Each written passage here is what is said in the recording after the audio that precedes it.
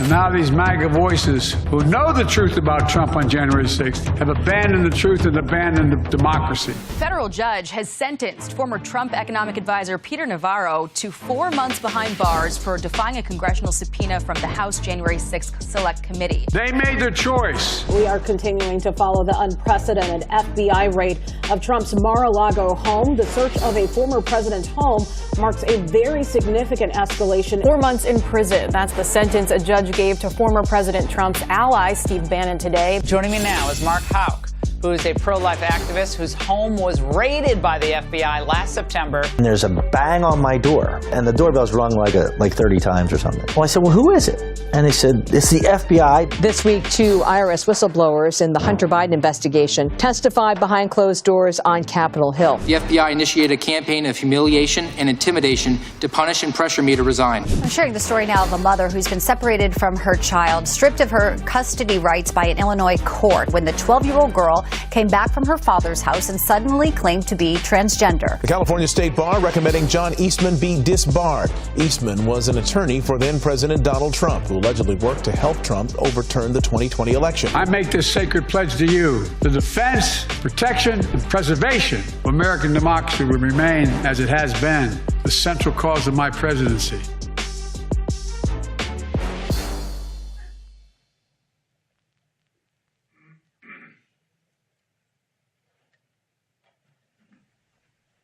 Ladies and gentlemen, welcome to our program, Weaponization of U.S. Government Symposium. Please welcome Jason Chaffetz, Visiting Fellow for the Oversight Project at the Heritage Foundation.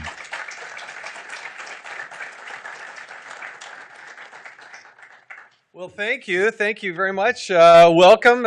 Thanks for taking the time to do this. I want to thank Kevin Roberts. He's the president of the Heritage Foundation, and Mike Howell, who heads the Oversight Project. And I'm glad you're all here because key to our government, our way of life, our way of government here is openness and transparency. I was fortunate enough to be the former chairman of the Oversight Committee, a committee that under a different name was originally founded in 1814. The whole idea is that Congress was going to oversee every expenditure by the federal government. Now, we can have a further, deeper discussion about the role of Congress and what they do, but suffice to say, I believe in my heart of hearts that one of the things that is core to our way of government, our way of life, that makes us different than every other country on the face of the planet is supposed to be our openness and transparency. It's supposed to be the way that we are self-critical, that we do offer documents and insight and availability to elected leaders, non-elected bureaucrats, that we're able to see what's going on. I would also argue that at this point in time, this is one of the least transparent times in the history of our government.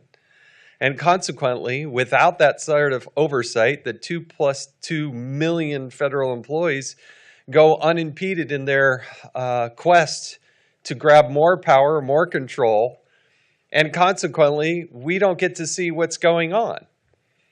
And that in itself creates an atmosphere where things can be weaponized for one political end or another. Some may justify that in their mind, saying, well, the ends justify the means. We have to do this in the name of security. That's always the excuse, right? It's always about the kids. It's always about security. It's always about protecting democracy. But I happen to see it a little bit differently. I think you have to have this openness and transparency, unlike any other country in the world, so that you can actually have the best form of government. So when you're out there and you hear people say, oh, it's about protecting democracy, somehow that ends up in a quest for more power, more control, and less transparency. And I think there's something fundamentally wrong in that equation. Now, we're going to kick things off. We're going to talk about a lot of different topics, from tech to the FBI to all kinds of things. But I think the name of this symposium today, Weaponization of Government, is a very apt one. We're going to kick some things off with our ability to understand what's happening with whistleblowers, because I knew firsthand that if the very best way to understand what's going on and not going on within an organization, and certainly a government, is to talk to the people that are there and involved. I'm a huge fan of management by walking around. I don't know who the author was that came up with this, but it's a great term. And if you go and you actually talk to the employees and see the people that are actually doing the work, there has to be a conduit. There has to be a way for those people who are actually tasked with jobs, some of them sensitive, some of them dealing with classified information, some of them dealing with law enforcement powers. You have to understand what it is they're seeing. And in our government, as we'll hear later from Senators Johnson, who's going to come join us. Senator Grassley certainly has been a champion of that. James Comer, the chairman of the Oversight Committee, will be joining us later. I think he'll talk about this as well. There has to be a way and a mechanism that people that are involved and engaged in these communities, or in this case, as employees of their federal government, have a conduit and a way to come forward and be able to express themselves. Now, I can tell you as the chairman of the former chairman of the Oversight Committee, we would get calls all the time. And the overwhelming majority are just gripes about a boss and, hey, they didn't let me, have enough time off. And I don't like my colleague that I work with. Okay, set those aside. Those are just personnel issues. But then there are people who step up and have real issues. And they really want to be able to explain where maybe things are crossing the line. That is by far the best way for us as a people and as a government and as an oversight community there in Congress to understand what's going on and what's not going on, who is stepping over the line, who is doing something that is inappropriate, and do further investigation. But in doing so, there have to be protections. There has to be that ability to step forward and say, what I'm seeing is wrong. Now, different people will come up with different conclusions as to whether or not it is right or wrong. But again, back to my original premise, if you don't have the openness and transparency, if you're not self-critical, if you don't have open hearings, if you don't actually bring people before the committee and the American people, then you don't actually get to the conclusion of understanding, is this working or not working? And it's all done in the spirit and the way of making America better. That's what we're trying to do. That's what differentiates us for hundreds of years. And it's if we lose that, then we lose a lot in this world.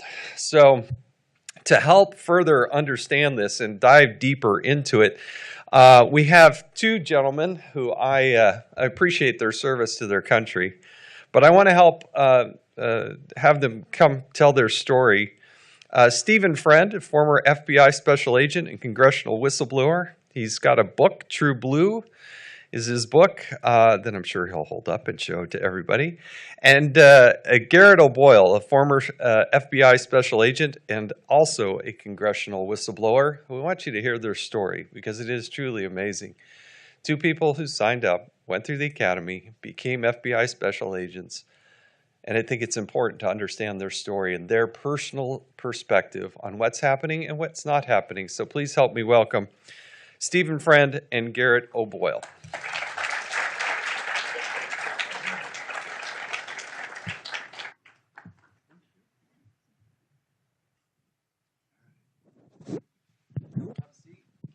Mike should be hot and ready to go. This isn't the first time you've had to tell this story. Garrett, why don't we start with you? Tell people what you went through, what you see, and what it's done to your life. So I became a special agent in July of 2018, and it was the best job I ever had. And I'm still kind of mourning that loss. And Steve and I were talking about this last night, that people have often said to us since we've become public, we testified last May to the Weaponization Committee. So the title, as Jason mentioned, of the symposium is apt.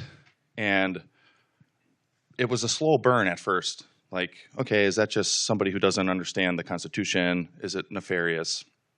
But over time, there were things that started to stand out, even things that I would bring to my supervisors. At one point, my special agent in charge, so that's the highest ranking person in the field office, actually told me, were you a lawyer before? And I said, no. And he said, I think you missed your calling.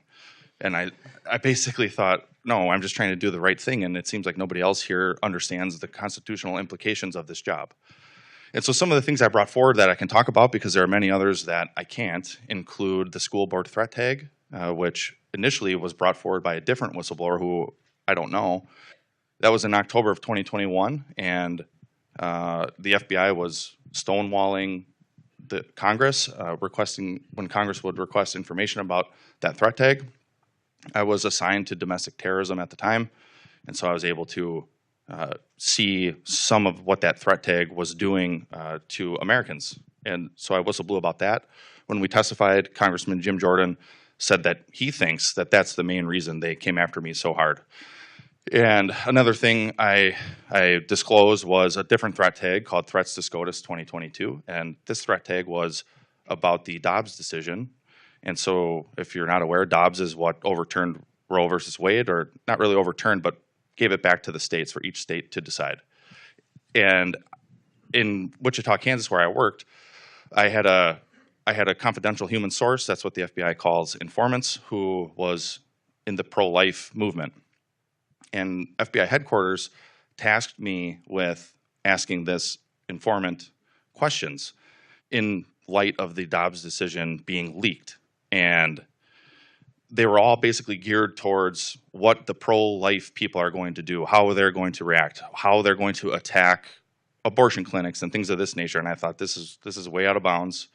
And even too, that threat tag I learned of from my supervisor, who came out and told my squad I received this threat tag. Well, both of these actually, because the school board's one, he came out and told my squad, we are not going to school board meetings on this squad. Now, if he would have been pushed by upper management to actually have us go to school board meetings, like Steve has been sitting in parking lots of these meetings, running license plates numbers, I think he would have caved in, because I think he's a coward, and I think many people in the FBI are cowards, and they don't really mean the oath they took.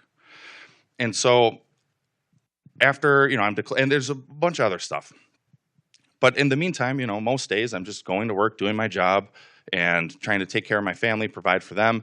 And my career is going good. I received awards. I tried out for and was selected for the SWAT team in Kansas City. And then I tried out for a new position that was in Quantico that the FBI was establishing.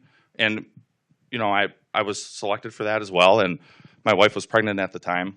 And in the middle of this transfer, we sell our house. We move into an Airbnb in Kansas. And, I don't know that this suspension is coming. This is early September of August of 2022. We go to Wisconsin, where we're from. You can probably tell from my accent.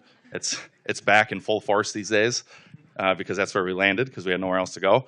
But we are in this Airbnb. We come to Wisconsin to visit, and I come to Virginia to report.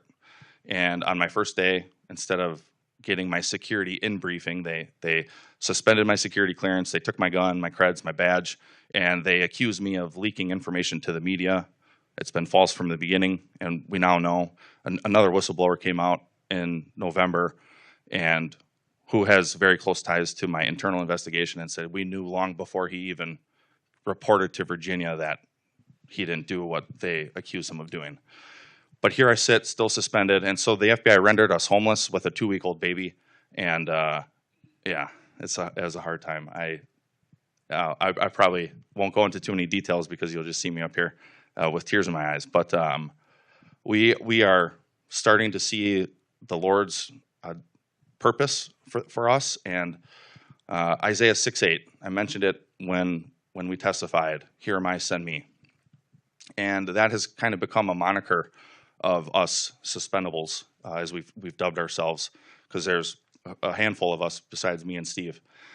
And I wouldn't pick this, but I meant my oath, and I knew if I couldn't put that badge and gun on every morning and go into work seeing things that were wrong, illegal, abuse of authority, and just say, well, I'm just going to keep my head down, because I got to take care of my family. What the FBI has meant for good, what the FBI has meant for evil, God has meant for good.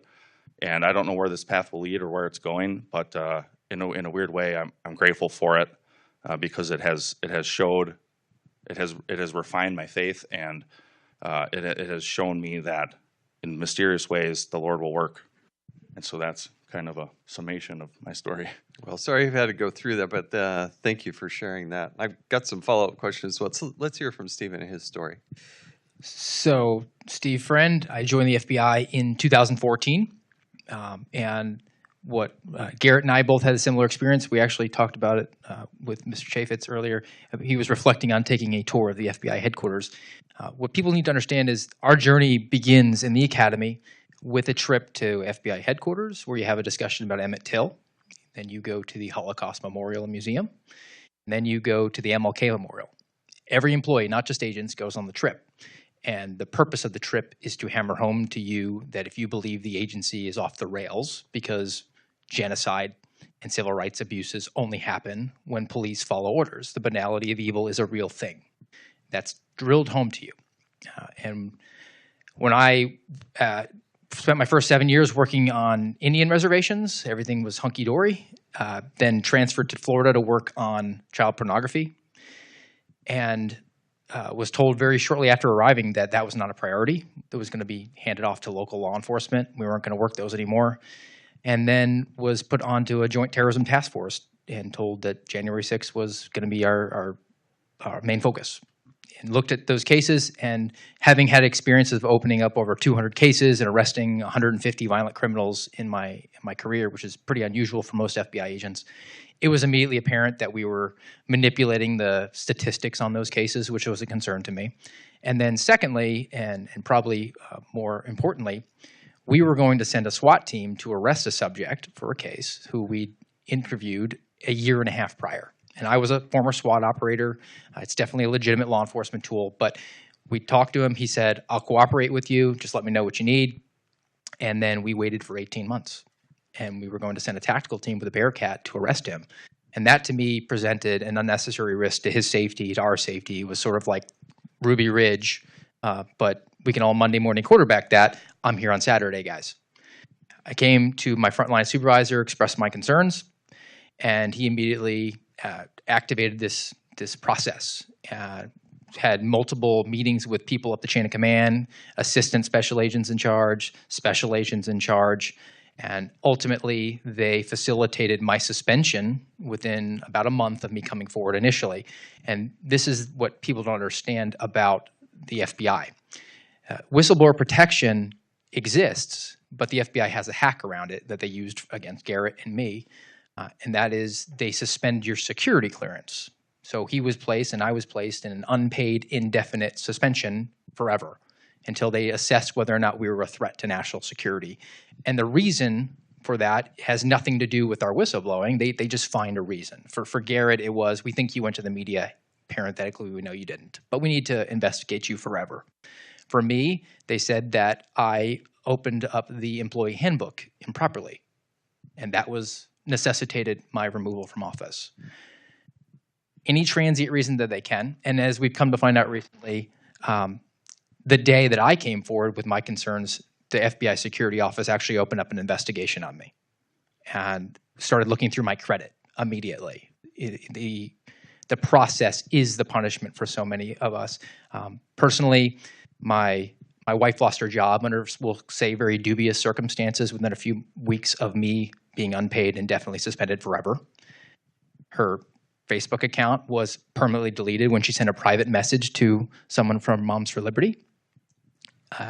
The New York Times got a leak from the FBI about my medical information and was told that I was under investigation for discharging a firearm in my backyard during Hurricane Ian when I was unable to respond to any media inquiries. I was issued a gag order by the FBI Inspection Division, and they told me that I was not allowed to discuss any of the facts of my case with my friends, my family, my spouse, or my attorney. I had to participate in a Security Division interview, compelled, which my attorney could be present for but could not provide any legal advice, where they attempted to get me into a 18 U.S.C. 1001 lying to a federal agent trap where they could execute a warrant and arrest me for that. And fortunately, having a decade and a half of law enforcement, I was able to tiptoe through the raindrops and avoid that trap. I put in multiple requests for outside employment because you're unpaid, indefinitely suspended. You need their permission to work. I was told 30 to 90 days, but within 24 hours on both requests was denied those requests. So it's obviously an attempt to bleed you white financially, so you will go away, and they can just say whatever you brought forward was just the ramblings of an angry ex-employee. And then ultimately, I did resign to take a position as a fellow at the Center for Renewing America, and they permanently revoked my security clearance the night before I testified in front of the Weaponization Committee. And then the last thing I'll say, and I will hold the book up, it's called True Blue, My Journey from Beat Cop to Suspended FBI Whistleblower. I wrote this, I didn't take in advance. I don't care if I make a penny off of it. I've never collected a royalty off of it. And included details about my involvement with the Gretchen Whitmer case, which I had some involvement with, my whistleblowing experience, and a full transcript of the hour-and-a-half conversation that I had with my senior executives that I did record, because thank God I have a smart wife who told me I should record it, during which they told me that I had an oath of office, but I had an obligation to the FBI, and I should set an example for my children and just follow orders. So that's my experience up until we ultimately had the opportunity last May to testify in front of the Weaponization Committee. Garrett, what did they tell you? What was the reason that suddenly they changed your status? What was their excuse? What was their justification that they told you? They said that there was an employee who made an allegation that I was making unprotected disclosures to the media.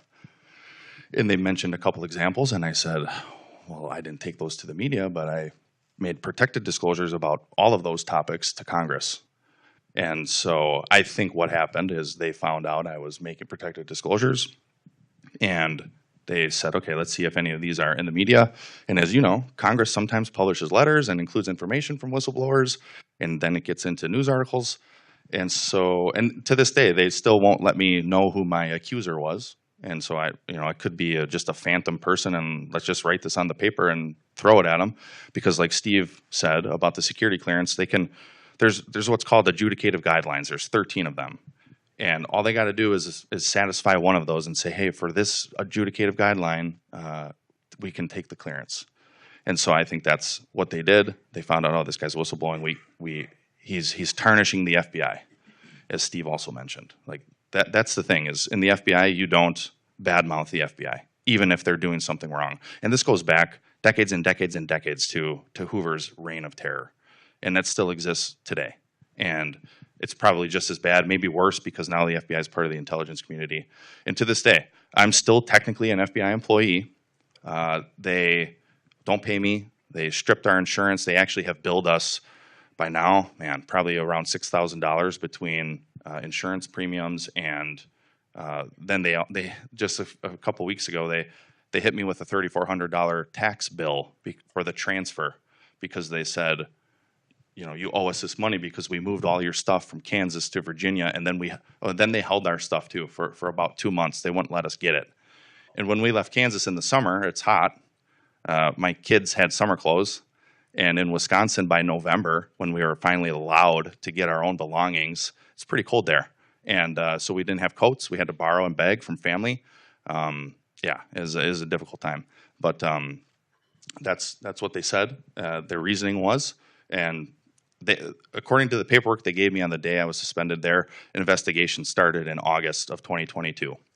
And like Steve also mentioned about our credit being run, the first time my credit was run was August 2nd of 2022, then again September 9th of 22, and then 13 months after I got suspended in October of 2023. So they're still up to no good, just trying to silence us. But yeah, that's the reasoning they gave. And still, so it's been 20 months now. They've had their investigation open. They haven't revoked my clearance yet. They haven't fired me yet. And this latest whistleblower, I've heard that they knew that I didn't do what they claim I did. They just made a phony allegation.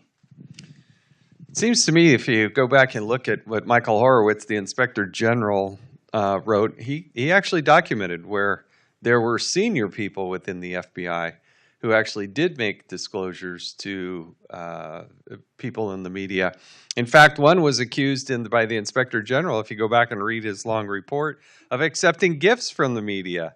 being able to accepting tickets and dinners and all kinds of things, recommended for potential reprimand or potential prosecution, but the FBI chose in that case not to do anything. It's really always, I think, interesting, particularly at the FBI, Department of Justice, where they prosecute and where they don't prosecute, what they decide to go after and what they don't decide to go after, because you have thousands of pages from the Inspector General showing and documenting where there are severe problems. But of course, those problems, when pointed out either by the Inspector General or by the United States Congress, I have yet to see somebody who has actually, followed through on it and taken to the point where they potentially lose their security clearances, or they are dismissed, or their pensions are affected. But you step forward and start talking to Congress, there are supposed to be all kinds of protections in place. Steve, what was your experience with going to Congress? What did you believe your right was, and how was that played out in terms of talking to Congress and being able to explain to them what would happen or not happen? Well, I brought my concerns to multiple Congress people. I brought this was just prior to the midterm elections, so the Republicans were still in the minority when I came forward. Brought my concerns to my local representative at the time, drafted a letter to him, to Jim Jordan's office, because he was expected to take over the Judiciary Committee, and that was, I thought, was probably going to be a smart decision. Brought my concerns actually to Senator Grassley, to Senator Johnson, to Senator Durbin, because he was the chair of the Senate Judiciary Committee.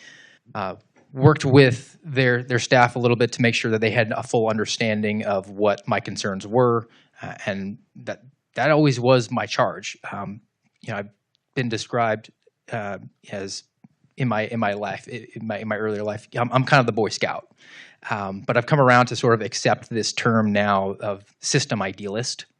I think that the heart of a whistleblower is someone that just wants to follow the rules, follow the Constitution, follow the law. The political ramifications are not really there. Brought all those forward and had the opportunity to share it with them. And all I've really seen now is maybe a recommendation for further whistleblower protection. I don't think that recommended legislation is actually going to fix the problem that Garrett and I are suffering from, because we're not technically suffering any reprisal for whistleblowing. It's the security clearance hack that they have. But ultimately, the concerns that we brought forward were not for ourselves. So that's secondary. I had concerns that person was being placed at an unnecessary risk, and all I've seen in the last year and a half since my suspension is that continuing, and I don't see an end to that, because the Department of Justice and the FBI have fully embraced the process is the punishment. They're no longer system idealists. You should only be interested in a fair process if you work in law enforcement. You gather the facts, you present them, and then that person has their day in court. The win and loss column doesn't matter. It's never mattered to me. I have to follow the process, and that is victory. But now we're not seeing that. They want to rack up the wins, conviction wins, sentencing wins. You have the President of the United States bragging about the total amount of years that people have been sentenced for a January 6th case. That is not what our government is implemented and instituted amongst men for. They've gone astray on what their prime directive should be. Garrett, let's go back up to 60,000 feet. The name of this symposium, Weaponization of Government. From your perspective, how is this happening? What is the Department of Justice or government in a broader sense? How are they weaponizing things for political gain and partisan purposes? Well, I think at that higher level, it originates here. All these agencies, their headquarters are all here. And from my perspective, at least in the FBI and analogous to the DOJ, it's just politically captured, at least at that headquarter level. But it permeates out through, there's a lot of people who say, we just got to remove the people at the top. No, that's not true. I wasn't at the top, so I saw it from the bottom and saw it all the way to the top. Is it less in a place like Kansas City? Sure. Is it more in a place like Washington Field Office? Absolutely. And so you even see it. Steve tweets about this a lot. FBI jobs, at FBI jobs. Just go on their Twitter and see the type of recruiting events they have. And they have adopted this Marxist culture to permanently change are institutions like the FBI. And remember, the FBI are the ones with the guns and badges who will come for you if you speak out against them. Just a couple days ago, there was a Biden-appointed judge who basically smacked down DOJ for not complying with GOP subpoenas. And so that's a judge who's doing their duty appropriately. They're saying, hey, we have 3 branches of government that are supposed to be co-equal. I was appointed by President Biden, but the DOJ is not complying in a legal fashion with these subpoenas that are appropriate. And I think that sums it up right there. The DOJ, the FBI, they know that nobody's actually going to stop them, because who would? They are the ones with the guns and badges. So who's going to stop them? And I'll add to that, too. Taking it out of a political partisanship weaponization realm, there's also a bureaucratic element to that. It's a bureaucracy. Success is in growth. It's a self-licking ice cream cone in many respects. And one of the biggest problems that we have in the FBI is integrated program management, the quota system that they have. And that dictates the number of cases that they have to open in every violation every year, the number of arrests that they have to achieve, and the tools that they have to use. They have to have a certain number of wiretaps. And you're basically perversely incentivized law enforcement, because your goal in law enforcement should be to bring crime down. But the FBI wants to go to the Congress and say, look how much good we did with 11 billion. Why don't you give us 12? And they want to bring the crime numbers up.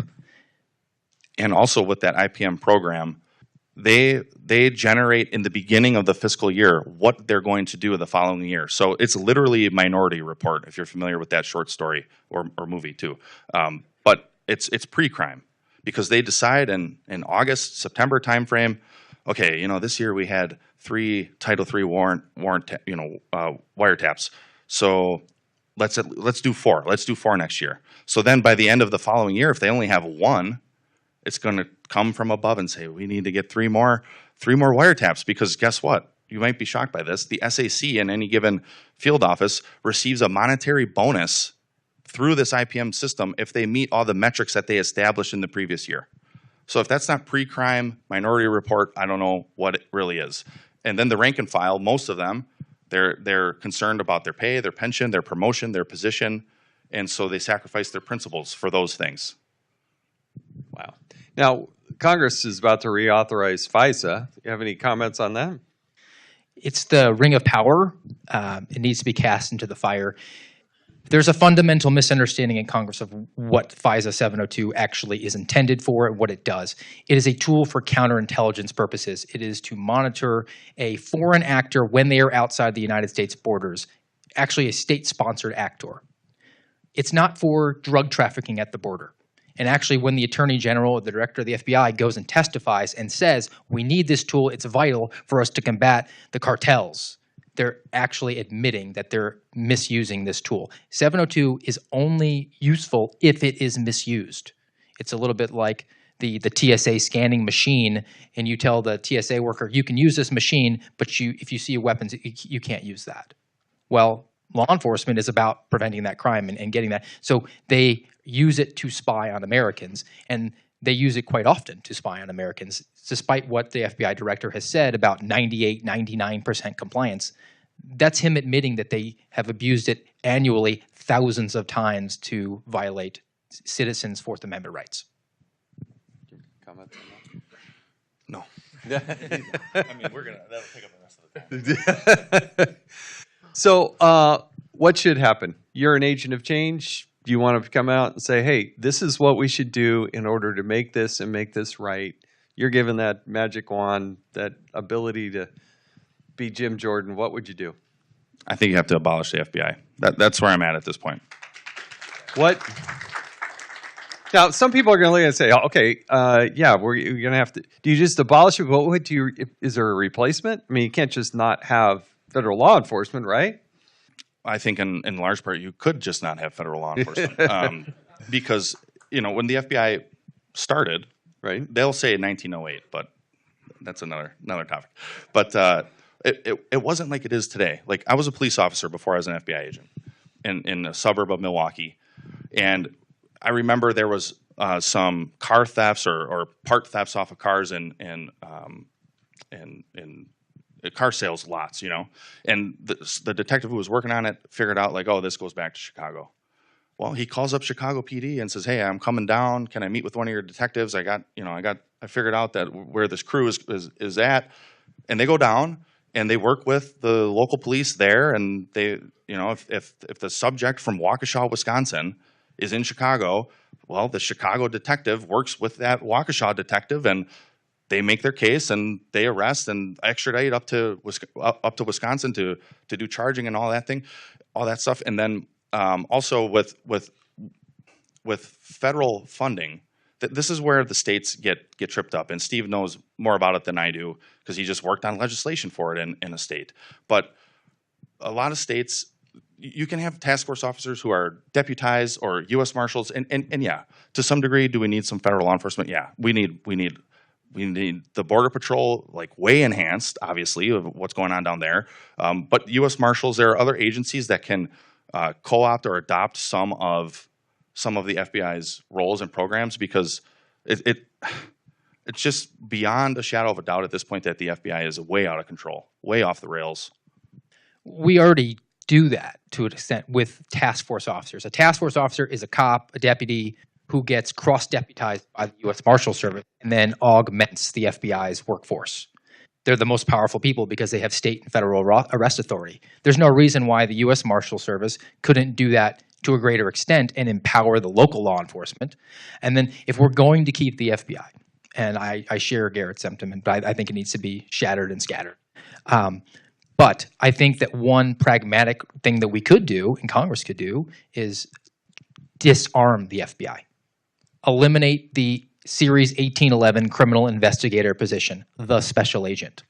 Make them unarmed investigators like they originally were, and then force them to partner with local agencies who would actually be the affiants on their arrest warrants and their search warrants and would be the guns in the room. And then you would empower the sheriff to say, well, I want to direct the resources that's going to bring crime down. FBI, you exist to help me in my prime directive to do that. That's my charge. So I'm not really interested in devoting my resources to looking at moms who are angry at a school board. But I do have a problem with fentanyl that's streamed across the border. So let's stand up an effort in a task force to address that issue.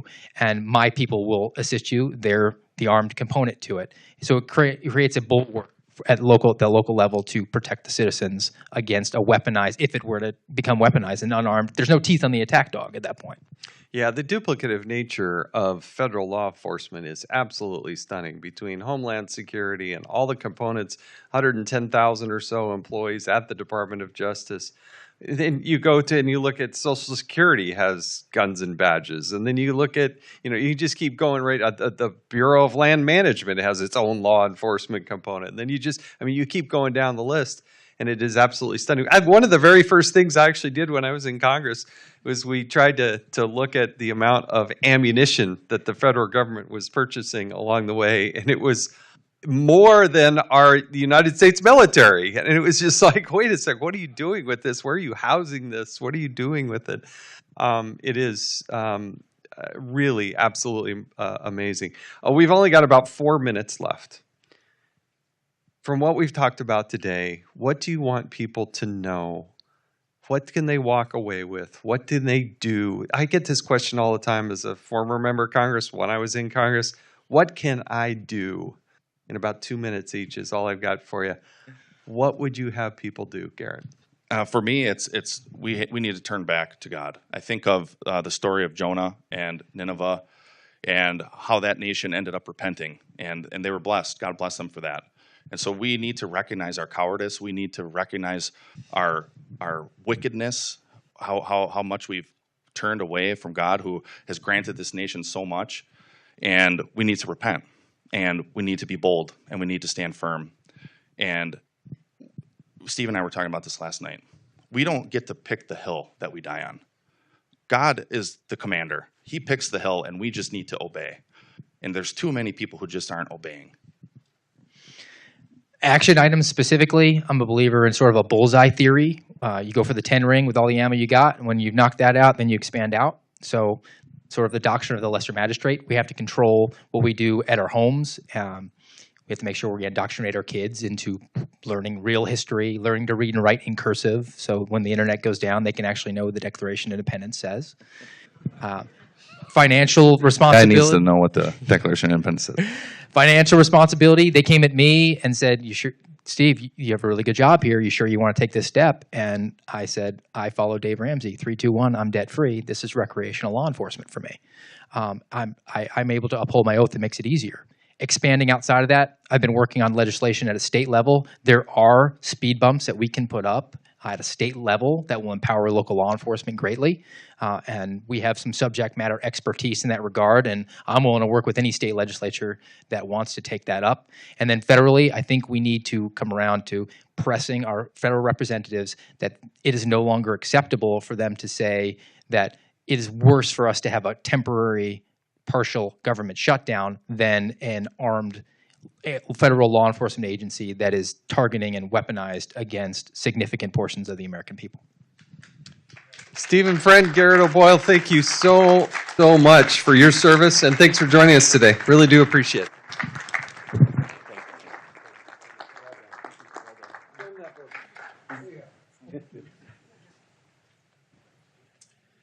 Again, later today, we're going to have Senator Johnson. We're going to have Senator Grassley. And we also have Tristan Leavitt, who you've probably seen, who I worked with on the Oversight Committee. They will all be talking about these two gentlemen and sort of the weaponization of government and the importance of whistleblowers and whatnot.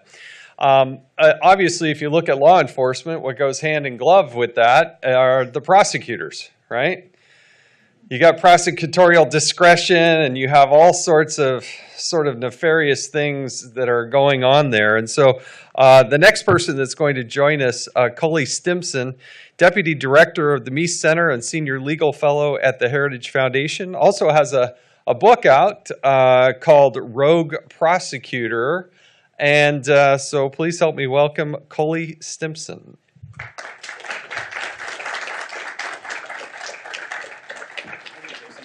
Oh, there you are. I was wondering, where are you? There you go. Very good. Thank you. Well, thanks for coming out today, folks. I'm Coley Stimson, and I'm the co-author of Rogue Prosecutors, How Radical Soros Lawyers Have Destroyed or Destroying America's Communities. And I don't come to this as a pointy-headed academic. There's nothing against them. I come to this as a former local, state, and federal prosecutor, but also a person who's been a judge for 5 years and a criminal defense attorney. So I've seen all sides of the courtroom. Fortunately, I have not been a defendant yet. I don't plan to be one. But the weaponization of the government doesn't just pervade the federal government. It has crept into and metastasized into the states as well. And the best example is the politicization and warping of the criminal justice system at the local DA level. You have to understand that whereas our colleagues here, and I was an assistant U.S. attorney here in D.C. prosecuting homicides, and that's an important job, but the vast majority of crimes are prosecuted at the state level. 90% of the crimes are prosecuted at the state level. Only 10% are prosecuted at the federal level. There's 2,300 elected DAs across this country in the 3,143 counties we have. Yes, there's 94 U.S. attorneys spread across the country, but again, the bread and butter crimes are basically prosecuted at the state level. But starting in 2016, the progressive, or what I call the rogue prosecutor movement, started. And you have to sort of step back and look at the big picture of what was happening and why this movement was not only not necessary, but has been injurious, in fact, deadly to communities across the country. We have 18,000 police departments across the country. There is no criminal justice system. There are systems across the country. And within those 2,300 DA offices, you have huge offices like the LA County DA's office with 1,000 prosecutors, down to literally people who are designated as a prosecutor who do it part-time and serve in several counties and everything in between.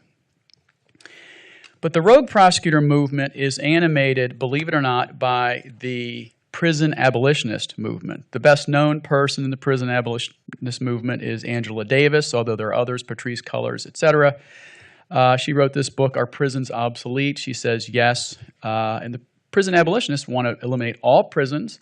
They want to defund the police. And it grows out of this neo-Marxist or Marxist anti-capitalist movement, which we write about in the first chapter of our book, The Origins, Playbook, and Belief of the Rogue Prosecutor Movement. They have two fundamental beliefs, and this is what is behind this whole movement. One, they believe the entire criminal justice system is systemically racist. These are their words, not mine. And two, to quote Rachel Barkow from the U.S. Sentencing Commission, who's a big cheerleader of this movement, that you have to reverse engineer and dismantle the criminal justice system as you know it. That is their words. Those are her words, not mine. Angela Davis and others think that prisons are modern-day slave plantations. Again, their words, not mine. And that sending anybody to prison is enslaving them in modern-day parlance. Emily Bazelon, the New York Times bestseller, says that the goal of the movement, which she's for, is to change who occupies the prosecutor's office and choose prosecutors who will open the locks of prisons. So we quote these folks in our book. There's over 1,300 quotes in the back. We mainly quote the leftists. This isn't a nerdy, think tanky book. This is a true crime novel. We tell true crime stories that would not have happened but for these pro-criminal, anti-victim policies. And I'm going to go into those shortly. The sad thing is this movement wasn't necessary. The last crime tsunami peaked around 1992. And crime rates have been falling dramatically across the country for 30 years. And incarceration rates, which trail crime rates, have been falling dramatically since about 1998. I'll show you, these are Justice Department statistics, and of course all these slides are in our book. These are the crime rates starting in 1993 to 2020. Violent crimes per 100,000 people, violent victimizations, et cetera. You see all of these metrics are just going down, down, down, down, down. Why? Because after the last crime tsunami in 1992 peaked, states started passing more draconian laws and holding violent criminals accountable. That's the back end, the punishment end. And on the front end, folks like me and others worked in and helped create domestic violence courts, family justice centers, drug courts, and all these other alternatives to incarceration to give a carrot and stick approach to get people on the straight and narrow so they could become productive members of society. And that worked. But this movement started in 2016. The first Soros bought and paid for rogue prosecutor was Kim Foxx in Chicago. She got $400,000 from Soros. They set it up in a so-called Justice and Safety PAC, which is the way they fund these races, and $300,000 from the Civil Justice Participation Fund, and that was the birth of a national movement. Now you know the big names across the country, George Gascon in L.A., Larry Krasner in Philadelphia, who the criminals refer to as Uncle Larry. That's his nickname because he's so friendly to them. Alvin Bragg in New York. There was Marilyn Mosby in Baltimore. There's Kim Gardner in St. Louis. There was Chesa Boudin in San Francisco. And what has happened? Their policies kill people. They maim people. They cause stores to close. Crime rates have exploded in those cities. This is a chart in Chicago. The blue starts at 1992 when the crime peak was going down. This is homicides per year in Chicago. You can see all of a sudden to 2015, 16, how homicides have gone down. And then all of a sudden Kim Foxx gets elected. This is pre-pandemic, folks. Boom. Homicides just go up because of her pro-criminal, anti-victim policies. Same in Philadelphia, the city of brotherly love. Uncle Larry gets elected, and these are These are homicides in Philadelphia. Don't buy the current zeitgeist that crime rates are going down. I don't know what these Republicans are talking about. Yeah, when gas prices are $5 a gallon and they are down to $4.80 and they should have been at $2, yeah, it's going down, which is what's happening to crime rates, but it's not going, it's still unacceptably high. Let me give you quickly their playbook, okay, because this is important to understand why this is happening. And in the cities with the toxic trio of Soros bought and paid for rogue prosecutors, there's about 70 of them, accounting for 68% of the population of this country. 1 in 5 Americans lives in a Soros bought and paid for rogue prosecutor jurisdiction. 1 in 5, all right? No cash bail. Refusing to prosecute misdemeanors. Almost all misdemeanors. So petty theft, malicious destruction of property. By the way, they're proud of this. They list the crimes you can commit in their cities. I'm not kidding. We have it in our book. We quote them. Resisting arrest. They hate the police, so they're not going to stand behind police when violent criminals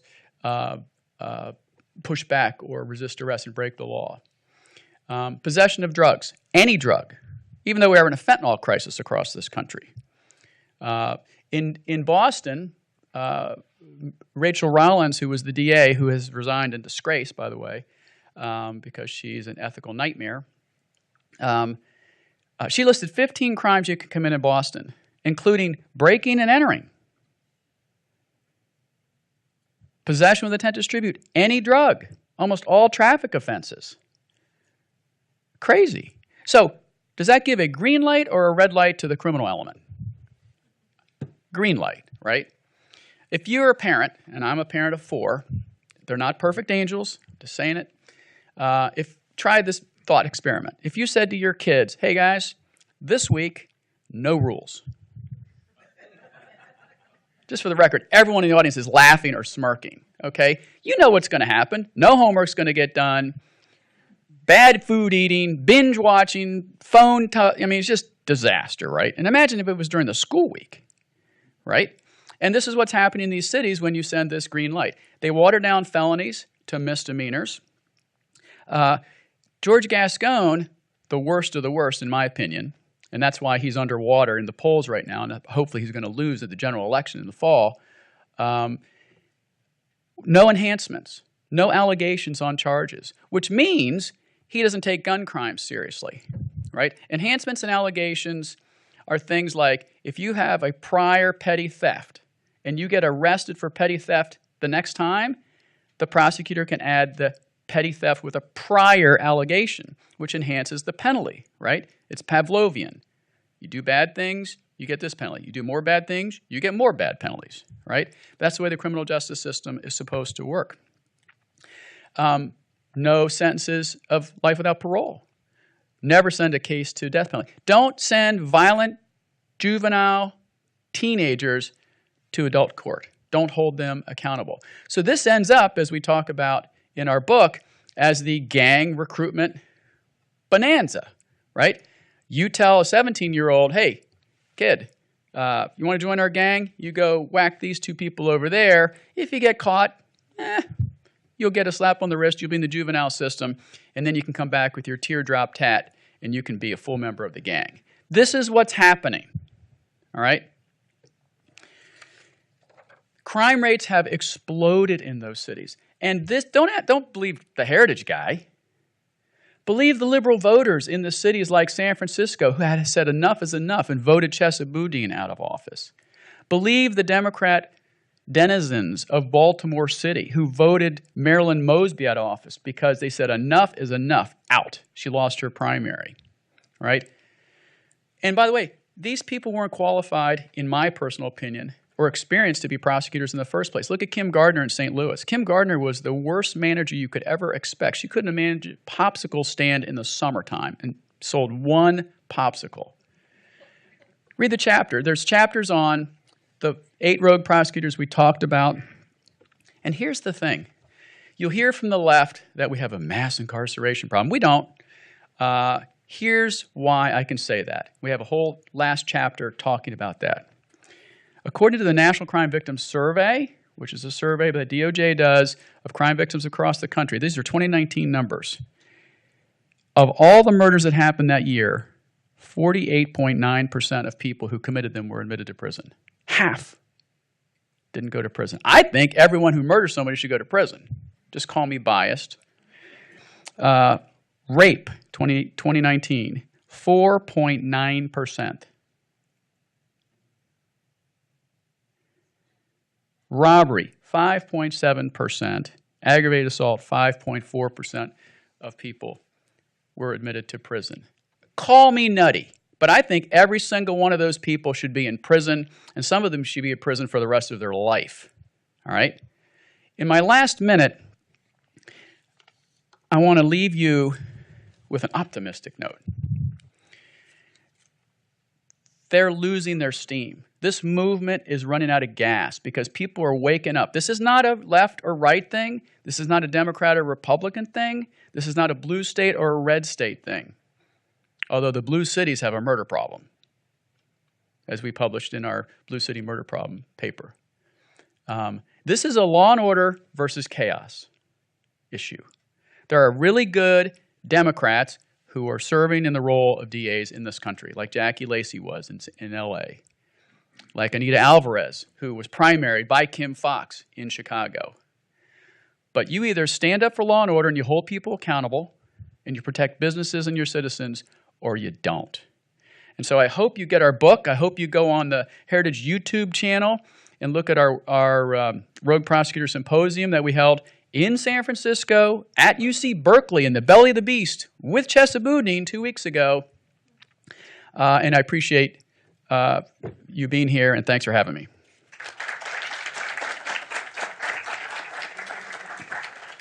That was awesome. Well done. Thank you. Good to see you. Coley Stimson, really appreciate it. And again, the book Rogue Prosecutor is that's where you want to go if you want to learn more about this. I'm always amazed by ordinary people who do extraordinary things. I'm always enamored with people who wake up in the morning and they're first responders, right? They go out, there's a car accident, and they run to the fire. They go there and they help solve things and they take care of things. And ordinary people who do extraordinary things, they inspire me in every way. And so here we're talking about law enforcement, we're talking about prosecutors, but we also, if we're going to cover the weaponization of government, you have to also look at what's happening in the culture and what's happening in the public. And one of my personal favorites, and one I think you're going to be, you'll find is one of your favorites too, is Tiffany Justice. I love her name, Tiffany Justice, right? How can she be wrong there? Who co-founded Moms for Liberty. She's going to come join me. We're going to have a discussion about what's going on in our culture and what she's seeing. And we're going to kick things off with, I hope I pronounced her name right, Chaya Raichek. We have a short video from her, and then we're going to have a discussion with Tiffany Justice and talk about what's actually happening out in the real world. So let's kick things off with that video. And Tiffany, come on and join me here on stage. What I have done at Lives of TikTok is hold up a mirror to some of the most radical trends in American society. This radical ideology has not just seeped into our schools, but has been a tidal wave. The radicalism is most extreme in the form of the promotion, not just the teaching, but the actual promotion of transgender and other LGBTQ lifestyles to young children. This promotion is also the mass recruitment of young, impressionable children into sexual lifestyles. It is wrong. The education system in America was never supposed to be this way. Instead, the education system has been weaponized against children, not to mention their parents, who often don't understand how bad it has gotten. For the simple task of showing Americans what libs are posting to TikTok, I have been met with relentless attacks. Legacy groups that claim to support free speech pointed their resources and power at me. The Southern Poverty Law Center, the Anti-Defamation League, and countless legacy media outlets like the Washington Post and NBC News have made it their mission to destroy and defame me. What I have done is post factual events, images, and videos, and usually things already posted online, and presented them to millions of interested citizens on Twitter. In other words, what I have done is journalism. The most recent campaign against me has been a coordinated media attempt to blame bomb threats on me. But I'm fighting back. Working with the Oversight Project, we were able to obtain records that showed Vice News withheld exculpatory information from an article blaming such a threat on me. In the email we obtained, we proved that the school district in question specifically told Vice that they had no information connecting this bomb threat to Libs of TikTok. Vice reported otherwise. We're up against a weaponized system where nothing is out of bounds. The only option is to keep fighting back. I love that. She's reposting videos that are out there in the public, and they're going after her with all the tenacity in the world. But there, she's doing what, as she said, is journalism and showing the rest of the world who doesn't want to sift through all that what's actually going on. But I want to talk about also Moms for Liberty, and you gotta love that name, right? How can you think that there's anything wrong with that? But Tiffany, thank you so much for joining us, and thanks for what you're doing. Why the need? Why did you help start this? What were you seeing? What were you experiencing? And why did you start and kick this thing off? Thank you. Thank you for having me today, and thank you to Heritage for all of their help and support over the past 3 years since we started Moms for Liberty.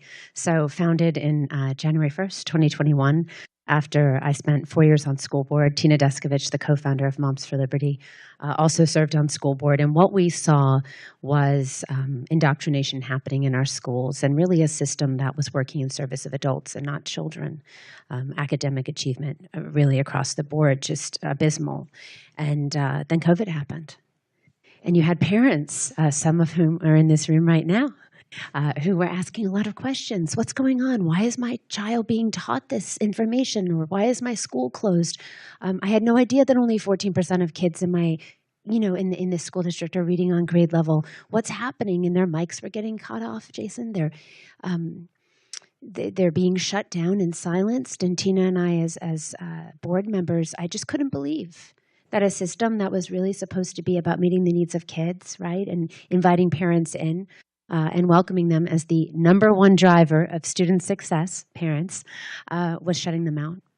And then very quickly we realized that the American government, that the FBI, the premier law enforcement agency in the United States, was going to be used against us, and that we were considered the enemy at this point as parents. And it was shocking, but I'm so incredibly thankful for over 130,000 moms and dads, some of the moms who are in the room right now, who refuse to stay silent, and have continued to fight back. I mean, government at its localist levels, right, is the school board, right? It's your ability as a parent with your own child going to a school and having some oversight, some say in how your child is educated and what they're going through. What in the world, how in the world did the FBI think that this was such a threat? I think it's important to remember that in America, and in Canada as well, but America actually lives up to a bit of a better standard, but that we have local elected representatives who are there closest to the people, so that when you do have an issue with what's going on with your children in school, that you're able to go to them as a constituent and have your voice heard.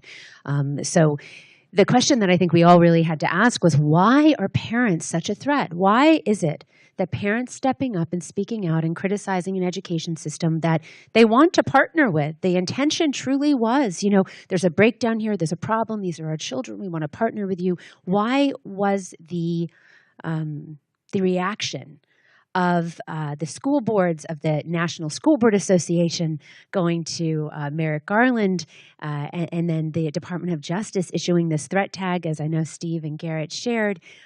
Why that chain of events sent into motion? I think it's really important that we all understand that our education system, I don't think parents' expectations for education have changed.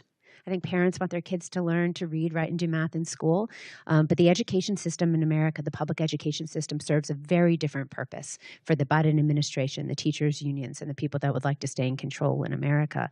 And American parents have uncovered that fact, and we're not going to let it stand. Yeah, so Randy Weingarten, head of one of the big major teachers' unions out there, she finds you a threat, right? How dare you ask a question? How dare you appear at a school board meeting or run and be on a school board? But Merrick Garland, he's kind of, as the Attorney General, sort of changed his recollection before Congress along the way. Explain from your perspective what you've seen there. Yeah, so I think I'm just going to get the dates right. So in September of 2021, we had the National School Board Association send that letter to the Biden administration, the Department of Justice, saying that, parents were threatening school board members and that they needed to be controlled. Now, as a school board member, I can tell you, if there was an issue in your local community, you always have law enforcement there. Police are at your meeting. And if there was any issue, the police would just check into it. It wouldn't, if there was a threat made or something, of course you have local law enforcement that would look into it. So when I spoke to my sheriff and I said, is it shocking to you that the FBI is being, kind of activated against parents? Of course, yes. Of course, what an overreach. But within 5 days, 5 days, the Department of Justice looked at that letter and then said, we're going to take some action. Now, you're right. When Merrick Garland was brought before Congress and asked about what the FBI's intention was or what his intention was, he said, oh, no, we're not really, we don't really mean for this actually to happen. We're not really targeting parents. Well, I'll tell you what, they did. So we had the FBI call one of our moms after she spoke at a school board meeting. 40 days, her son was quarantined out of school. 40 consecutive days, her middle school student was suffering. She saw him dropping into a very deep depression. And she came and she spoke and she said, we're coming for your seats. We're taking you out. We're going to come and we're going to run for school board and the parents are taking back this school board. And because this ability for people to be whistleblowers in their community, right? Call the FBI if you hear something. This woman was targeted. And the FBI called her. And I testified before Congress, before the Constitution and Limited Government Subcommittee, and I shared, imagine one day you wake up, you're making peanut butter and jelly for your kids, and the phone rings. And the FBI calls you. And they say, hello, Mrs. Justice, how are you? I'm fine. This is the FBI. You spoke at a school board meeting, and there were some concerns about your mental stability. So we're going to ask you some questions. Do you have a history of mental illness? Do you have any guns in your home? And at the end of the conversation, after the FBI agent said, well, listen, we don't really see any concern here. We understand. To be honest, the FBI agent was we understand why you would be upset about your child being quarantined. It was a woman who called her. She said, but you don't need to tell anyone that we called. You don't need to mention this to anyone. And then she called me. And I was shocked. I mean, I'm a mom. I had a business. I ran for school board.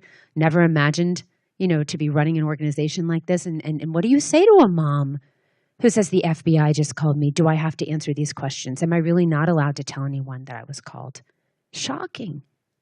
I don't think the American people would ever think that you would have the FBI targeting you in that way.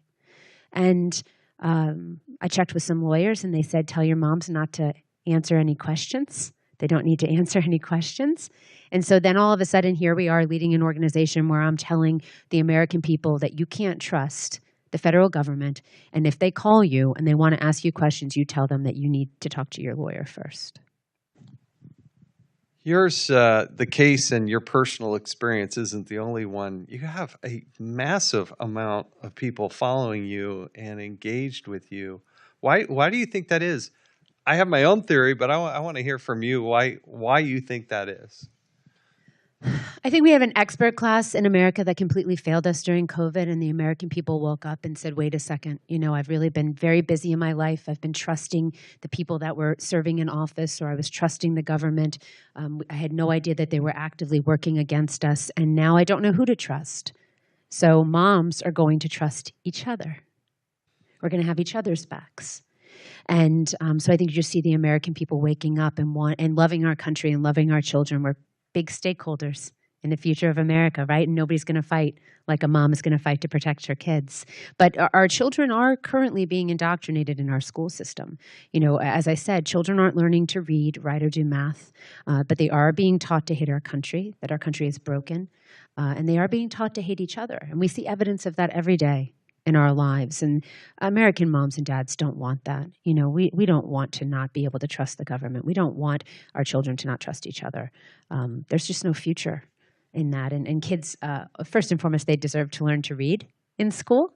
And our moms are very focused on making sure that academic achievement is a priority. But you can tell and understand why the unions wouldn't like us, right? I mean, the amount of money that they pull out of the system and the money that they reinvest back into the Democratic Party.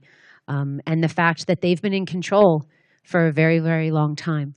And so the failure that we see rests on their shoulders. Yeah, I do think we have to ask ourselves why. What is the justification that a federal law enforcement agency would find themselves at a school board and talking to moms at school boards? There's no federal issue here. It's not across state lines. It's somebody showing up with kids in their own schools. I mean, it's absurd. And what I worry about is, how come the whole political spectrum within the United States isn't up in arms about this? You know, the liberals of old, you know, a couple generations ago, you would have thought they would have helped lead the charge on this one, right? But boy, have they morphed into this body of progressives that want to control things and rule with this iron fist. And I think that's one of the, if history were to write the right lesson and to actually be a proper reflection of what's happening, it's how that liberal mindset of sort of an anti-government position has morphed over the course of time. Now, again, I'm a huge champion of openness and transparency and being able to see the kinds of things that the Randy Weingartens of the world don't want us to do. It's just look under the hood and be able to see what the teachers are teaching and what the curriculum actually is and what's going on in those classrooms. The Oversight Project has been instrumental in using the legal system to actually sue, but explain to the extremes of what you've had to go through in order to understand what's actually happening in these schools, at the school boards, and in the classrooms. Yeah, so there's a complete lack of transparency when it comes to our ability to see what's happening in the schools. They'll tell you every day of the week what your child has access to as far as food in the cafeteria, but don't ask what they're teaching on Thursday. They don't want to share that. You're absolutely right. First of all, the Heritage Foundation, Kevin Roberts and his team have been amazing partners since we started Moms for Liberty, and we're so incredibly thankful. And so when we had questions about why the SPLC was targeting us and putting us on a hate list, I remember I called my 18-year-old daughter at the time and I said, honey, I just need to tell you, we were just put on this hate list by the Southern Poverty Law Center. And so, of course, you know, she's got her phone in her hand. She Googles it. She says, Mom, you're like next to the KKK. I said, I know. She said, this is ridiculous. I said, I know. Go tell your friends. And so, right, tell all the 18-year-olds. And so, you know, it was really shocking and overwhelming. The whole experience has been completely overwhelming for us as, I think, Americans. And so we've just been so thankful for groups like the Heritage Foundation that have helped to kind of hold our hand and guide us through the process of trying to understand, you know, the Biden administration meeting with the SPLC 6 times in advance of putting us on this hate list, taking briefings. I mean, does it shock? I have questions for you. I wish I was interviewing you. Does it shock you that you have the SPLC doing briefings for the Department of Justice or the Department of Education Secretary Cardona sending briefings? Because that is what the Oversight Project has uncovered. Yeah, well, if it was up to me, there wouldn't even be a federal Department of Education. They don't even think there should be one. But the idea that this happens on a regular basis, that the FBI is taking briefings from the Southern Poverty Law Center is, I mean, I've seen it so many times now, these types of things. It doesn't shock me as much as but it should be shocking to everybody. And this is why we got to remember that it's America, it's the people that control the government. It's not the government that's supposed to control the people. It's a total different mindset. But we got to stop feeding the beast with money.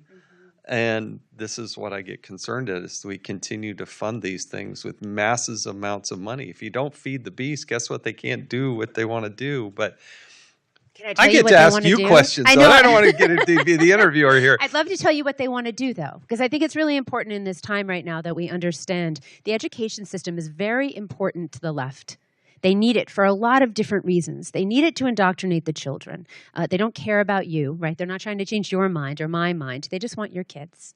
And they're not having their own children, so they need your kids. That's just the truth. But right now, perfectly poised, on my way here in the Uber, I was looking on Twitter, and there was a posting for the American Federation of Teachers. That's Randy Weingarten, second largest teachers union next to the National Education Association. But they were talking about community schools. And so for anyone who doesn't know what community schools are, community schools equals communism. In this tweet, if you go to the AFT's Twitter page right now, or X page, you can see they talk about they want to give your kids everything from clean clothes at school to food to prom dresses to full service school-based health clinics. And that is the goal. When Randy Weingarten was brought in front of Congress and asked about learning losses during COVID, she said the answer is community schools. We need to have more wraparound services. Folks, there is not enough money in the world to take these schools and to have them raise everyone's children. We will never be able to take the federal government out of education. And so to your point about abolishing or dismantling the Department of Education, we need to do that. We need to do that now because the federal government is very much looking for that opportunity right now to be able to expand their footprint into the states. And to your point about local control, you lose it. Right now, a state takes anywhere between 3 and 16% of their funding from the federal government. Now imagine that number continues to increase to 25%, to 30%, to 40%. How do you cut them out? How do you stop delivering those services in your community when no one else exists to serve them? They bring in all of the community partners and the nonprofits. It's quite the racket. And so I just say this to you to say parents were onto something. We caught them. I saw behind the education curtain when I was on school board. Then COVID happened, and all of America saw behind the education curtain. And now we've got their number. And they're not done trying to silence us because they know how incredibly powerful parents are. Well said. I want everybody to understand that this is the new buzzword for those who want total control. It is those community schools. So I wrote a book called The Puppeteers, the people who control America. And I give a big section out to the Randy Weingartens of the world. Gavin Newsom, for instance, is a huge funder of this in California. It's for the kids. We want community schools. But they want to control the whole of children. They want to control them from start to finish and basically exclude and push back the parent. Everything you write, from what they eat, what they wear. We'll give you a free computer. Why do you think they want to give them a free computer? So they can see everything that they're seeing. So they can take that data and sell that data. That's why they want to do this. It's perverted in what they're doing. But they're going to continue to say, it's a community school, right? Who could be opposed to a community school? We'll bring in community partners like Planned Parenthood in every school across America. And then we'll invite companies like Whirlpool, who can help their ESG score by donating washers and dryers to schools, currently happening now. And then you have Business Insider doing an article saying how washers and dryers in schools is increasing school attendance. Who's doing the laundry? Yeah, I went to the airport. I think it was Hudson. And you go to the airport and you got to pay $2.27. And so they'll say, hey, take that 71 cents extra. Do you want to donate it to community schools? These types of things, they're out there, and it is a real effort. Tiffany Justice, Moms for Liberty, look at it. There's a reason why there are lots of people. I don't know. How many people? Yeah, so over 130,000 people, 315 chapters, a little bit more than that, in 48 states, almost 49. We're coming to Vermont, so watch out, Ben and Jerry. And just a shout out to some of the moms who came today to support me. Moms for Liberty really is such a beautiful organization, and in a time and moment in America where certain things seem so uncertain, truly the good of the American people is so wonderful to see every day. So thank you. Thank you. Thank you for joining us. Appreciate it. That was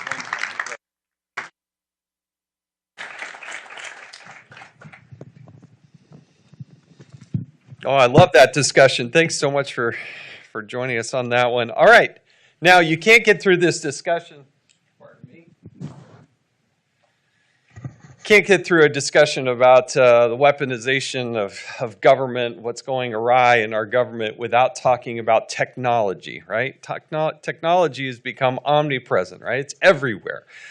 My generation is so different than my kids, and I actually have grandkids at this point. The way they're growing up, the pervasiveness of technology can be good, right? Technology can do good things, but it can also do a lot of evil things. And it's sometimes hard to keep up with the volume and the speed and veracity of what's happening here. But we're going to talk a little bit about technology. So please help me welcome to the stage Kara Frederick, who's the director of Tech Policy of the Tech Policy Center for the Heritage Foundation. Ben Weingarten, who's don't worry about the association with the name there. Ben is the editor-at-large at Real Clear Investigations, and Michael Benz, executive director, the Foundation for Freedom Online. Thank you all for joining us, and I'll turn it over to Kara. All right, thank you, sir. Hey, it's great to see everyone today, especially you ladies. Thanks for coming. Appreciate the moms in the audience. As a new mom myself, I feel like we all need to stick together no matter what, especially when it comes to tech. So I'm going to jump right in.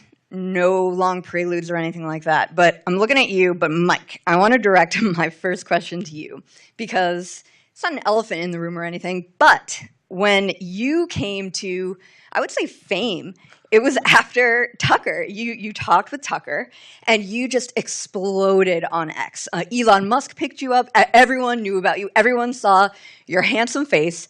Can you tell us why people were paying attention to you? Can you distill your argument that was so compelling to everyone? Yeah, thank you, Kara, and thanks both to your work, to Heritage for hosting this, Ben for his incredible work.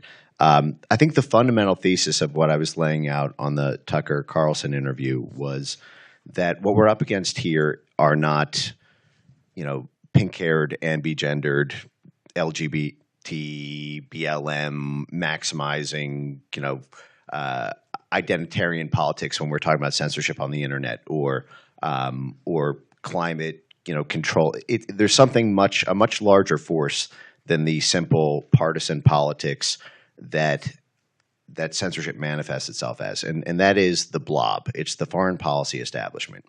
And folks who are conservative, who tend to come from a populist or nationalist perspective, look at things happening in the American homeland from the power perspective of the homeland. They don't think about the American empire. They don't think about the managers of the American empire, which is our foreign policy establishment, our State Department, our Pentagon, our intelligence services, and the corporate and financial donors and drafters off of that. And when you go upstream to internet censorship and what's driving it, both here and all across NATO, and even in Brazil with what's happening this week, you will find that foreign policy establishment power structure, which is a much bigger, thicker, much more cold calculating, and much more well-resourced threat than a simple partisan fight. I love that, especially because conservatives, as our fearless leader, Dr. Roberts, is fond of saying, he's a recovering neocon, right? And myself included, right? I went to Afghanistan 3 times. I fought in service of the blob, what I thought was for noble purposes, as a civilian intelligence officer, that is.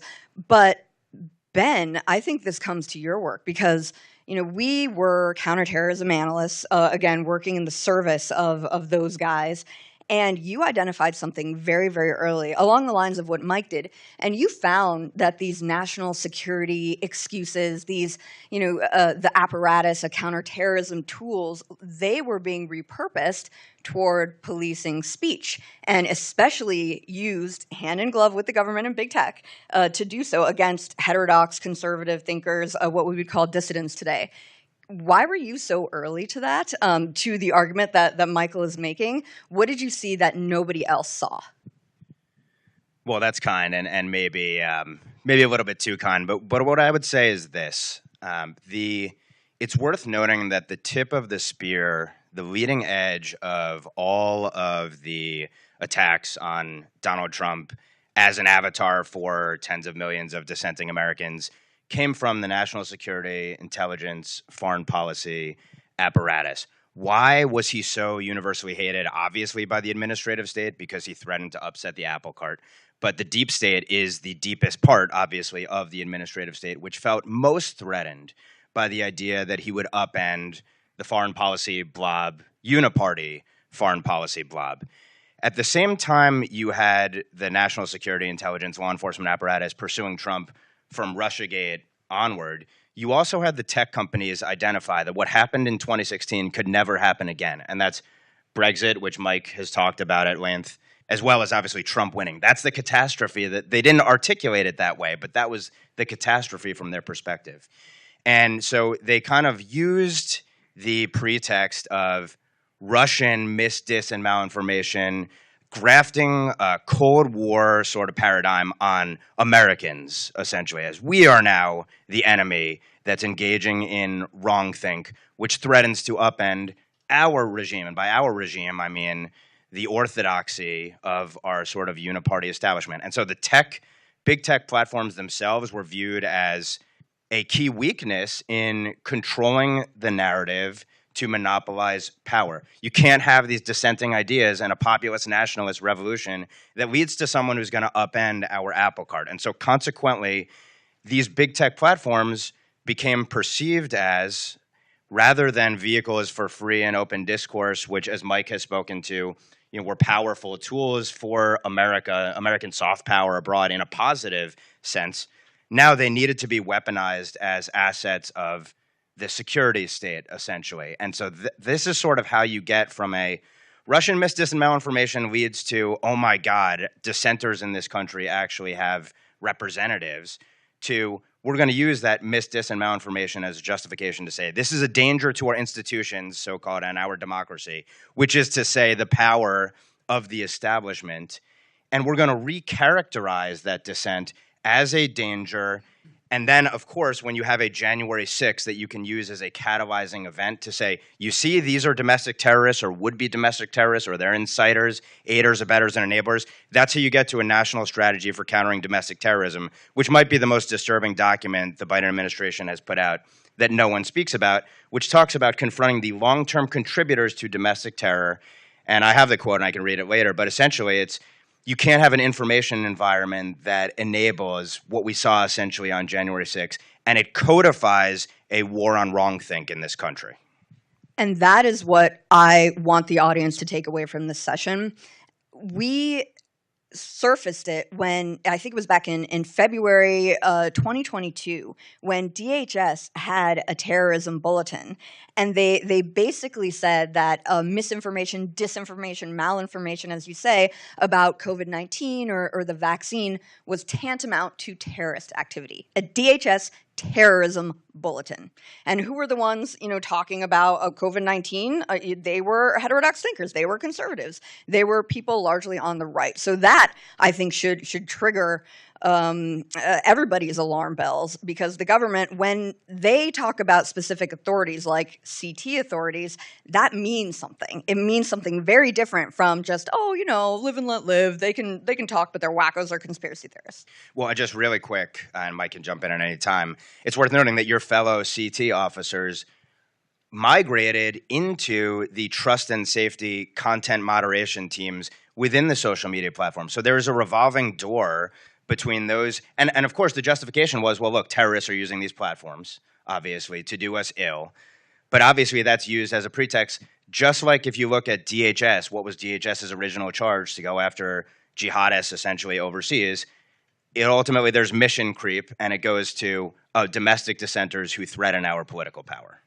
I feel impugned by that, having gone from CT apparatus to Facebook, but you're right. You're right.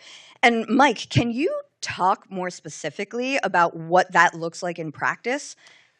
Yeah, well, part of the issue is we're actually past that now. That was, as Ben said, how the initial predicate was laid down. This is something that I refer to as the foreign to domestic switcheroo. The initial censorship structure in this country grew out of what was called the hybrid warfare doctrine that NATO came up with after the Crimea annexation. And there was essentially a pan-military decision across NATO for the military to play a more active role in the media, because they perceived a loss of hearts and minds in Eastern Europe as us ceding ground to Russia politically. And then when Brexit and the Trump election happened, the Russiagate predicate was used to basically portray any sort of right-wing populism as being favorable for Russia, and then so could be censored on the basis of being Russian propaganda. The problem was when Russiagate died in the summer of 2019, when Mueller choked on the stand in the hearing, they, instead of shutting down that censorship apparatus that joined together the FBI and the CIA and DOD and State Department, they simply changed the predicate from being a Russiagate predicate to a democracy predicate. And this is very nasty, because democracy is the watchword of the foreign policy establishment to overthrow governments. I'm just going to say that again. Democracy is the watchword of the foreign policy establishment to overthrow governments. So we have had a lot of presidents, Republican presidents, who have been tarred by left-wing media as being, bad people, dictators. People were calling George Bush a Nazi and things like that. I remember in my lifetime. They were not calling him a threat to democracy. That triggers, when something is categorized as a threat to democracy by our government, what that does, it's like an immune system response that activates for the white blood cells of our blob to descend the NGO swarm, the university centers, which act as proxies by the government, are all funded by our federal government, for DOD counterintelligence, for the State Department to get involved, for the FBI, for DHS, they all descend on it. And they use their media organs as well. Much of what we think about as being independent media is anything but. They depend, and we can go through this in more detail maybe in questions, but this surround sound is a creation of this immune system, and the fact that it no longer, even though it was created under this foreign policy, national security predicate, we are now about 4 or 5 years past that. And I'll give you just one great example to leave this off on. The number one funder right now of the censorship industry in the U.S., and not the number one necessarily most, top of the food chain, but who's providing the actual money, the civil society capacity building for domestic censorship mercenary firms, is the National Science Foundation, which is basically the kissing cousin of DARPA. And National Science Foundation is the number one. It's the number one funder of all secondary research in the U.S. $10 billion goes to our universities, the National Science Foundation. They created a program which used a democracy. They created 2 programs, actually, during the Biden administration, which simply said misinformation is a threat to democracy. And so they've given over $60 million just in the past year to specially constructed censorship labs, they call them, counter-misinformation labs within universities. It's now a growing profession where undergraduates and PhD students are staking their professional careers on the rise of the censorship industry. And it's all constructed around a democracy predicate, which again simply means the control and the ability to overthrow a government who's not doing the bidding of the U.S. foreign policy establishment. That's fascinating. And speaking of democracy, I'll ask both of you, what's in store for 2024? What are we not guarding against? What's happening that we're not seeing? And how do we contest it? Well, a couple points, and I'm sure Mike will amplify at least one of them because he's done some research on it. To me, there are a few factors you can see already kind of bubbling up and coalescing. And by the way, there are elections happening all over the world that may serve as precursors to what we see here in terms of the way the censorship apparatus ratchets up. One thing is, and Brazil is a perfect example of this, a notion of that there's going to be another foreign to domestic switcheroo vis-a-vis regulatory regimes around wrongthink that the EU and other governments are imposing, which will essentially end up censoring us here at home. So that the hate speech regulations and such that you see the EU imposing and the massive fines associated with them to the companies, that in and of itself may well end up chilling and ultimately purging American speech under the banner of the foreign regulations. Then you've also seen there's somewhat of a commotion around this Pennsylvania election task force, which they're standing up in partnership with, among others, CISA, which is the DHS sub-agency, which is the nerve center of federal government-led speech policing, the heart of this censorship apparatus that built up prior to 2020. They have a task force dedicated to purging election misdis and malinformation. And I imagine, and if you look, there are a couple of other states that are also already, they have outsourced contracts to third parties that are also surveilling social media for wrongthink around elections. Remember, wrongthink around elections was the key sort of focus going into 2020. If you had questions about the integrity of mail-in balloting or a whole slew of other processes, all of the social media companies at the behest of the government and then government cutouts essentially changed their terms of service to say these are threats to democracy effectively and you need to purge wrongthink, while there were debates being had within state legislatures about the policies that were being put forward. So in real time censoring people as the sausage was being made policy-wise. And then so you have the state level issue. Maybe they'll go with the states this time, not the feds who are going to be coordinating and organizing. And then you have the federal government. And then beyond that, you can already see there's a moral panic that's being blown. And it's not to say that there couldn't be legitimate misuses, obviously, of generative AI, but that's a huge buzzword. And if you look at what CISA and others are talking about, they're talking about generative AI and they're talking about threats to election officials. They continue to hype up and inflate the notion of, well, if you want to actually be able to watch what's going on at the polls, that's a domestic terror threat.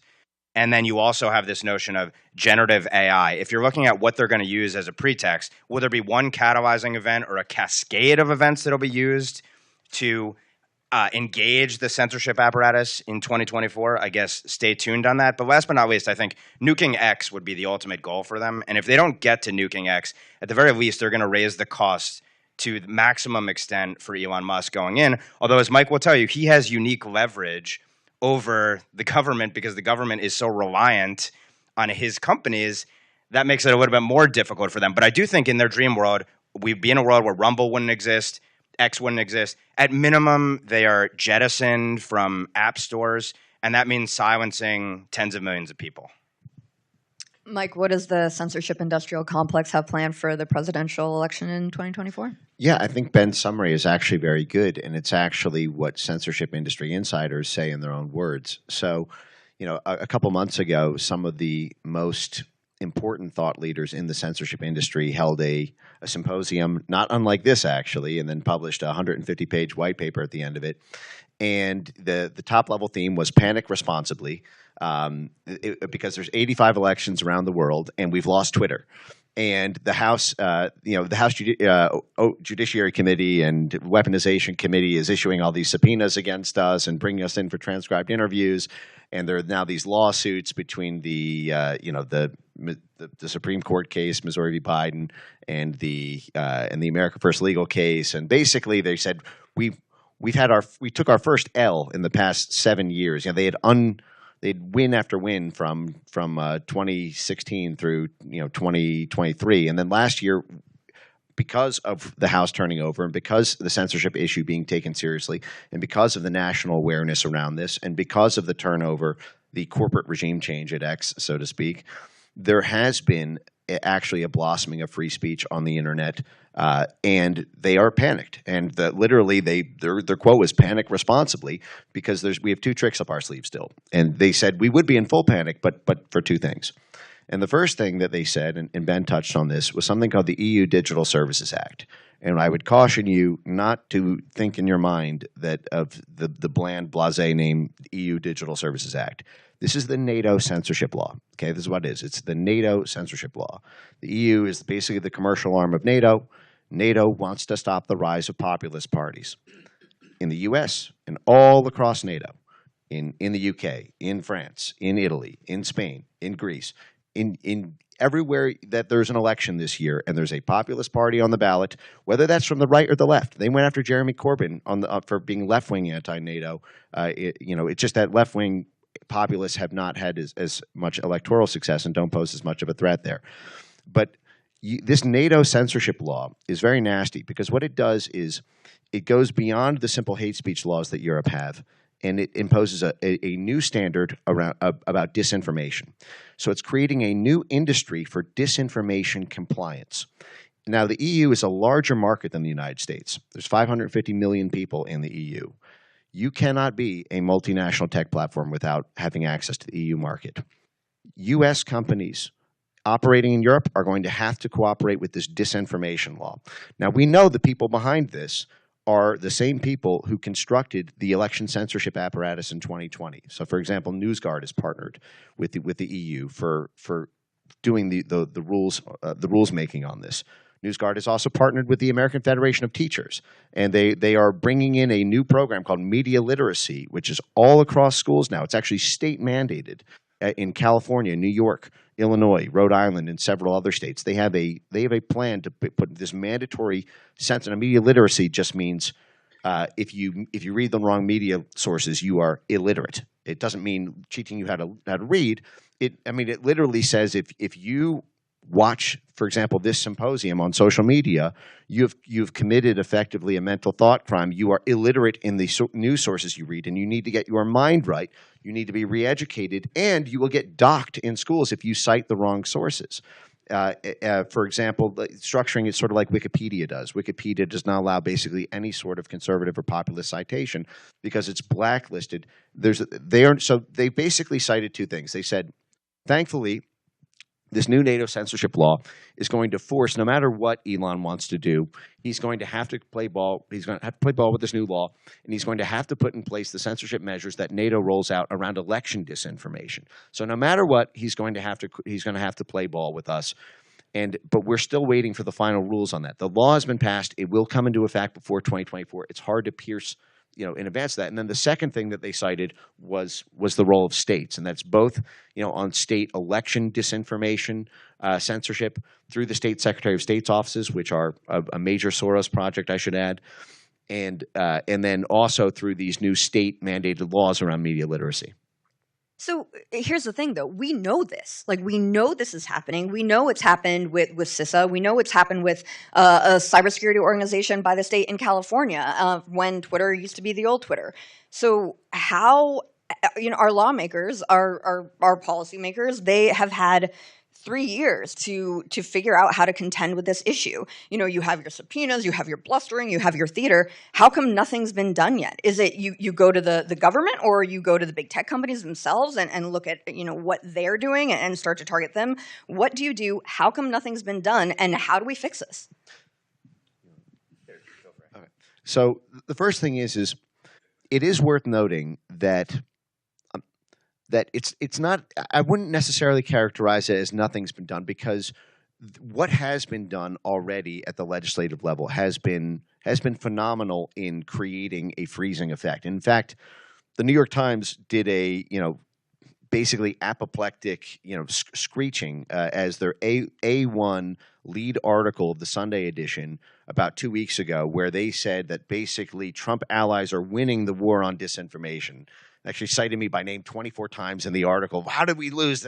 How are we? How are we losing on on all these fronts? And a lot of this has been because of things like the open air hearings, the subpoenas, the transcribed interviews that are necessary, and that have been done. Jim Jordan, has subpoenaed the Stanford Internet Observatory, brought them all in for interviews, did 3 hearings on it.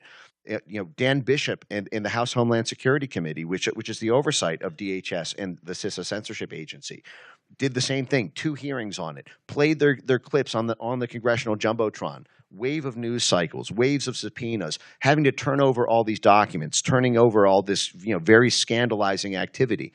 And they complained in the New York Times and in the Washington Post and in Science and a dozen other magazines that political support is crumbling. But the issue is the money still flows. And this is really where I think gets to the heart of your question. And I'll just end this with one anecdote here. I've had the privilege to be able to brief many sitting members of Congress on this issue. And I did a talk to about 15 sitting members of the House about two or 3 months ago. And I was very troubled by one of the remarks of a member after that, which one of them came up to me afterwards and said, "Benz, listen, totally agree with what you're saying. I've been reading everything you're writing on this. I have to tell you, I agree CISA is a terrible agency. What they did is completely abominable. It's totally a violation of the First Amendment. But I have to let you know, I voted to support funding for CISA. I gave them every penny of what they asked for in the new appropriations bill because we were under pressure from House leadership. And this gets to something really dark, which is the Republican Party able to challenge from the inside the blob faction of the GOP, which appears to control party leadership, because you have so many good junior members and so many good, even sort of mid-level folks at the House power structure, but they seem impotent to be able to go up against the heads of the party. And now at this point, this now comes down to a Mike Johnson issue. At the time, it was it was another. But what I'll say is, Mayorkas, the head of DHS, even tweeted publicly. He said, "You want to tell us, Congress? We know what you'll value Congress by what you fund. At the end of the day, all your talk means nothing unless it comes down to what you fund us." He told us that it all comes down to whether you fund it or not.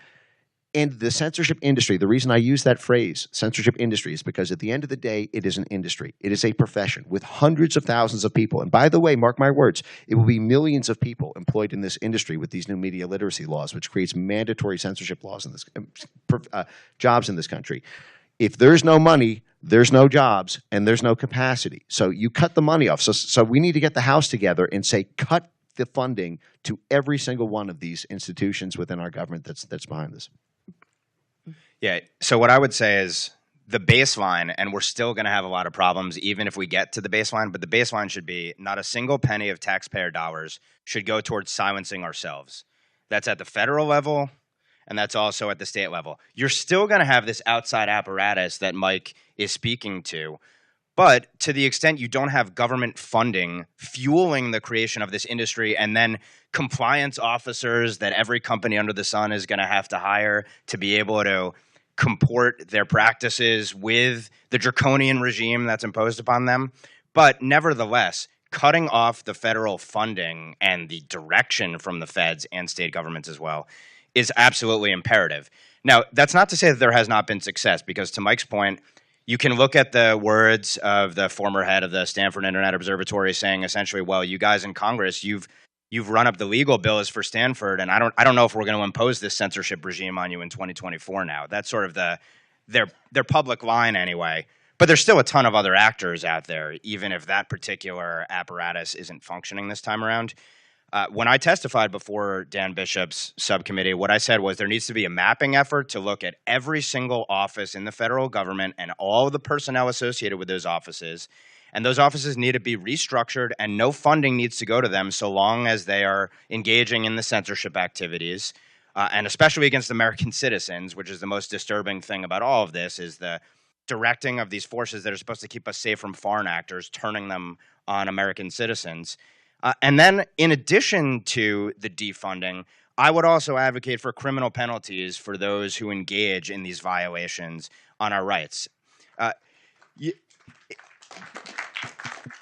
Because at the end of the day, people don't like to be named and shamed. People certainly don't like to have hanging over their heads the threat of criminal penalties. And those in the censorship industry will say, you're chilling us. But that's the whole point. The point is that you should think more than twice about violating our most imperative God-given rights. When you have justices on the Supreme Court that also take this position, as we saw in oral arguments in the Murthy case of, well, you wouldn't want to silence a government official, but the whole point is that our rights need to be protected. They need to be thinking about that when they're engaging in these sorts of efforts. So defund at the end of the day is obviously vital. It's key to dismantling the entire thing. There were appropriations bills, drafts of appropriations bills in this Congress that did have language about defunding censorship activities. Naturally, of course, they have not made it into the final legislation. And I don't think Congress was willing to go to criminal penalties. There was talk of people losing their jobs in some draft legislation. I think there need to be far greater teeth, because at the end of the day, if no one pays a price other than maybe being dragged before Congress for uncomfortable testimony, you're not going to get a change in behavior. And obviously, they're weaponizing everything against us and throwing people in jail, literally throwing people in jail, convicting people at least, for tweets. There's a censorship to criminalization pipeline, and all we have is oversight. There needs to be something stronger than oversight. Amen. I think teeth and imposing costs critical. In the last 30 seconds we have, what can everyday Americans do to fight back? What can Moms for Liberty do to fight back? What does, somebody who feels disenfranchised in the middle of the country do against this censorship industrial complex? Yeah, so I mean, the number one thing is talk about it, talk about it, talk about it. I mean, don't underestimate the power of one small voice accumulated over millions to do a lot of damage to this system. And that's, the national consciousness raising is often the precursor to any sort of opportunity happening. You want, I just gave the example of members of Congress. The fact is members of Congress didn't leap on this issue until it was already on the tip of everybody's tongues, and they had the semblance of, oh, I'm going to be made a hero by taking on this issue because everyone's already talking about it. Well, that requires you to be already talking about it. We want the speaker battle, for example, to turn on the issue because everyone's talking about it, and that person's ability to deliver on that promise is to be. So I guess that's the number one thing, and the second one is issue by issue. So for example, on the Moms for Liberty front, I just mentioned media literacy. Media literacy is the censorship industry coming into your schools and grabbing your children by the tonsils and telling them the words they can and can't use, telling them the media sources they can and can't cite, telling them the influencers on social media they can and can't read or subscribe to. It is a total Clockwork Orange program. That's what media literacy is. It is North Korea could only dream of the kind of technological sophistication that media literacy involves. That you are not literate as a child because you read, something coming out of the Heritage Foundation, and that is something that is a fight that is going to happen in every single school. If, for example, as I mentioned, they couldn't win this in a fair fight with legitimacy, so they mandated by law in the states of California, in the states of New York, and the states of Illinois, and this is going to come to purple states, and this is already popping up in red states in little regions, everywhere. It's trench warfare. It has to be fought in every county, and it has to be ripped out because again, you don't want professional media literacy teachers. That creates an equity stake in the profession of censorship. Their careers are now going to be staked on. They're not learning, engineering or medical services when they dedicate their lives to that now. And that's every public school, with these media literacy laws. I mean, how many teachers, how many hundreds of thousands of full-time professional teachers is it going to take for that? Get it out of the school, so that's just one issue, for example. But it's issue by issue also because there's a censorship role in every major policy, and in every major policy discussion now on the energy space, on the abortion space. Because after the Russiagate predicate was laid down and a simple democracy predicate was used instead, and there was no cost imposed. They said, well, hey, we've basically discovered El Dorado here. This is a golden power. A God button to be able to control discourse on every political issue. And a democracy is about the hearts and minds of the people. If you can simply shut off the ability to influence hearts and minds through censorship, you win by default. You don't need to win by persuasion anymore. So it's issue by issue. Every policy group should be going after the censorship aspects of that thing. And again, one way to find it immediately is by searching for so-called democracy groups and democracy funding in our federal government, that goes to pay for that censorship apparatus. Okay, so I'm going to interrupt you briefly because they're not giving me the hook just yet. So I'm going to take a little bit of privilege here to challenge you guys before you give your answer on how everyday Americans fight back. So we talk a lot about the cognitive domain and cognitive security. I think that's what you're pretty much alluding to. Yet, I do think that there are genuine national security threats that are permeating this domain, propagated by our enemies, foreign adversaries like China. Look at what the CCP has done with TikTok. They, in their documents, they actually state they want to fight wars in the cognitive domain. They want to use AI to do some of it, and they've begun doing so. We have reporting that they started to try to do the thing that the Russia hoax was accusing everyone of, and actually influence and sow discord in the 2022 elections. So what does that actually look like if there's a legitimate threat? Please don't throw rotten tomatoes at me, but I do think that there are some things that we have to be concerned about when that we have hostile foreign powers, hostile enemies that are actively looking to destroy us and get in the minds of our children to do so from within. Well, it's obviously you're talking about what happens when you have putative free speech platforms and foreign adversaries exploit them, just like foreign adversaries try to exploit all of our freedoms. Obviously, the problem is that our security apparatus has gone so far afield of actually combating the foreign adversaries. Let's start with that. I mean, we have, for example, I've written about this with Al Jazeera and Al Jazeera sub-entities. Our Department of Justice won't make them comply with FARA. How is that possible? Before we get to what we're going to do with our social media platforms, can we not give clearly adversary-backed media entities carte blanche to do as they please and propagate, basically narratives and information meant to undermine America? They have total freedom, though. They act with total impunity. Look, obviously, the TikTok bill itself, we could get into a whole long conversation about that. From my vantage point, it was an asset of the Chinese Communist Party from the start. I am very concerned about the legislation because try as I might to want to believe what the text actually says in letter and spirit, as well as those who are backing it. My huge concern is that, once again, we have a foreign to domestic switcheroo, a legitimate purpose for trying to combat an adversary, but that will ultimately be turned on Americans. And that's why, at the end of the day, And, this goes to the media literacy, by the way. You need a public and then a leadership that reflects the public that understands that there's a bright line distinction between foreign adversaries and Americans. Speech that is actually speech aimed at truly corrupting and undermining us. And we can look back to how we dealt with it, by the way, during the Cold War.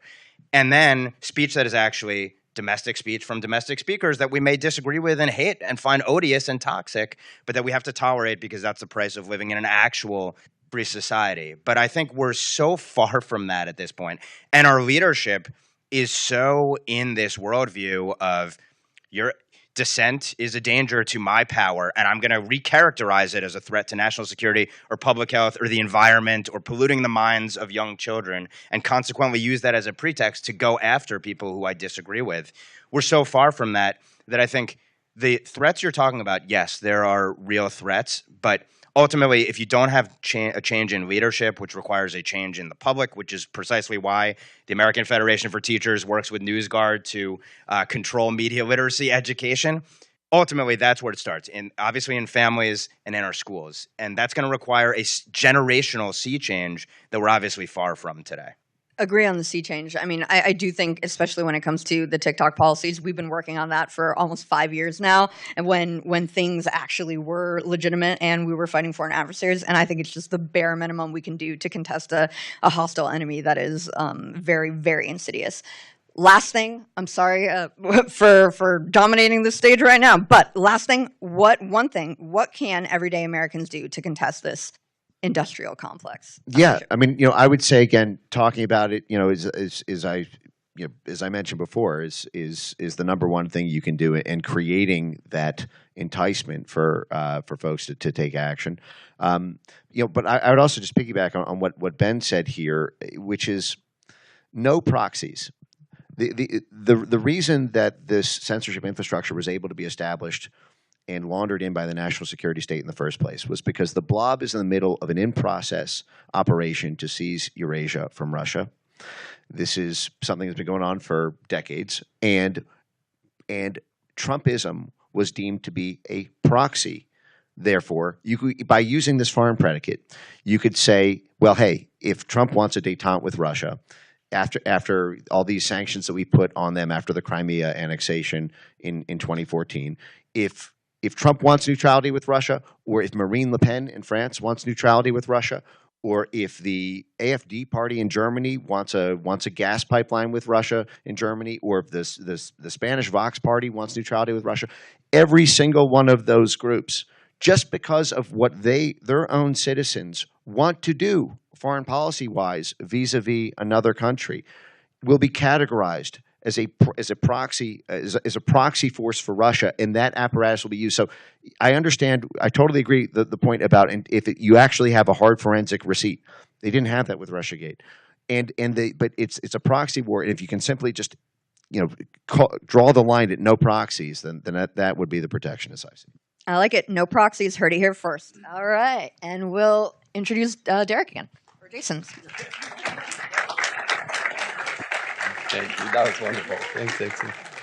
Thank you all so much. That was wonderful. All right, take a stretch there for a second. You're not going to want to miss this because for those of you online, you've already taken your stretch, so stay with us here.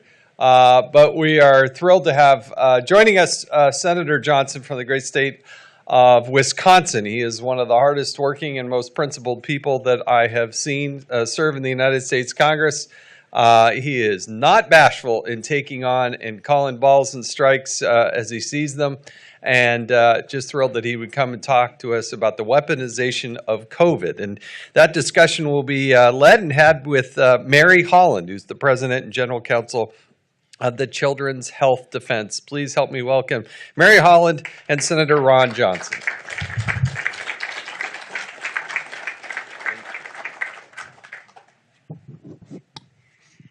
Thank you so much for joining us, Senator Johnson. It's really an honor and a privilege. I think you saw the weaponization of the whole of government in COVID and fought back against it, and sadly, you are one of the very few in Congress. And I wonder if you could speak to the issue of where were all of the other people in Congress when we saw the Constitution shattered, people sent home, lockdowns, things we've never seen in our lifetimes.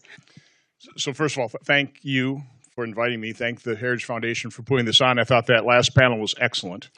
And before I answer your question, I want to just make a recommendation to the audience, anybody's listening, and it was actually turned on to this by Bobby Kennedy when he talked about Eisenhower's farewell address. And of course, he was talking about the military-industrial complex, which is to a certain extent related to the last panel. Right. But Eisenhower actually warned us about four things. The military-industrial complex, which we have not taken his warning as seriously as we should have. His second warning was about public finance of scientific research, and that this relates to COVID. He said that if you allow the public to fund this, you're going to have scientists not pursuing science, you're going to have them pursuing grants, and their science is then going to be corrupted by that, and we'd end up with a scientific and technological elite that's going to drive public policy. That's what we saw in COVID. His third warning was one that we're completely ignoring, which is we shouldn't be plundering our children's future. And the fourth one, he didn't spend much time on it, but it might be the most important one also as it relates to COVID, is we cannot allow global society to descend into a state of dreadful fear and hate. That's what drives all this. Scare the you-know-what out of the population, whether it's about climate change, whether it's about foreign adversaries. Actually, this morning, my siblings sent around a clip from Paul Harvey in 1965. Again, here, words of wisdoms from the past, right? Talking about how democracies fail, not because of external enemies, it's from rot from within. America is rotting from within, and we're not properly addressing it. So, to answer your question, the problem in Congress is that members of Congress vote for all this government. We're on a path to spend about $6.9 trillion this year. That's $6,900 billion. We're the world's largest financial entity. It's completely out of control. But the board directors of this financial entity, they just keep funding it year after year after year. And of course, there's always some excuse for it, whether it's external threats. You got to spend more on defense, spend more on science, spend more on pandemic response. They never look in the rearview mirror. I'm right now ranking member of the Permanent Subcommittee Investigations in the Senate. That should be the Senate's premier oversight investigatory body. I got my funding cut when I became ranking member, okay? Do you know how many staff members we have to do oversight over millions of government employees? We've got 5. Wow. That's how unserious Congress is about oversight, because they really don't want anybody looking into how they misspent taxpayer money. So the Senate Committee on Homeland Security and Governmental Affairs, that's subcommittee underneath that, I used to chair that committee, they got a 15% bump in their budget to investigate COVID. You think we've done any investigation in terms of our response to COVID? When it comes to the vaccine, so many members of Congress got in front of a video camera, pushed the vaccine, recommended their constituents get the vaccine. The last thing they want to even know is that maybe those vaccines caused injury, could have caused death, something that they recommended their constituents might have harmed them. It's the same problem we have with doctors, the medical establishment, same federal health agencies. They don't want to admit, and they will never admit, they were wrong. But the scale of the injuries and the scale of the harms that were created during COVID are so devastating. They're so expansive.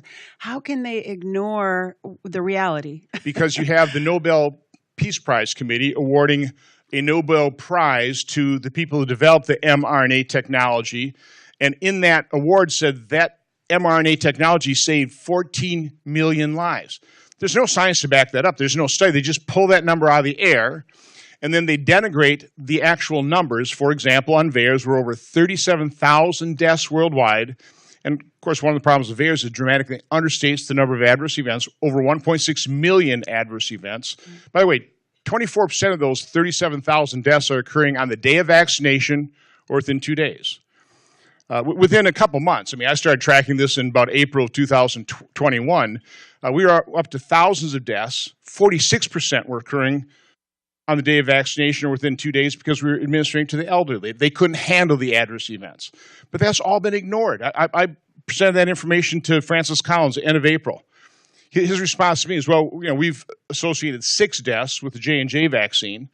But other than that, Senator, people just die. People die. That's how callous his response was, how unconcerned he was of the safety signals that were screaming at federal health agencies that they just ignored. So I just watched a report with Dr. Pierre Corey, whom you helped to really promote his message about early treatment and ivermectin, and he suggested that 24% of American adults may be now suffering from so-called long COVID or long vax, right? It seems extraordinary to me to be able to ignore this. Now, of course, the censorship that we just heard about plays a pivotal role in that. But there really will be no response, you think, from members of Congress who were aligned with the whole COVID project? Well, take a look at the subcommittee on the coronavirus pandemic. They held a hearing. It certainly wasn't a fact-finding hearing, but the only thing that was missing was a banner that said, "Brought to you by Pfizer." The subcommittee itself has a lot of doctors on it, card-carrying members of the medical establishment. Right. I'm sure they were pushing the vaccine into everybody. Again, they don't want to admit they were wrong. I mean, the body count is way too high. I think, from my standpoint, the greatest problem in our response is we ignored treatment. And again, I understand the elegance of preventing disease. I mean, if you could do that through a vaccine. We've never been able to produce a vaccine for a cold, not one particularly effective for the flu. Right. So why did we gamble everything on a completely new platform? They're not vaccines; they're an injectable. Right. Okay. Sure. And we completely ignored. Are there molecules out there? Are there generic drugs? And it wouldn't have to have been hydroxychloroquine, ivermectin. I mean, corticosteroids. Pierre Corey testified in front of my committee in May. And he was talking about corticosteroids. I mean, he was on the front line in New York. He was dealing with this new phenomenon, okay? And so you had doctors actually trying to be doctors, practicing medicine. The ones that went outside what was being recommended, remdesivir in a ventilator, which about 90% of people on ventilators die. That was not a particularly successful treatment. But anybody going outside of that regimen was vilified. They were fired. They were dismissed. They were sued. And that sent a very powerful signal to every other doctor. So you didn't have doctors stepping outside of that process and saying, no, I'm going to look at the evidence. I see that ivermectin really is quite effective. Hydroxychloroquine, if done early. Budesonide. I mean, there were a bunch of them. We weren't treating the bacterial pneumonia. Right. Again, it was insane what we did during our entire response. It was insane. In every medical field, early intervention is the most important thing in any kind of problem, psychological, physical, and yet that was absolutely abandoned. How do we understand that? What was the purpose of the tests? I mean, the whole purpose of early detection allows for early treatment, right? But we detected early and told people, go home, hope you don't turn blue in the face, because if you do, we're going to pump you full of remdesivir, probably knock out your kidneys and slam you on a vent, and you probably never get off the vent. I mean, it was insane the way we completely ignored early treatment. So to the point where when I finally held the hearings, when I got connected to this global network of eminently qualified doctors and medical researchers and heard about how, actually looked at the meta-analysis on hydroxychloroquine and ivermectin, had the hearings in November, December, I presented that to my colleagues at Senate lunch because we didn't know whether you're going to have a vaccine or not. There's hope in early treatment. We should be pushing that. Crickets. Dead silence. Nothing happened. It still shocks me. It's truly shocking, and I think it goes to what you said before about the Eisenhower address. It's the fear and the dread. The fear is somehow it seems like the fear, and maybe it's the rot. One of the reasons I was looking at this so early on is, again, I got connected to this global network of doctors. One of them, Dr. Michael Yeadon, who worked with Pfizer for 30 years, ended up being the senior vice president of research. His background is in toxicology. So I talked to him, I think, probably October 2020. He was beside himself. He could not believe what his colleagues were going to do. He said, Ron, I went to the same schools. We got the same education. I know what they know. I know they're lying to us. I know they know they're lying to us. He said, Ron, there's a long list of ingredients we don't put in injectables because they're toxic to the body. So when I heard my colleagues were going to design this injection that was going to have the body produce its own toxin, the spike protein, that's the nasty part of the coronavirus. I couldn't believe it. And so I was wary of the vaccines right away. But again, I'm not a doctor, not a medical researcher. I didn't get. There's no way I was ever going to get that injectable. Okay, it's not a vaccine. But one of the things that Michael Yeadon did is he laid out all the lies we were told. It was going to stay in the arm. No, it was the mRNA, which isn't true mRNA, it's modified RNA. It lasts in the body a lot longer than any mRNA would do. But we were told it was encapsulated in a lipid nanoparticle designed to permeate difficult to permeate barriers like the blood-brain. Right. So it wasn't going to stay. They knew it wasn't going to stay in there. They had studies, which the Japanese regulators uncovered, biodistribution all over the body, concentrated in ovaries, the ovaries, kidneys. Gee, what could go wrong there? They lied to us about that. Repeatedly lied to us. But maybe one of the most nasty lies was the fact that we don't think natural immunity be as good as our. Well, first of all, you don't have to be a doctor to think this. What is that injectable product going to rely on? Again, the mRNA doesn't kill the virus itself. It is acting to activate your natural immunity to respond to if you ever get the virus. So the mRNA vaccine was going to depend on natural immunity in a not a very good way because it's only looking at a portion of the virus. It's kind of like your nose. Right. Whereas when you get the disease, it's your entire face. So what is going to be better? Your natural immunity that's going to respond to the actually having had the virus, or your natural immunity responding to a small part of that virus? I mean, it's obvious, right? Right. Plus, 40 to 50% of people were asymptomatic. So something in the body was naturally immune to when they got that virus, that you had a similar coronavirus, and your body's marvelous natural immunity had already taken over. So again, I'm passionate about this because I've been living with this insanity since early 2020. When I think I first was notable here in March of 2020, I made the comment, we tragically lose tens of thousands of people on the highway, but we don't shut down our highway system. We can't afford to shut down the American economy. So Fauci from the podium said, it's way out there. No, it was a good analogy. But again, nothing we did during COVID made sense whatsoever. It was all insane. So it was insane and it was a failure. And you've been very clear that it was a failure. And I'm hearing you say you don't think that Congress thinks it was a failure. Clearly, the White House is taking credit for it. And the people running for president are taking credit for their astonishing achievements during COVID. The White House is now suggesting that it will have an office for pandemic preparedness and response. What's your view of that? It'll just be duplication. They had a pandemic plan. They completely ignored it. Completely. They knew. I think Anthony Fauci knew that probably the killer of the 1918 Spanish flu wasn't the flu virus itself. It's when it progressed to bacterial pneumonia. Right. We didn't have antibiotics back then. We have them now, and yet we weren't using them, not to the extent we should have. So all the things we knew were just thrown out because our entire response was focused on Operation Warp Speed and the development of a vaccine. And we have gone vaccine crazy in this country for one primary reason. Drug manufacturers have no liability for any problems with the vaccine. Exactly. So that's why our childhood vaccine schedule has gone from about 3 vaccines that I got when I was growing up to over 70 doses. Injected in multiple doses at the same time. Gee, what could go wrong? Right.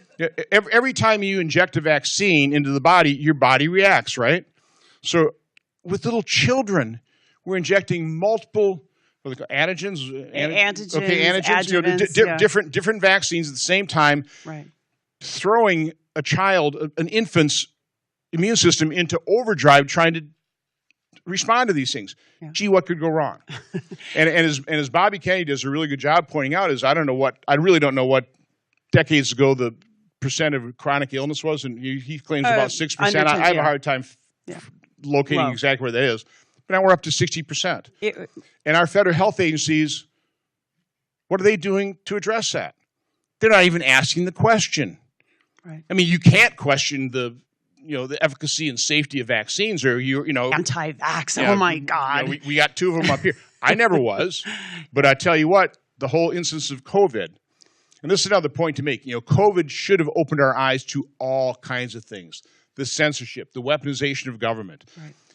The fact that the pharmaceutical companies are pushing more and more drugs, irregardless of the adverse events, and nobody really checks up on those. Well, and limiting clinical trials and limiting any kind of oversight and jumping into experimental emergency use authorization. But you mentioned, let's talk about the censorship connection that we saw so pervasively in COVID. You yourself were censored as a senator off of YouTube, and I'm sure in other places as well. How do we fight back against this completely unconstitutional and un-American kind of I first have activity? to give a big shout out to my colleague now, Eric Schmidt, and the other folks that the other AG, I think it was Landry in Louisiana, for initiating that lawsuit. Right. Louisiana and Missouri against the Biden administration. That, I think, is probably one of the most impactful conservative actions taken maybe in my lifetime. Mm-hmm. It has exposed so much. Yes. So, I mean, that has just been huge. But in terms of, it's what it's exposed, and this is important for people to understand, we're not even scratching the surface. This is the tip of the iceberg Right. of what this $6.9 trillion entity is doing to us. Okay, it is, our federal government is completely out of control, and that doesn't necessarily say that the people working there don't have good intentions. Right. I don't know who's pulling the strings. I know I listened to Michael Benz talking about the blob. Nobody quite knows. And again, it's hard to deal in conspiracy theories because how do you keep it all secret? I mean, but in some way, shape, or form, there's an elite group of people that have far too great an influence on our lives, on our government.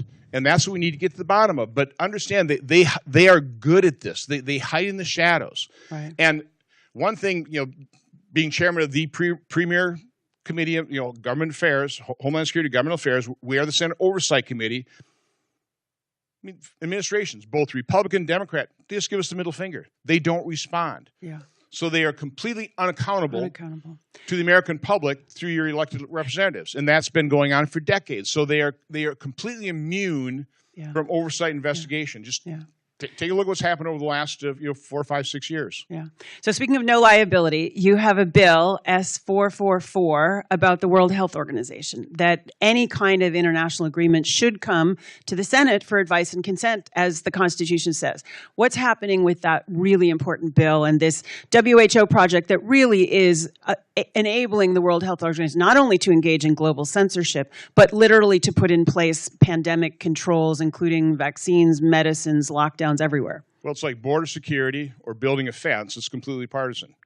So I offered that bill first as an amendment to a piece of legislation. And all it says is if this administration enters into an agreement with the World Health Organization, this treaty, these amendments to a treaty, that amendment, that final product has to come before the United States Senate in the form of a treaty for ratification. So we can discuss it. We can debate it. And 2/3 of the Senate would then have to vote for it in order for it to be imposed on America. Unfortunately, that amendment went down, completely partisan vote. The only Republican voted for it was the sponsor of the bill, and he didn't want that as a poison pill on his bill. But otherwise, completely partisan. Democrats voted against that. Republicans voted for it. And that's the current state of affairs. So anything the Biden administration will be completely supported by Democrats and opposed by Republicans, conservatives. It's really sad. It's tragic. So it's so partisan that principles really are playing no role. Apparently, at this point, with Democrats in control of government, they don't care about American sovereignty. They're not concerned about that. Whether they just they have their heads, I'll say, in the sand. And when you talk to colleagues who happen to be Democrats off the record, do they just say, I have to go along, it's my party? Or do they say, well, I agree with you, but I can't do it now? What are they? Listen, I think on a bipartisan basis, people look at me as the media has portrayed me, as the media's portrayed you. Okay? I mean, we're wacko. Yeah. What is wrong with these people? And they certainly see how I've been treated in the media. Yeah. They don't want any part of that. Yeah, I'm roadkill to them. Yeah. So. Yeah. No, I don't have real fruitful discussions on this. There are a few Republicans, I think, that are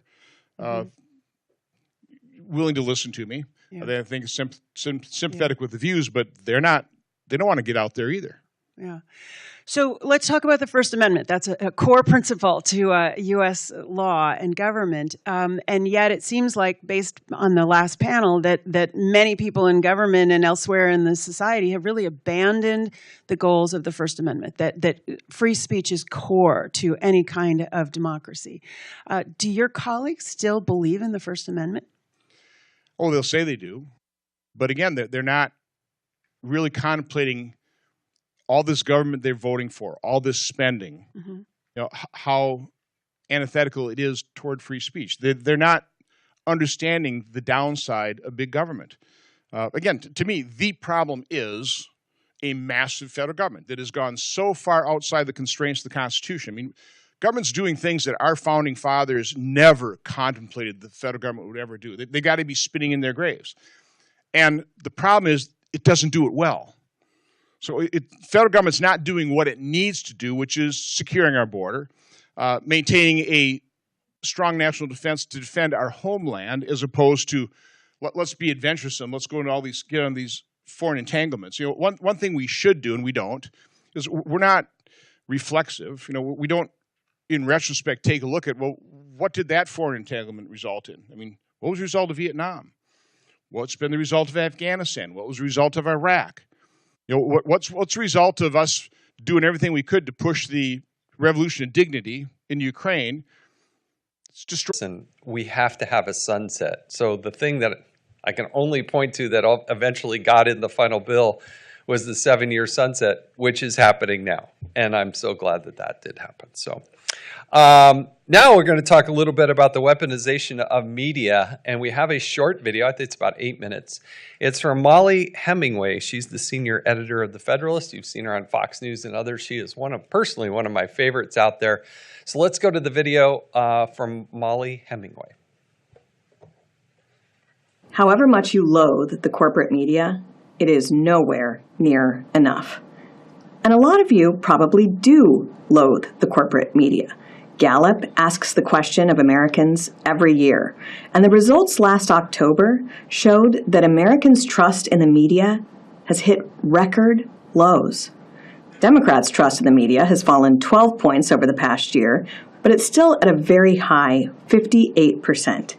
That compares with just 11% among Republicans and only 29% among independents.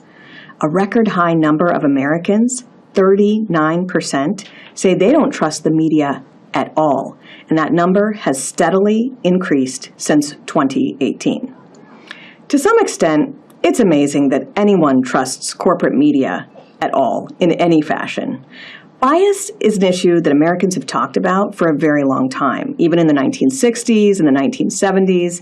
By the 1980s, it had become something of a cliche to talk about corporate media bias. But to complain about bias this year suggests that you have no idea how bad the situation has gotten. We've gone from mere bias to outright propaganda. Let's just go through a couple stories over the last 8 years. Do you remember the 2016 election when corporate media promised everybody that there was no way that Hillary Clinton would lose the election? They mocked people who thought that the Republican candidate had any chance of winning, and they covered it as if it was just a foregone conclusion that she would do well. Well, when Donald Trump surprised a lot of people by winning that election, what should have happened in our newsrooms is that people who run our media establishments should have thought long and hard about their failure. They should have fired all of those people who didn't understand the country they purported to cover. They should have promoted or hired those few people that actually did understand what was going on. They should have apologized to the country for what they did. And they should have made massive changes to how they collect, gather, and report the news. Instead, what we had was that immediately in the aftermath, they embraced a delusional conspiracy theory that it wasn't that they had failed to cover the election properly. No, it was that Donald Trump was the world's greatest spy, that he had been running a 20-year covert operation with Russia and had conspired with that country to steal the 2016 election. And they didn't just say this and move on. They spent years peddling this delusional and false story that caused so much damage to the country. And they won Pulitzer Prizes for it. So they have not in any way held themselves accountable for it. And in 2018, when Brett Kavanaugh was nominated to the Supreme Court, and the Washington Post and other media outlets pushed a false narrative that rather than being a respected federal judge with 12 years on the bench, he was secretly a serial gang rapist roaming the streets of suburban Maryland. Or in 2020, when the COVID pandemic was unleashed upon the world, and Senator Tom Cotton said that because the Wuhan Institute of Virology was near where the COVID outbreak had occurred, we should explore the possibility that it had escaped from that area. The Washington Post and other media outlets said that he was the conspiracy theorist and that he was pushing dangerous disinformation and misinformation. And there are 1,000 other stories. You can think about how the corporate media say that people who are concerned about the integrity of our elections are election deniers, as if they deny the existence of the elections themselves, when they still refuse to accept the results of the 2000 election, the 2004 election, the 2016 election, but now you're not allowed to question them in any way. But nothing shows the corruption of our media as much as their embrace of the censorship industrial complex. Recently, RFK Jr., who's running for president, said on CNN, he was asked to respond to a question about whether it was possible to even suggest that President Biden is as big of a threat to liberty as Donald Trump.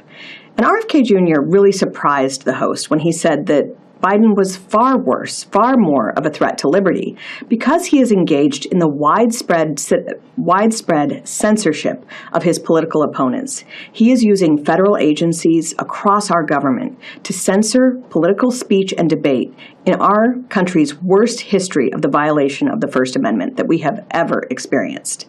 And instead of the media calling him to account for what he and other people in the government are doing, they're actually some of the biggest cheerleaders of the censorship industrial complex. Instead of holding President Biden and other people in the government accountable for what they're doing in violating First Amendment rights, our media are some of the biggest cheerleaders of the censorship industrial complex. They participate in it. When the New York Post broke the news about the Biden family business and how it was involved with oligarchs all across the world and how they had information taken from Hunter Biden's laptop, most media refused to report that story, and they ran a conspiracy theory that it was actually Russian disinformation. My team and I at The Federalist have experienced some of this censorship ourselves. My colleague Sean Davis was censored for quoting, linking to, and describing a Pennsylvania Supreme Court ruling on election measures. If our regime is not going to let us quote rulings and describe them, we can't have a free country. It is an existential threat what we are dealing with the censorship industrial complex. That's why The Federalist is actually suing the State Department for their role in spreading and promoting the censorship industrial complex. That affects media outlets like The Federalist and the people who work there, but it also affects all sorts of American citizens all across the country. So what can you do? I said at the beginning that however much you loathe the corporate media, it's nowhere near enough. And that remains true. Too often, we have a situation where people claim they don't support the media, but they still allow them to influence how they think about things in ways that are not helpful to the survival of the republic.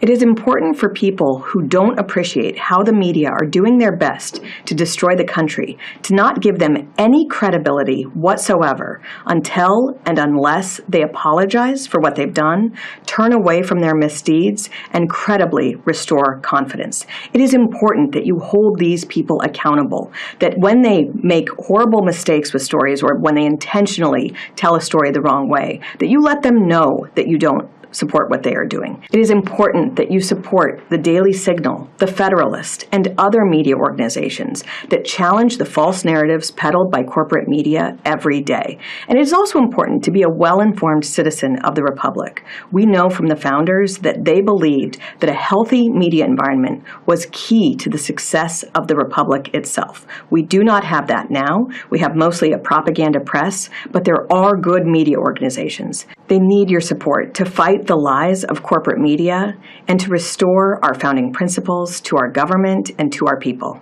Thank you.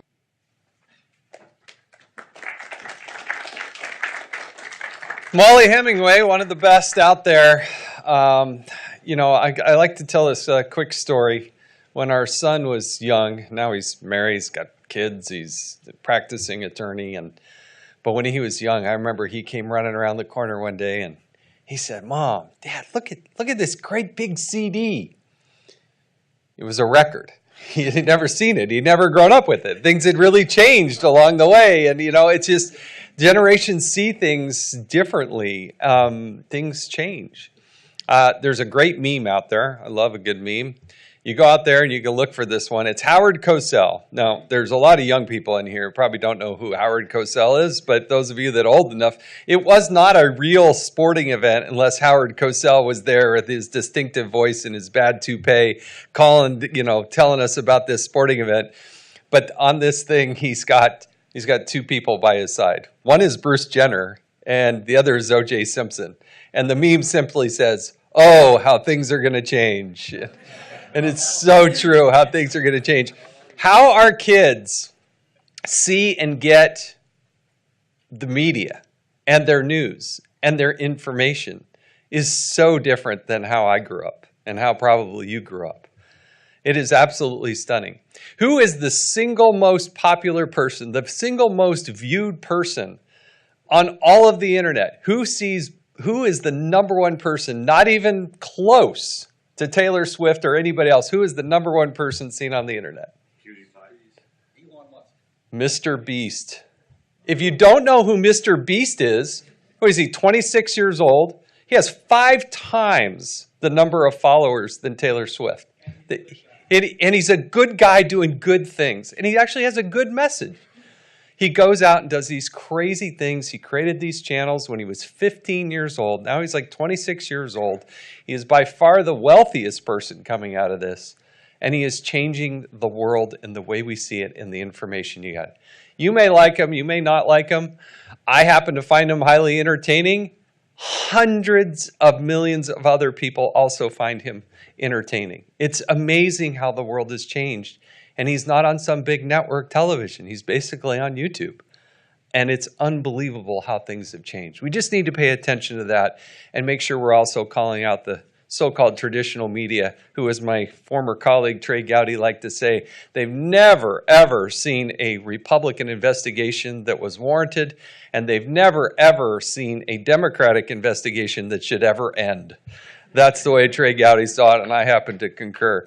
All right, so we're going to move now to talk about the weaponization in the legal sense and lawfare, which is obviously a new word. At least I think it's just becoming radiating out, and people are starting to understand how the law is manipulated. And we're thrilled to have Steve Bradbury, the Distinguished Fellow at the Heritage Foundation, is going to help lead this discussion with William Shipley, defense attorney at the law offices of William L. Shipley and Associates, and the Honorable, the Congressman from North Carolina, Congressman Dan Bishop. Please call him up now and look forward to this discussion. Thank you.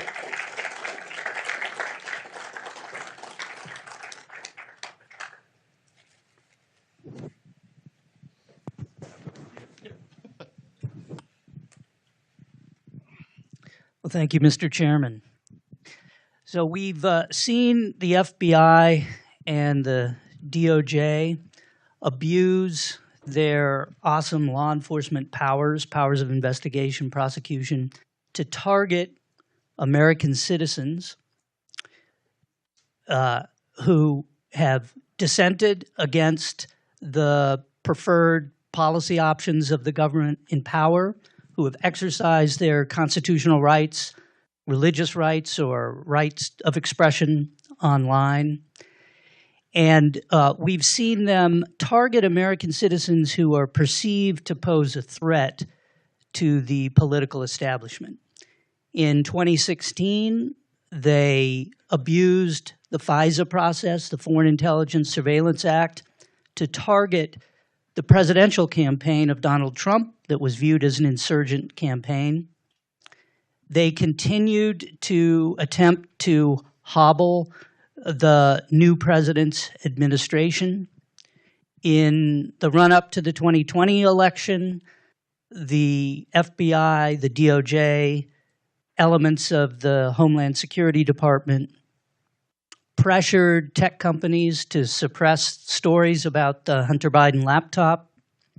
They pressured the tech companies to censor free expression of Americans that dissented from the preferred policy of the establishment, the administration in power.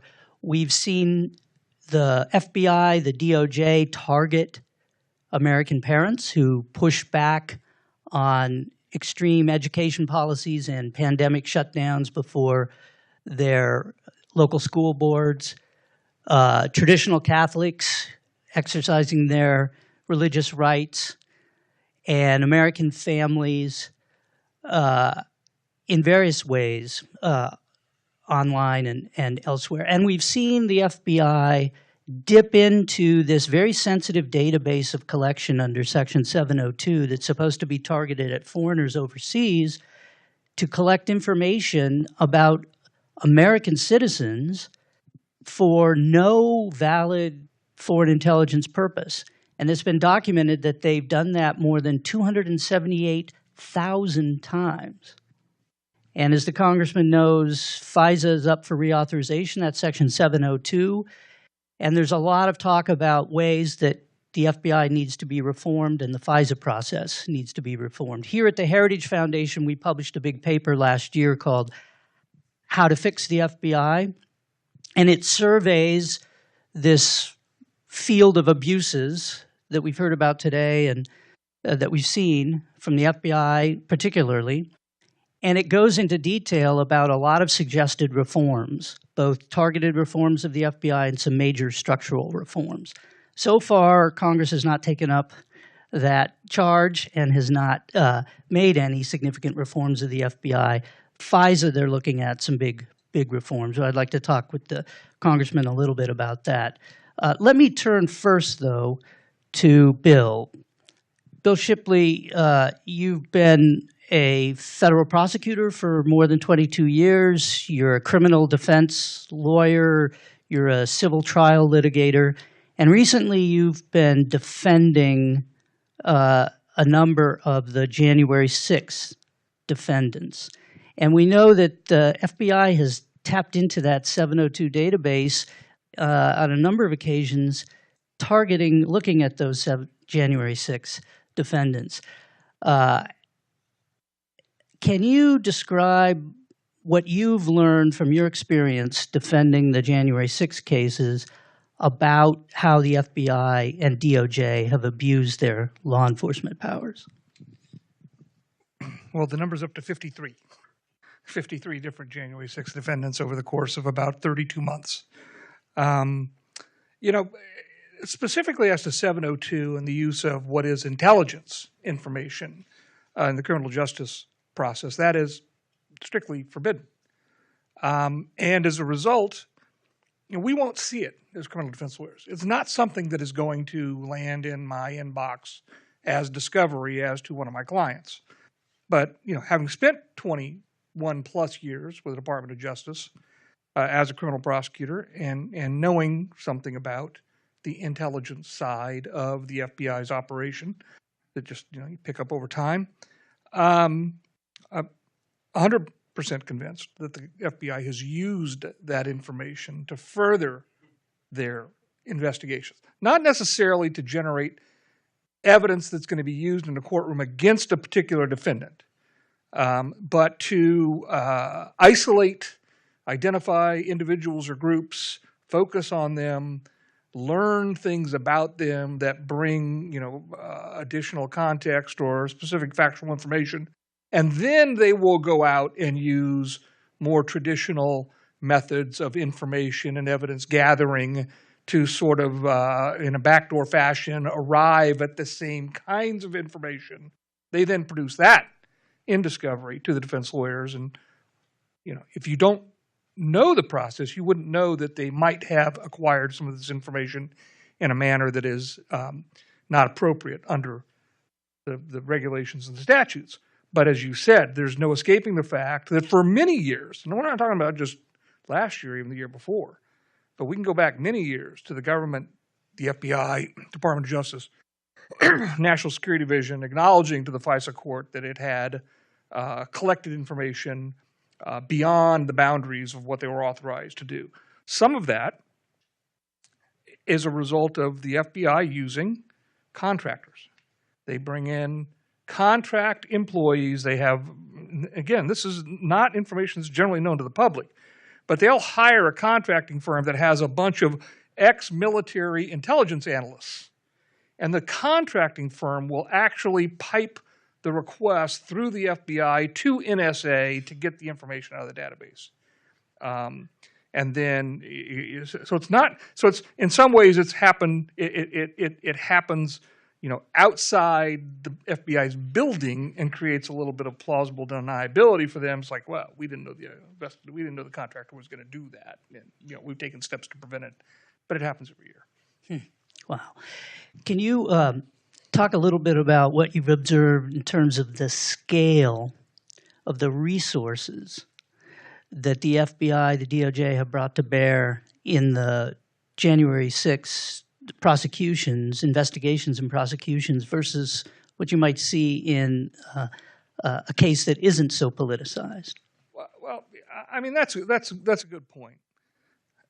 As I say to many of my clients, when I hear them tell me what other lawyers have told them about quoting the prices to defend their cases, it's like, these are, in some measure, assault cases on video.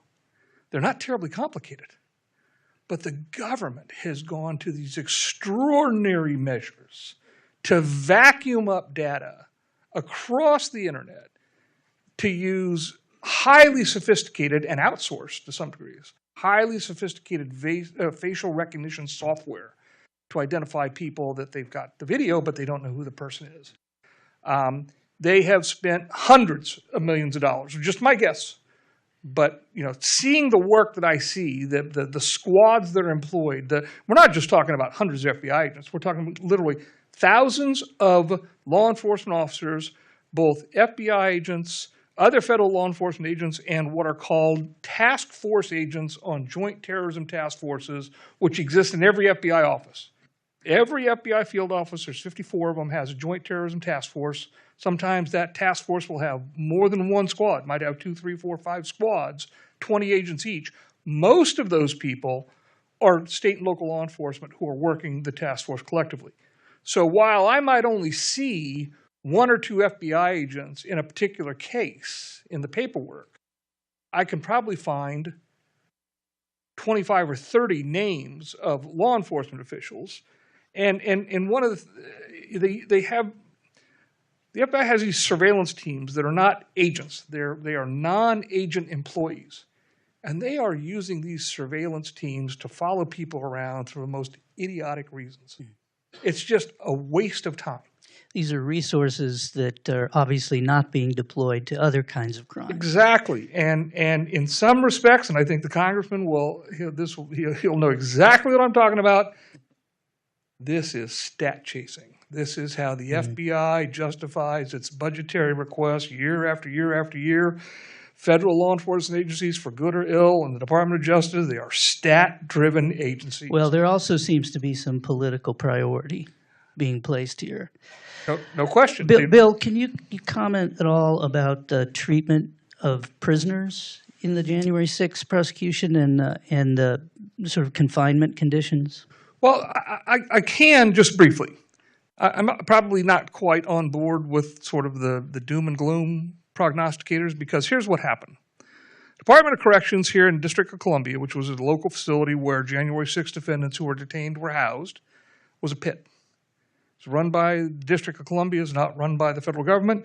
It was a terrible facility. There were problems with housing January 6 defendants in with the regular population because they were quickly identified by as white supremacists. If you were arrested in connection with January 6, you were a white supremacist. So, you create racial problems inside the DOC holding facility. So the Department of Corrections reopened a facility that had been closed during COVID and shifted the January 6th defendants into that second facility primarily. And it was a pit. It had run down, hadn't been cared for. And I will say that a couple of the district judges took an interest in that. And in one in particular, Judge Lamberth held the Department of Corrections DOC warden in contempt for the conditions. And, Great. and it's improved. It shows the importance of independent judiciary. Yeah. And actually having fair, independent judges. And the issue was, just to touch on the details, the January 6th defendants are housed there under a contract with the United States Marshal Service. And the facility has to meet the conditions of the contract. Mm-hmm. And Judge Lambert told the Marshal Service, go over there and figure out if they're meeting the conditions of the contract, and if they're not, they've got to fix it, or I'm going to cite them for contempt. One last question for you, Bill. What can you tell us about the DOJ prosecuting defendants among the January 6th group who may have trespassed on Capitol grounds but didn't engage in any violence or destruction of property? There are hundreds of those cases. I've handled a few of them. I didn't focus on those when I first started doing this work. I focused primarily on felony cases where there was, allegations of violence or destruction, coordinated activity. I've now done a few cases where we just call them, the tourist protesters, so to speak. And what's really sad about this, and this reflects sort of the political narrative I think that is behind a lot of the Department of Justice efforts, which is hard for me to say having been there for 21 years. This town is no stranger to political controversies and disputes and protests. And it has a long established history as how it dealt with it on the legal side. Mm-hmm. There is a well-established practice called post and forfeit. You get cited for doing something illegal during a protest out on the mall, you get arrested, you get processed, you get a citation, you pay $50 to get out, and if you don't want to contest it, you forfeit the $50 and that's it. Post and forfeit. That's what they've done for 50 years in this town. Right. And there was probably the vast majority of offenders, if you want to call them that, on January 6th could have easily been post and forfeit cases, right. And the government has not handled a single case Very that way. different. They brought the hammer down. Every case starts with a misdemeanor. Citation, a misdemeanor, and a felony. Every January 6th case I know of starts with a misdemeanor. There are no citations. Wow. Well, thanks, Bill. Congressman Dan Bishop, I want to turn to you. You represent the 8th District of North Carolina, and you sit on the House Judiciary Committee. You're very active on the Homeland Security Committee as well. Oversight, we've heard earlier today, of the Cybersecurity and Infrastructure Security Agency, CISA, and their censorship efforts. But you also are an active member of the Select Subcommittee on the Weaponization of the Federal Government. And first, I want to thank you for your service to the American people. Thank you, sir. And pleasure to have you here. Congressman, can you share with us some of your key takeaways about the abuse of law enforcement powers that you've seen from your work on these House committees? It's interesting to me as I was listening to both of your comments at the opening this panel, and I'm delighted, by the way, that Heritage is doing this symposium. I appreciate all the work you've done. And Bill, I certainly appreciate what you're doing for January 6th defendants, against whom what you're describing, of course, in that case appears to be selective prosecution. But that is, and selective prosecution, in case people don't know, when you take different actions or more severe, harsher treatment predicated on something about someone's political views, that's a violation of the First Amendment. But more generally, you gave a very impressive list of the things that we've seen that have constituted weaponization and abuse of the rights of the people by the FBI is where your focus was. And what struck me is that it was scratching the surface. Right. That is to say, it almost every time, the challenge is to define in broad enough terms the massive scope of government action of similar type. You could get further actions by the FBI in profusion. One that just popped into my mind that we've spent some time with in the weapons, under Chairman Jordan on the Weaponization Select Subcommittee is that FBI interacts with banks, right, using FinCEN. And we thought at one point in time it was just one bank had turned over, remember that? The credit card data about everyone's transactions. It was anywhere in the vicinity of Washington. And then they sort of drilled down. If you bought a weapon at any time in the past, then you get a look. That just directly goes to the Second Amendment. But we've learned that they do this with all the banks, and that it's a regular process. That the government is vacuuming up all of your data about all of your transactions so that they can scrutinize you. That's an example. And you're talking, of course, talked about the FBI. One thing that the Select Subcommittee on the Weaponization of Government had its model in the Church Committee in the 70s. At least that was my inspiration when I negotiated for that as we were going through the speaker contest prior to January 2023. And yet I will say that the Church Committee was able to look much more deeply at things that were more typically off stage, the intel community, the actions by the CIA and the like.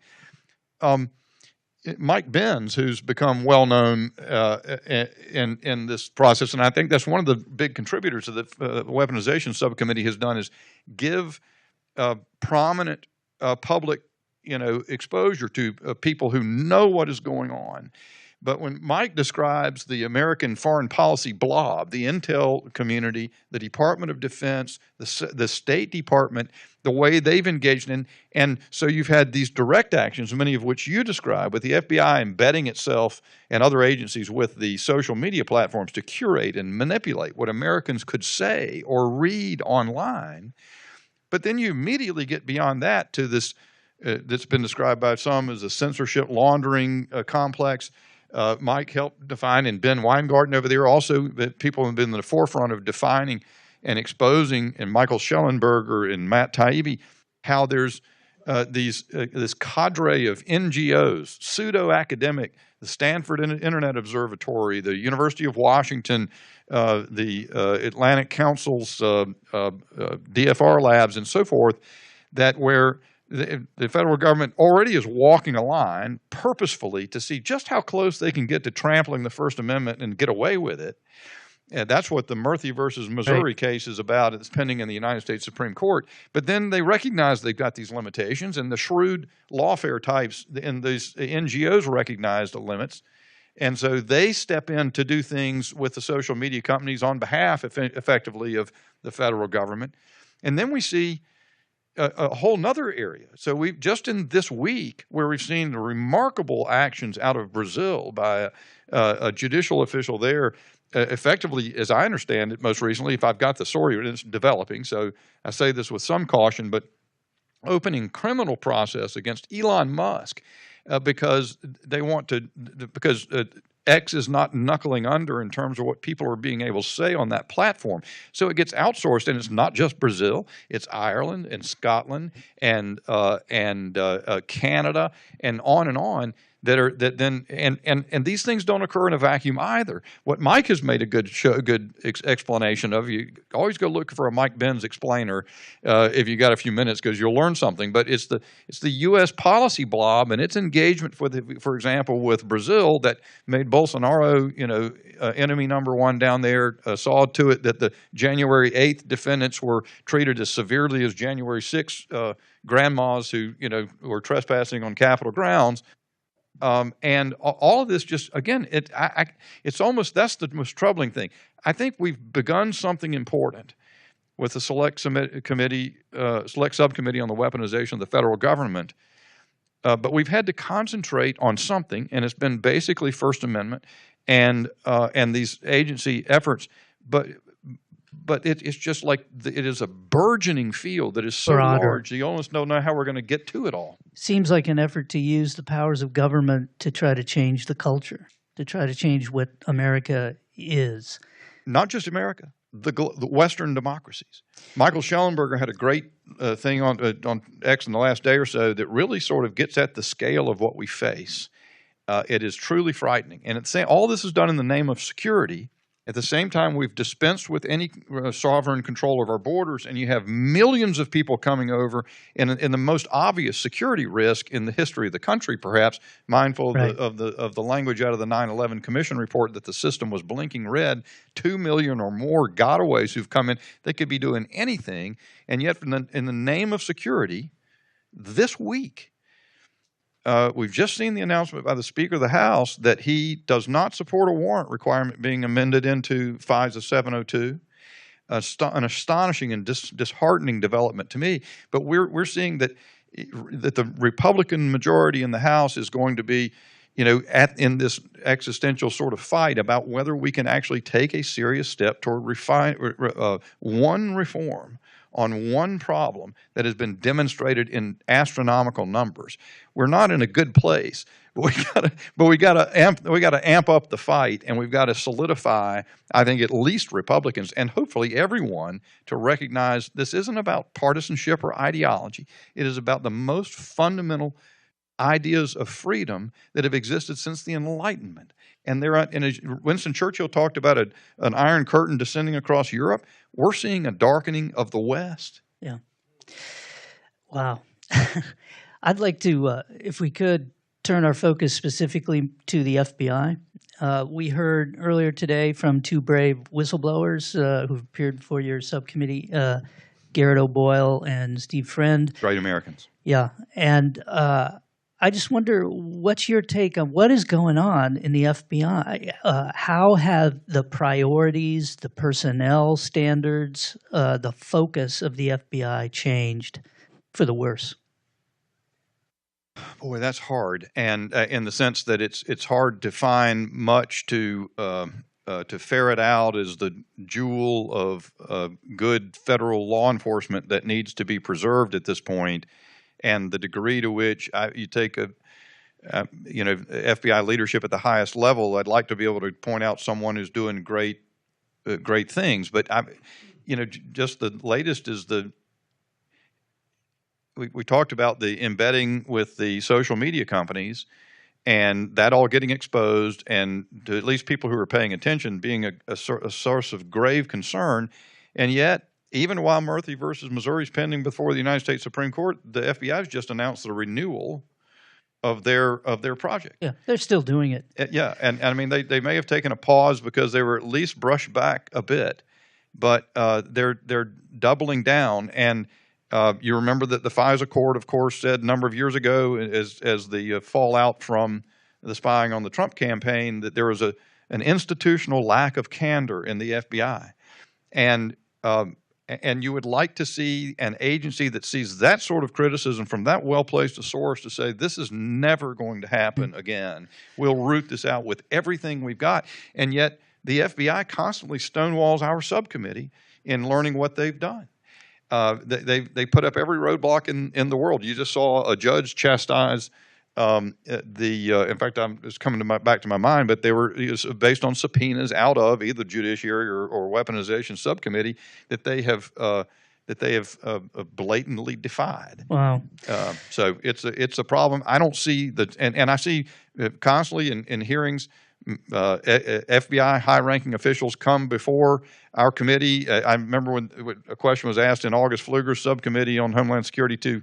I'm trying to remember her name, sort of a deputy director for counterterrorism, and asked if she had read the Durham report, which had recently appeared, and she said no. And as we poured a board in that, have you been briefed on it? Or it was just contemptuous of Congress.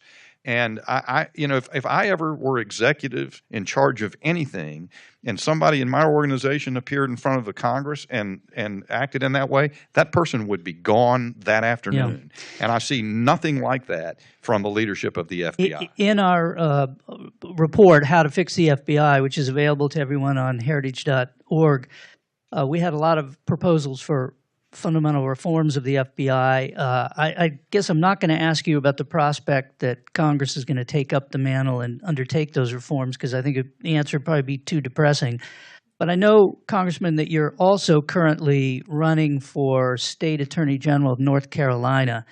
And final question to you is, what do you see that the states and state AGs in particular can do to push back on this weaponization of government? I'll begin more broadly by saying one of the things that I've learned is that Congress is fairly limited and somewhat status quo at the moment, and we've got to change that. There are useful tools here, but what makes them the most useful is if we work as broadly together as we can among the various aspects, the people of the United States who are very much aware of what's going on. They're way ahead of Congress. If Congress just understood that they're resilient and resourceful, and I'm sure the American people will correct the problems that we confront at some point. The thing about state AGs that led me first to pay close attention and ultimately led me to decide to leave Congress and seek to become the first Republican elected AG in North Carolina in 128 years, is the leadership role that they've taken. The litigation model still can work, and it certainly can expose. And so you take Missouri versus Biden, Eric Schmidt, now in the United States Senate, Jeff Landry, now governor of Louisiana, started that effort. John Sauer, the guy who carried the weight on that, really remarkable, exposed a tremendous amount. I don't know exactly what the Supreme Court's going to do. I thought it was even useful for the American people to see Ketanji Brown Jackson say in the argument that she was concerned that that it looked like people were arguing the First Amendment might hamstring government. And I was thinking that's sort of the point. But I mean, so you see, all these things have value in being exposed, but state AGs who defeated the vax mandate, who in EPA versus West Virginia advanced the major questions doctrine in huge ways. It's almost like it's like the rear guard that takes the field when the main battle army has been sundered and the lines are in retreat and disturbed, and they need an opportunity to conduct a strategic retreat and reform and come back and win. The rear guard takes the field in order to protect that retreating army. And that's what AGs are doing. And so it's an enormously influential position in my own state. I think we get an opportunity to take North Carolina and make it bellwether states like Florida and Texas. It's a big state. It has something to do with that, but it has to do with reestablishing the primacy of the rule of law in executive positions. And I don't think if you look across government, we are nothing more completely to me in a unified way describes what is wrong as the elevation of executive power and its capture and use for ideological agendas of the people who occupy it in a complete assault on our constitutional system, which depends instead on the rule of law enacted by legislative bodies. And I think if I do nothing else than the rest of the time I spend in public life, then to reestablish that principle, it'll be enough for me. Amen.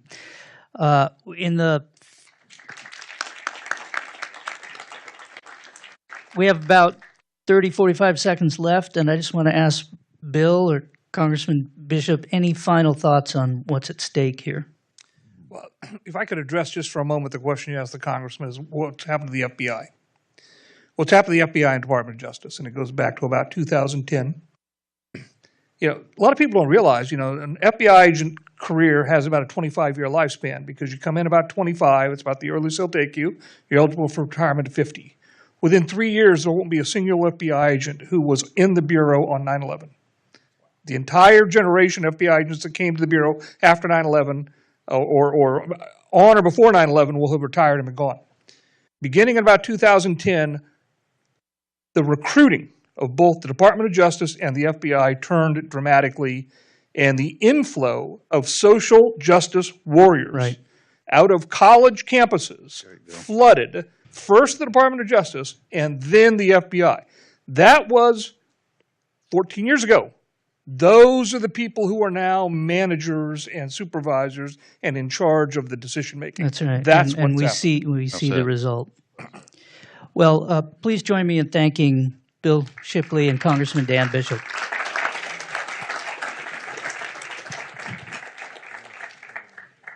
Thank you. That was wonderful. Okay, now, top of next hour, 1 o'clock Eastern, we are going to kick things off with Senator Grassley, then followed by Chairman Comer. So you're not going to want to miss either one of those. For those of you here in person, there is some lunch out in the foyer, and I hope you enjoy that. And like I said, we'll start right at the top of the hour. Thank you.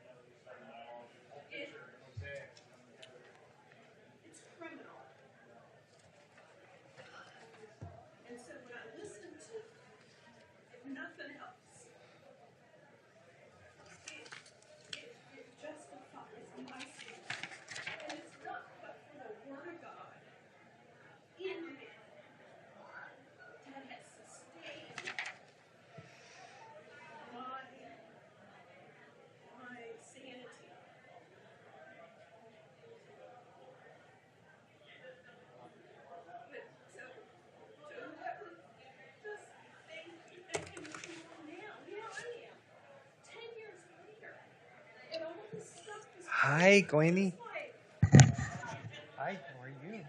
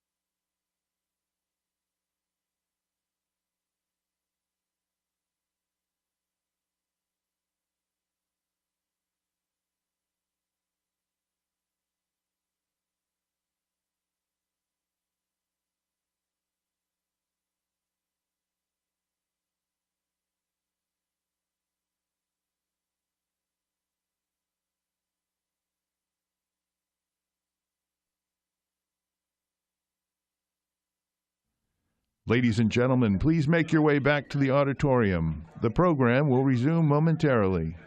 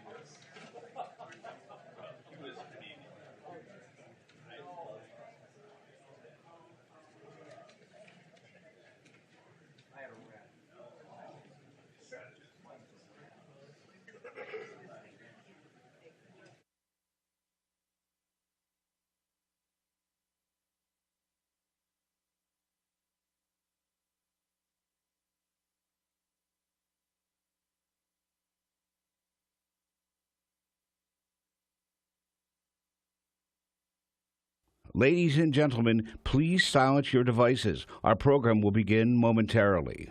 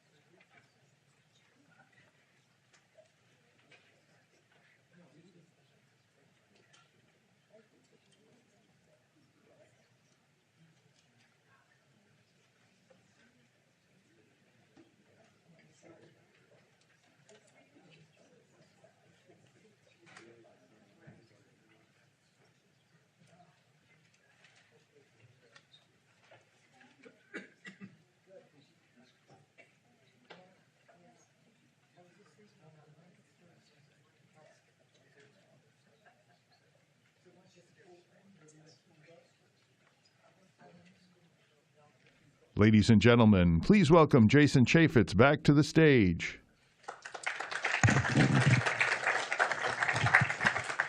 Well, thank you. I hope you had a nice break, and hopefully it's a little bit warmer in here. I was freezing it for the last section, but interesting. When I became the chairman of the Oversight Committee, you get to do a lot of history about it. The oversight function in the House of Representatives, at least, started in 1814.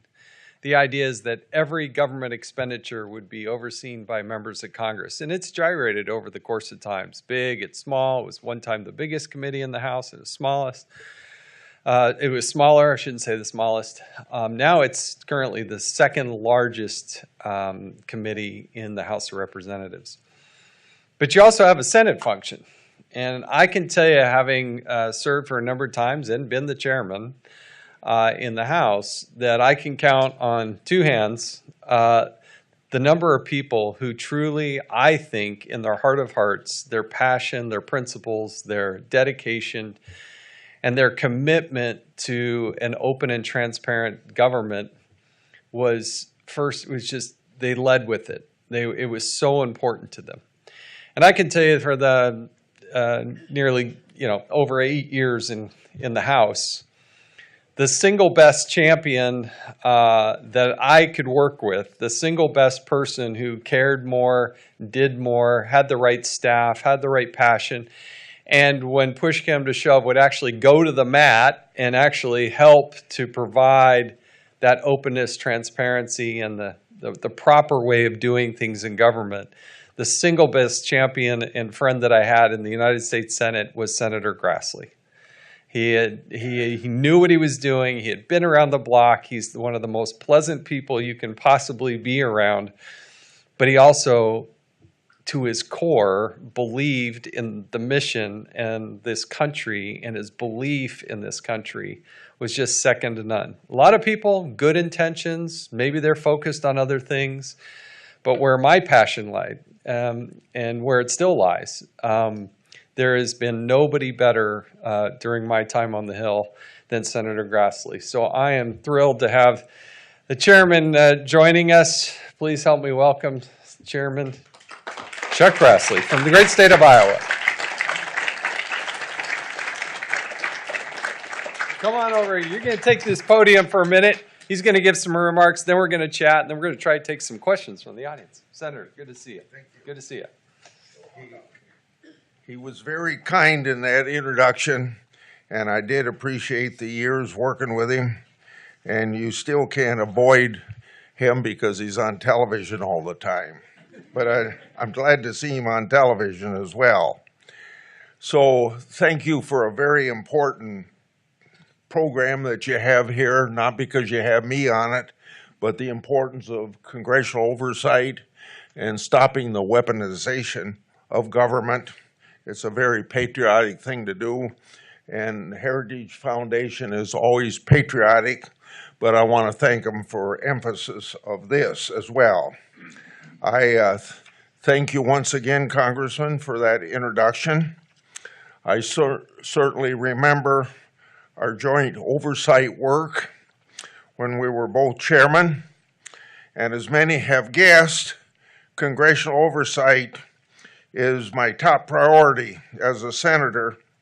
I always say this, the importance of it, because you can do it by yourself. It takes one vote to do oversight, your own decision to do it. If you want to get a bill passed, the other important responsibility of Congress, besides appropriating money, you have to have at least 51 votes, and in the United States Senate, you got to stop debate with 60 votes to get to that point. So it's no surprise to anyone that I've built a career doing oversight of the executive branch, and I want to emphasize equal opportunity oversight from the standpoint that it doesn't make any difference to me if you have a Republican president or a Democrat president. Congressional oversight, you can't emphasize this too much, is a constitutional responsibility for every member, not just Chuck Grassley or Jason Chaffetz. If you're not chairman or ranking member of a committee, it doesn't matter. Every member, no matter what their status is, has an obligation to hold the federal government accountable to the American people, and this is as simple as the checks and balances you learned in 8th grade civics. Even more so, that's a responsibility to our constituents to make sure that a president faithfully executes the law according to the Constitution. Now, yet even more important, that's our responsibility to the country and to we, the people. Now, oversight isn't easy. It's not for the faint of heart. It's filled with frustration, political attacks, obstruction, and other efforts by many to prevent you from getting the facts and getting the evidence that you request. So I'm going to point out some of that frustration, some of those political attacks, and some of the obstruction. The trick to oversight, if you want to call it that, is pretty simple. No matter which party in the White House, you must pursue the facts and the evidence without fear or favor. And you might hear my words without fear or favor many times this afternoon. We got to let the facts breathe. Let the evidence tell the story. Let the sunshine expose the government wrongdoing. The executive branch has always been combative with Congress regarding oversight. And in recent years, it's become even worse. Because of that, the importance of whistleblowers has never been higher than it is this period of time. They can shine light on government that government won't shine on itself. I remember one of my first whistleblowers was at the Defense Department. He served there probably for 40 years during the late 60s, 70s, 80s, into the 90s. That was Ernie Fitzgerald. I call him the grandfather of whistleblowers. He was the first one I got acquainted with. President Nixon, in the infamous Watergate tapes, said of Ernie, when Ernie got done testifying before the Congress of the United States about the C-5 aircraft being a wreck, he said, "Get rid of that SOB." That's quote unquote. Obviously, Ernie was ultimately fired. And in 1982, he got his job back by action of the court.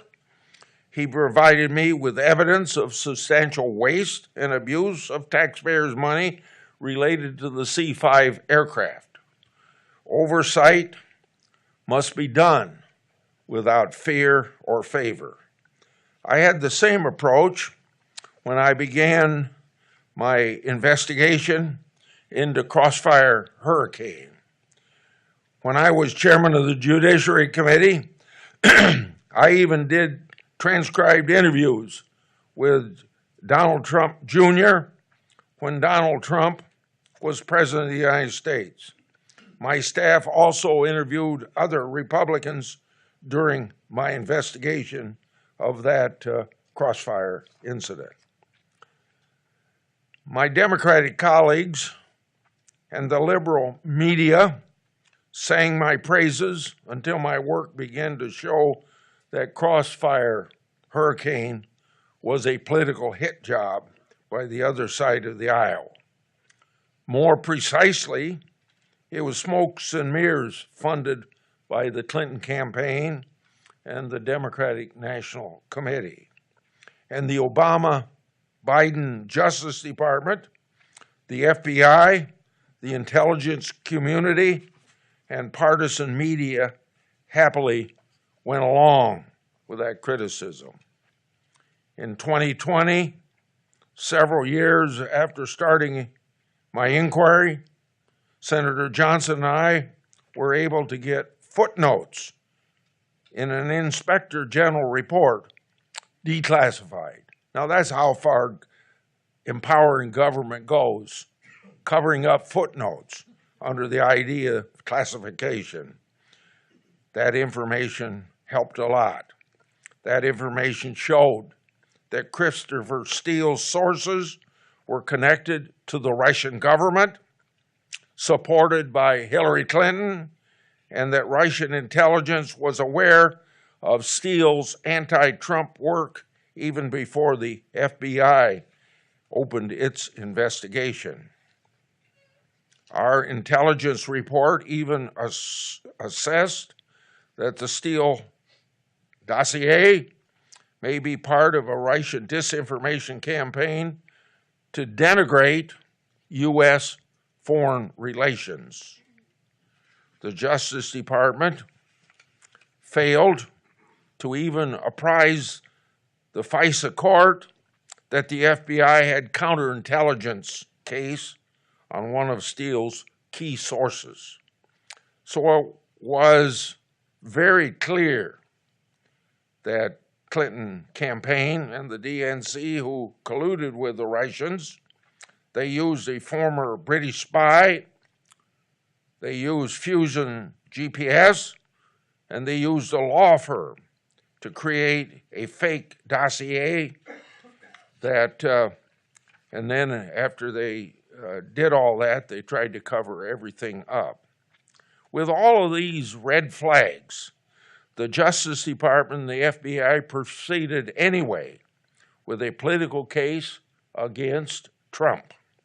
Crossfire Hurricane is a textbook example of government weaponization. None of these facts would have been known without congressional oversight. Oversight must be done without fear or favor. In August 2019, Senator Johnson and I began our Biden family investigation. And let me tell you, our investigation received more incoming fire from political attacks than I've ever seen before. When that happens, it usually means you are right on target. Let me give you a snapshot.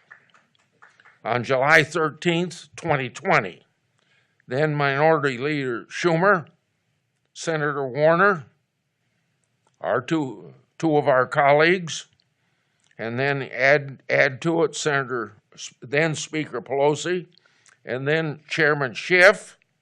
They sent a letter with a classified attachment to the FBI. That letter expressed a purported belief that Congress was the subject of foreign disinformation. That letter was targeted at the Grassley-Johnson investigation. The classified attachment included, can you believe this, unclassified elements that attempted and at the same time failed to tie our work to Russian disinformation and a Russian agent as well. Of course, the unclassified elements were leaked to the press to support a false campaign accusing Johnson and me of advancing Russian disinformation. Now, aside from my printed remarks, let me emphasize this. Colleagues told the FBI to give us a briefing we learned nothing from. The briefing was set up for the sole purpose of leaking to the press to show that we were doing something that was following Russian guidelines. The press and Democrats completely conveniently left out that our oversight work was rooted not in things that we believe or things that we were told, but was rooted in official U.S. government and Obama-Biden administration records. Then Minority Leader Schumer and then Ranking Member Wyden tried to offer a resolution in the Senate wrongly disparaging our Biden investigation. By attempting to do that, they were violating Senate rules in their efforts and were shut down, so we didn't have to go through that. But that's how far your colleagues will go working with the press and working with the executive branch of government and working with law enforcement agencies in government to denigrate everything we were trying to do. So then after that, on July 16th, 2020, mere days after the July 13th letter, then Ranking Member Wyden and Senator Peters wrote a letter to me and Senator Johnson asking for a briefing from the FBI's Foreign Influence Task Force. Our staffs and theirs had already received the briefing. We didn't need another one. The FBI caved August 20th. Senator Johnson and I had an emphasis briefing from the FBI, the same one I've already referred to, but I think it's important to emphasize this. The contents of that briefing were later leaked to the Washington Post, even though the FBI had promised us confidentiality before that briefing. That leak was another effort to falsely label our good governance oversight work as Russian disinformation. Now, we had the support of the Wall Street Journal in an editorial, a piece about the briefing entitled, quote, "The FBI's dubious briefing." Then the question, continuing to quote, "Did the Bureau set up two GOP senators at the behest of Democrats?" End of quote.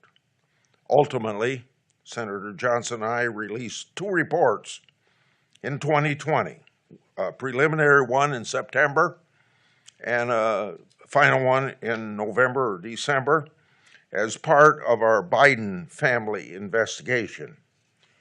We then gave a series of floor speeches in early 2022, making public bank records connecting the Biden family to Communist China financial interest in that famous Chinese energy company.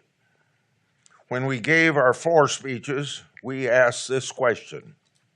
We never got an answer to it. To our Democratic colleagues, this question. I'll start over again. To our Democratic colleagues and partisan media, are those authentic bank records Russian disinformation? Because we had them displayed on the Senate floor, these financial documents that showed X number of dollars paid. So all we got after asking that question was radio silence after the noise they made all those years about what we were trying to do and how they tried to discredit it. If we'd stopped our oversight after receiving the attacks, we wouldn't have obtained the evidence that we obtained. Again, oversight must be done without fear or favor. Another powerful example of government misoversight is James Comey's actions during the Clinton investigation. In 2017, I obtained a draft of what I call Comey's exoneration statement, closing the investigation. His original version acknowledged Secretary Clinton had violated the statute prohibiting gross negligence in the handling of classified information. In other words, his original version said that she violated the law. A later version deleted that legal language and downgraded it to, quote unquote, extremely careless. Moreover, when Comey began drafting her exoneration statement, the FBI hadn't yet interviewed Secretary Clinton or 16 other relevant witnesses. Talk about getting the horse or the cart before the horse. Then in 2019, after years of pressing the State Department, I learned that the Clintons' personal server arrangements caused 91 security violations. 38 people were responsible for those 91 violations. The State Department uncovered an additional 497 violations, but oddly, very oddly, couldn't identify the responsible parties. It's no surprise, then, that Clinton's mishandling of highly classified information went unpunished by the Obama-Biden administration. Joe Biden's mishandling of highly classified information went unpunished by the Biden administration. Politicians in this town wonder why the American people have lost faith in their government institutions. It's because this weaponization of the government against truth and justice. Well, it's pretty obvious why. Similar fact patterns are treated differently when they should be treated the same. That's why we need more whistleblowers coming forth to bring sunlight to the very dark corners of government. The IRS whistleblowers have done that. I don't need to tell you much about them. They've explained their position on television. Many of my whistleblowers, those who've chosen to come forward or provide me records, have done that. Most recently, with my and Comer's release of the FBI-generated document that goes by the number of 1023 about the bribery allegations against the Biden family. I've never made any accusations in this investigation of President Biden being guilty of anything, but I am in this to make sure that the FBI does its job of law enforcement. The FBI document contained information from an FBI confidential human source, not some random person. The FBI source, that confidential human source, had been on the taxpayers' payroll since 2010 during the Obama administration until recently, and you've read about the arrest, I'm sure. He received hundreds of thousands of dollars. His information was used in criminal investigations and prosecutions. The FBI said that he was given authority to even commit illegal acts for the FBI during investigations. The FBI said to Congress their source was, quote, unquote, highly credible. So credible was this source, the FBI used the credibility as a basis to withhold the 1023 document from Congress. And that's where very important whistleblowers came to help us show the truth about this whole thing. So credible was this source that the last time he gave the FBI information was December 2023. The Biden administration refused to tell Congress what it had done to investigate the truth and veracity of the 1023 document or the lack thereof. So even before getting my hands on this document, I wrote to the FBI because I knew that it existed to get some information about it. And obviously I didn't get that information. So Congress made the document public to force an explanation, one way or the other. What did the FBI do to follow up on this document? Did they investigate or not investigate? That was what we wanted to know, and that's what the FBI refused to say. We suspected political bias in what the FBI was up to. Can't prove that, of course. But after making this document public and forcing the FBI's hand, the FBI finally interviewed their own FBI source after possessing the 1023 document for 3 years. At that point, after 13 years on the FBI's payroll, the Biden administration considered him a liar and then indicted him. The FBI exposed their own source by name to the world after telling Congress that he's too credible.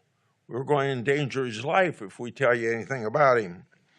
And it was a sensitive thing even that they had to protect him, which, by the way, that document didn't have his name in it. We didn't know that document until he was arrested. Folks, when people ask me what I thought, my response was, this is what I said. First, under the circumstances presented, Congress can't sit on documents like that without making it public. We owe it to our constituents and the American people to make government transparent, because when government's transparent, it's more apt to be accountable, and there's nothing wrong with accountability in government. It's the essence of good government. Second, the government must explain itself and show its work. And you can see how difficult it is to get the FBI to show us its work. Third, to any congressional investigator, the indictment is years of more oversight. Except for my listening to the Department of Justice and FBI whistleblowers, that highly credible liar would still be on the FBI payroll, continuing to lie to the FBI and maybe continuing to get people convicted that shouldn't be convicted. Many have asked what my next oversight steps are. Well, Senator Johnson and I have obtained the names of these FBI agents involved in the 1023 document, so we want to hear from them and their side of the story, and that's our next follow-up. So for the fifth and last time during my talking with you folks, oversight must be done without fear or favor. And you can see how important Congress doing a proper job of oversight is so essential to stop the empowerment of government to cover up and to do wrong things. Pardon me. Thank you very much.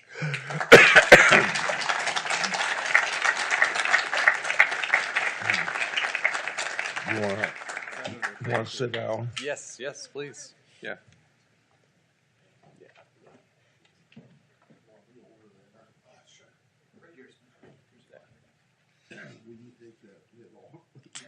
I'm sorry. Now I spilled it all. I'll dry.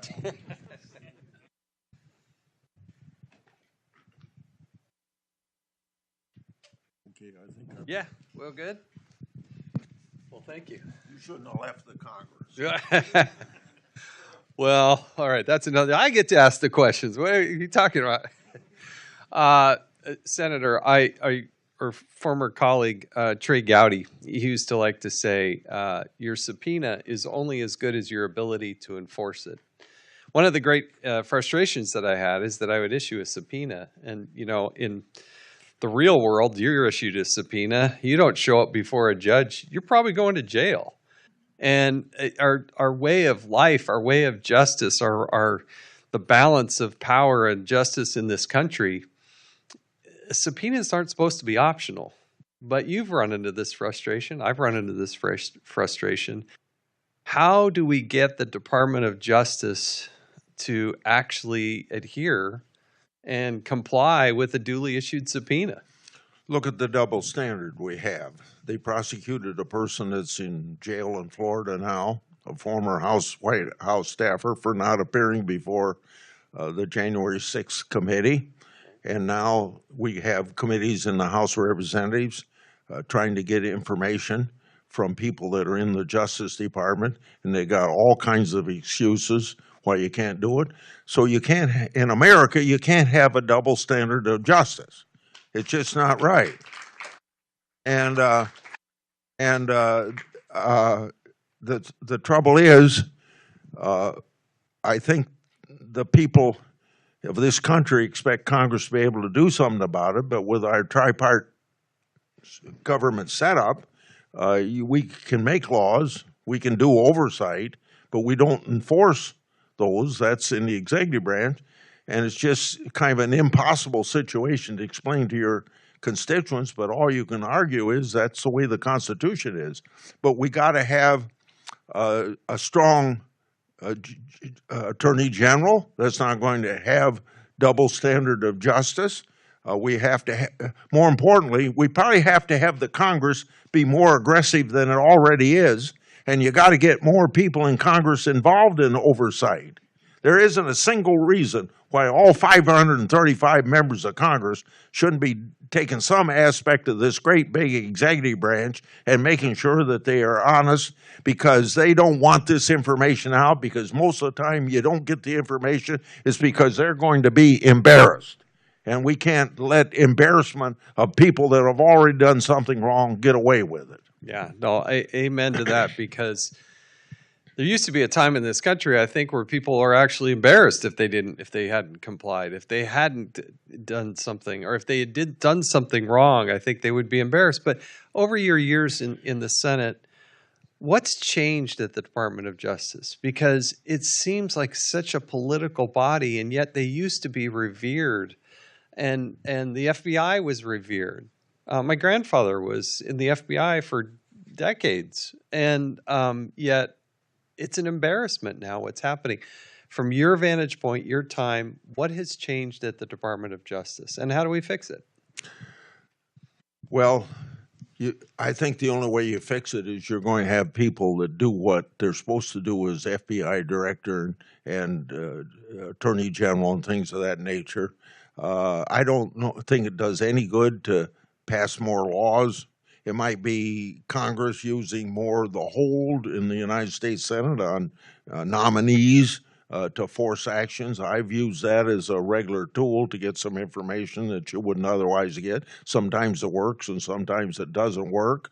But you're asking a tough question, and it takes honest people that are devoted to carrying out the Constitution and living not just to the words of the Constitution, but the spirit of the Constitution. Amen to that. Yes. All right. We want to take some questions from the audience. If yes, sir, right here. I don't know if we have mics, but I'll just repeat it. Right here. This guy, this gentleman right here. Senator John Rossman with Newsmax. I really appreciate the great work that you do. One of the things I found in reading through your committee was a constant refrain about the connections between Hunter Biden's business associates in China, the CAFC, and so forth with Chinese intelligence. Do you think that there's a double standard in terms of the way that the FBI has treated these things? I mean, I believe there was a FISA warrant against Patrick Ho, who was one of Hunter's people. So I was just wanting to get if you had any frustration with that versus how they treated the Trump, Russia. Okay. Well, I want to give you an example of a special assistant or whatever the name is, somebody that heads up. In this case, it was deciding what investigations could go ahead and which ones stopped. His name was Special Agent Thibault. Thibault, if you read his social media, you know he's a highly partisan person. We had evidence from whistleblowers that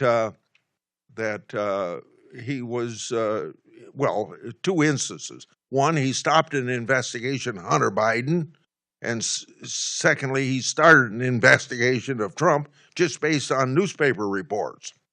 And it's one of the few times maybe the only time I ever got any action out of an FBI director.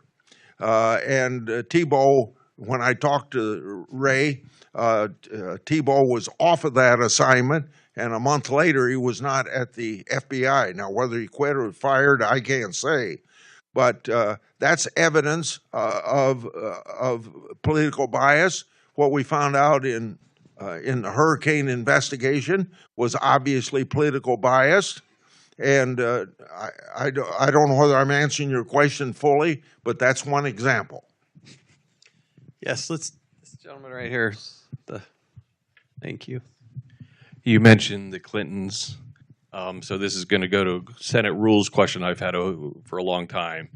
But first on the weaponization, I witnessed Speaker Pelosi weaponized the Emoluments Clause and basically took out, without the consent of Congress, made it seem that any emolument Trump had was criminal, but it's every emolument whatever. But when the Clintons set up the Clinton Foundation, Bill Clinton tried to get 5 times his salary for the rent for Carnegie Hall Tower, while Hillary was going to be the senator from New York for banking. When he didn't get that, he asked the banks to pay for the rent gratuitously and thanks for the derivatives. What are the Senate rules, unlike the husband asking the banks for $1 million a year while the wife, as a senator, was going to then be on the banking committee, possibly? I'm not sure that I can answer that question without going to the legal counsel of the Senate to get an answer to that. I just better not tackle that. I want to give you a quick, this isn't about the Senate rules, but you talk about weaponization. When we were investigating what the Department of Justice had done and not done in the Clinton investigation, remember, I sent a letter of preservation after Benghazi, and that required them to preserve all documents. You have to under the Federal Records Act, but this expanded that pool so that you had to preserve all contemporaneous notes. You had any personal email traffic. That eventually led to figuring out that, oh, she had her own home-brewed server, and even though Director Comey came out and said, well, there was no intent to bypass the Federal Records Act, even though she set up her own server on the very same day, of all the days in all the world in her life, the very day she set up her own homebrewed computer was the same day she started her Senate confirmation hearings. It's just a coincidence that that was the day. But the one thing that most people don't recognize is that the Department of Justice issued 5 letters giving immunity to people in her closest orbit. And I asked Director Comey in a public hearing, were there any immunity letters? Oh, I don't recall. We'll have to follow up with you. They came over, they showed us 3 of them. I asked at that meeting, is this all of them? And she said, very reluctantly, no, it's not all of them. So we had to get 2 more, happened to include like Cheryl Mills and some other people that were really close to her. But in these immunity agreements, and I was in there with John Radcliffe and Trey Gowdy, and they're both federal prosecutors, and they looked at those immunity agreements. There was no clause requiring cooperation with the government. So why did they give the immunity agreement? They just gave them a blank, get out of jail free, you cannot be prosecuted, you can't do anything else. But there was literally no clause to require the cooperation with the government. And that's what the department, this is the kind of stuff that happens behind the scenes, and there's no consequence. And when we shared the story with the New York Times reporter was ecstatic, couldn't wait to run with it. 15, 20 minutes later, there was no story out online. And he came back to him and I said, how come you didn't run this story? And he said, it's so bad for Hillary Clinton, my editors will not run it.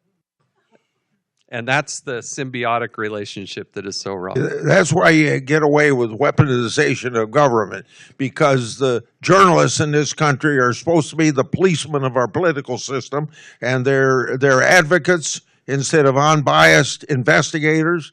And the things that would normally keep government more ethical are not doing their job. That doesn't mean we in the Congress have a responsibility to be ethical. I'm not saying that. I'm just saying people on the outside and the transparency that can come through the media, and transparency brings accountability. All right, let's go to this gentleman. Last question right here. Thanks.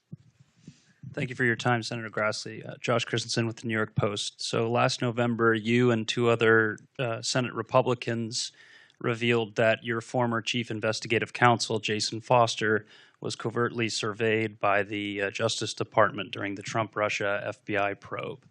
And I wondered if you wanted to comment further on that and what you've learned since then. Well, it's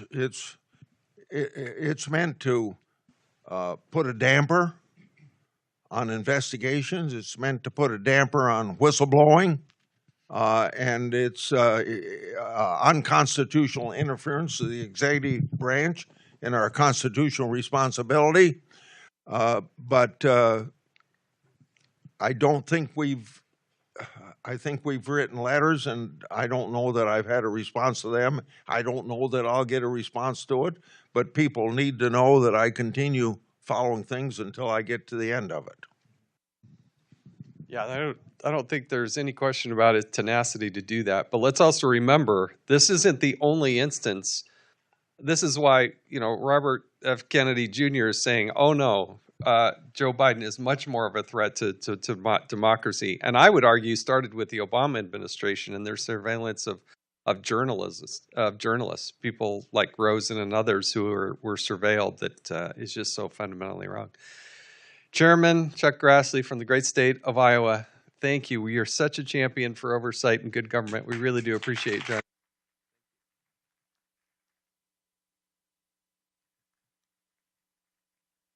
Thank you all very much. Thank you.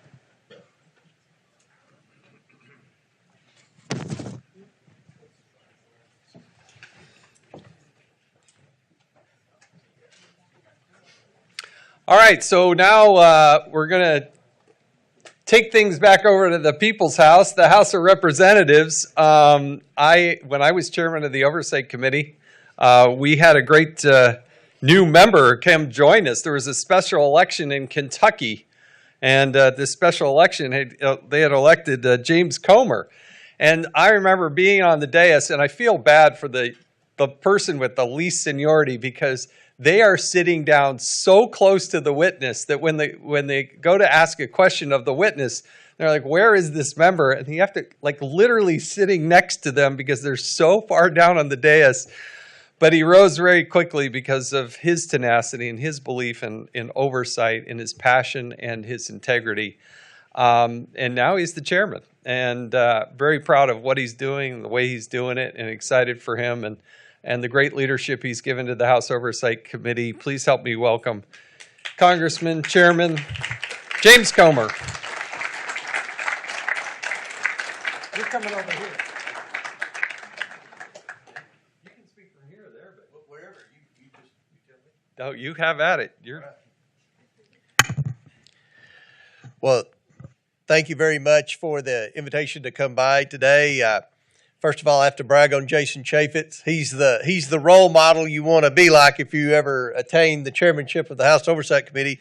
In fact, right before I got elected chairman of the Oversight Committee, I looked like Jason Chaffetz. I had his dark hair, I had his nice smile and all that, but they've hardened me, Jason. This mainstream media, they've hardened me, and it's been very difficult to step in as chairman of the House Oversight Committee during the Biden administration, when you have, as what Senator Grassley was talking about as I came in towards the end, I would argue, weaponized media in addition to a weaponized federal government.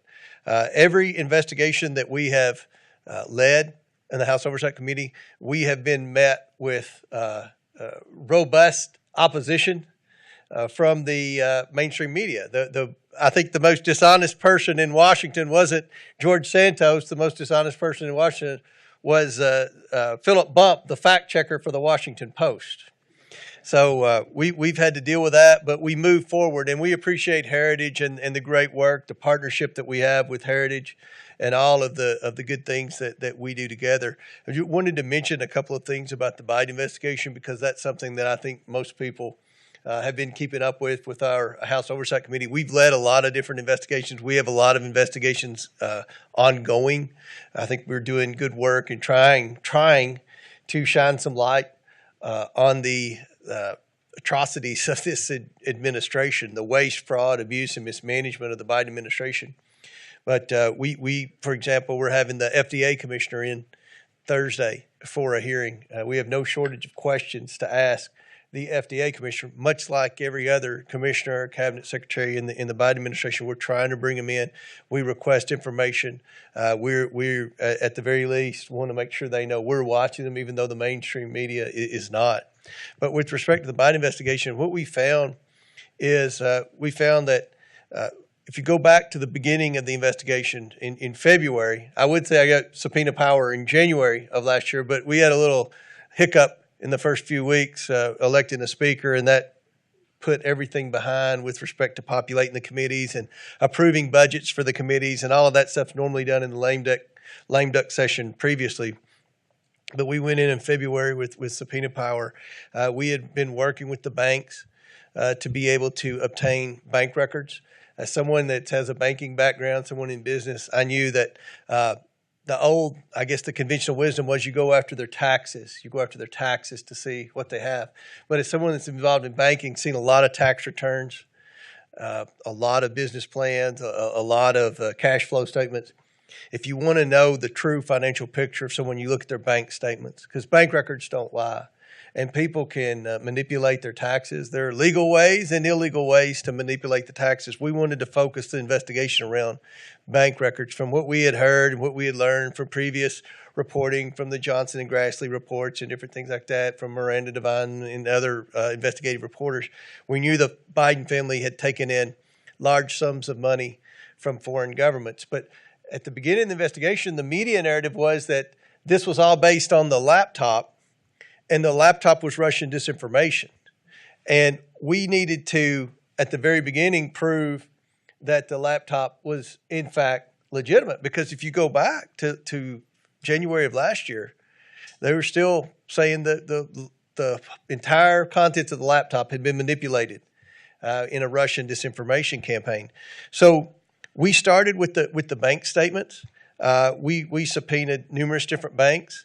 And the banks, I believe, with all my heart, wanted us to have that information. I believe they wanted us to see what they had been concerned about in the 170 suspicious activity reports that these banks filed. And one of the things the media, who are very financially illiterate, by the way, when they talk about a suspicious activity report, they would write like, well, it's just like an overdraft statement or something, overdraft fee. People get these are common to get.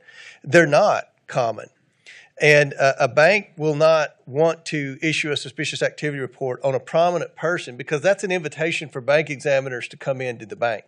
And the last thing the bank wants, any bank, whether it's a little bank that I was affiliated with or a big bank, is bank examiners waiting for them when they unlock the door the next morning, which is what happens when you file suspicious activity reports against the son of the sitting Vice President of the United States. We found that through this investigation over the past year and 2 months that the Biden family's taken in well over $20 million from adversaries around the world. These are bad people in bad countries. We've now subpoenaed and reviewed all their bank documents. We then brought people in for depositions and transcribed interviews. Obviously, we've had Hunter Biden in for a deposition. We've had Joe Biden in for a deposition. Or not Joe Biden, but Jim Biden in for a deposition. We gave them an opportunity to explain to us what they did to receive this money and why they funneled the money through what I would call a shell company. And a shell company, by my definition, is a company with no assets or no known purpose. And the Bidens had about 27 or 28 LLCs. I'm going to give them the benefit of the doubt and say a couple of them were legitimate, but the majority of them were not. And they never could explain what they did.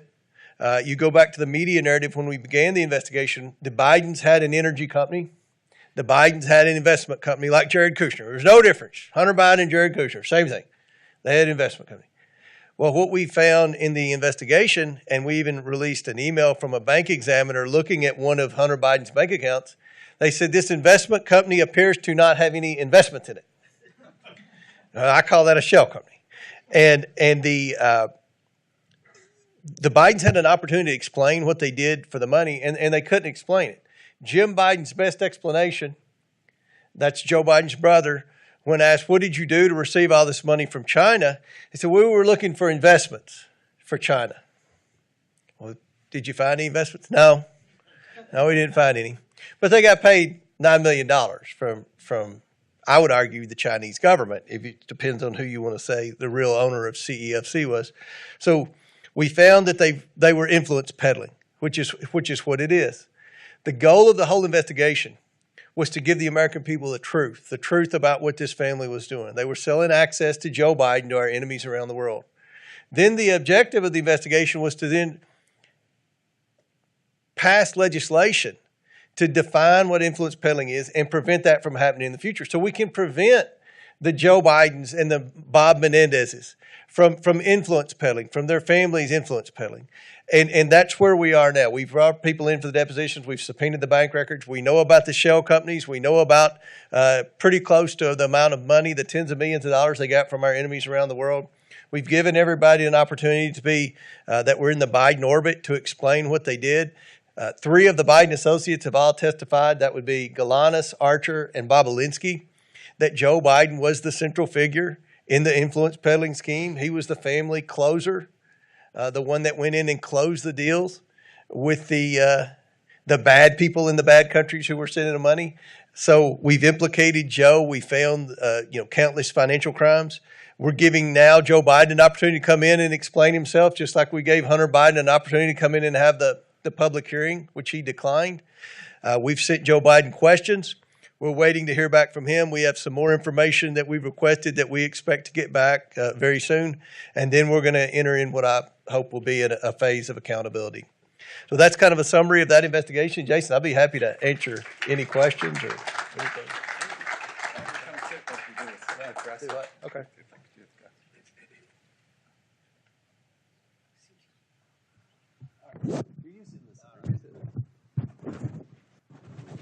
All right, so one of the challenges with oversight is trying to get all the members on the one page, trying to get them all moving in the same direction and doing all the research. I mean, that is truly one of the more difficult things to do this. The focus of the investigation has been about the broader network, right? It's been about the broader, what was the Biden family doing?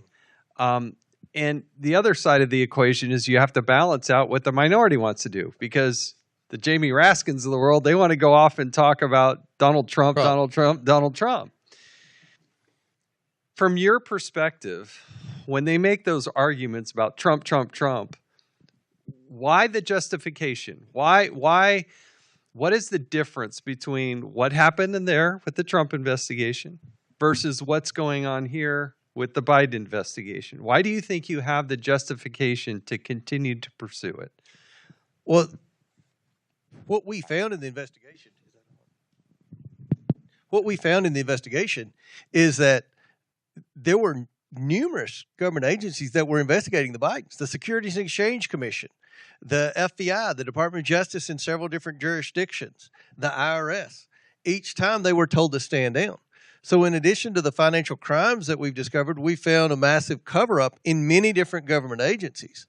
With respect to Trump, Trump's been investigated. He's still being investigated. I read in the paper he's in court in several different jurisdictions. So there's no shortage of investigating Donald Trump that's taken place by Congress or by the Department of Justice.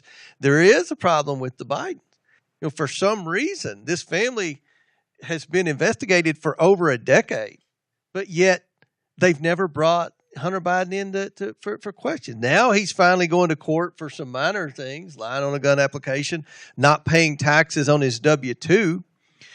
What he's in court now for not paying taxes was the W-2 income from Burisma. Now, what I've said about Burisma was the one legitimate thing he did. It was a corrupt energy company, but we knew about it. He was on the board. They paid him through LLCs, which was very weird. Most people, you get paid individually, but these were funneled through LLCs like everything else.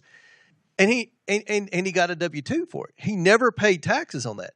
What the whistleblowers Shapley and Ziegler said was all this money, this $24, $28 million, however you want to classify it, that the Bidens took in through influence peddling, that they never paid taxes on any of it.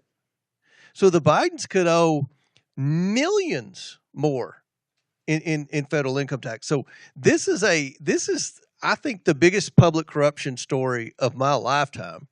And it's been frustrating that the more we find out, the more they attack me or Jim Jordan for finding stuff you out. won't get a lot of tears from me. I've been there. I understand that. So it's not right, but yes, I totally get it. Let's talk for a moment about whistleblowers, because they're one of the most vital components, right? There's 2.2 million federal employees, and you got a House Oversight Committee that, I don't know what the numbers are, it could be like 50 or so people that work there. And so you really do rely on the whistleblowers that step up and provide that information.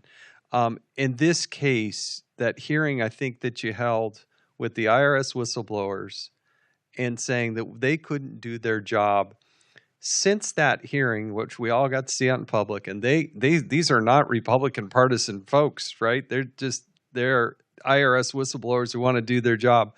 What's been the consequence of what they've done? What have they gone through, and where is that going? Well, they've been retaliated against, and that's the worst thing you can do. If you're on the oversight committee, you depend on two things, in my opinion, for information. You depend on the IGs, the inspectors general. We have some good ones, some average ones, and some pitiful ones. But you also depend on whistleblowers. And you want to create an environment where the whistleblowers, at the very least, are not retaliated against.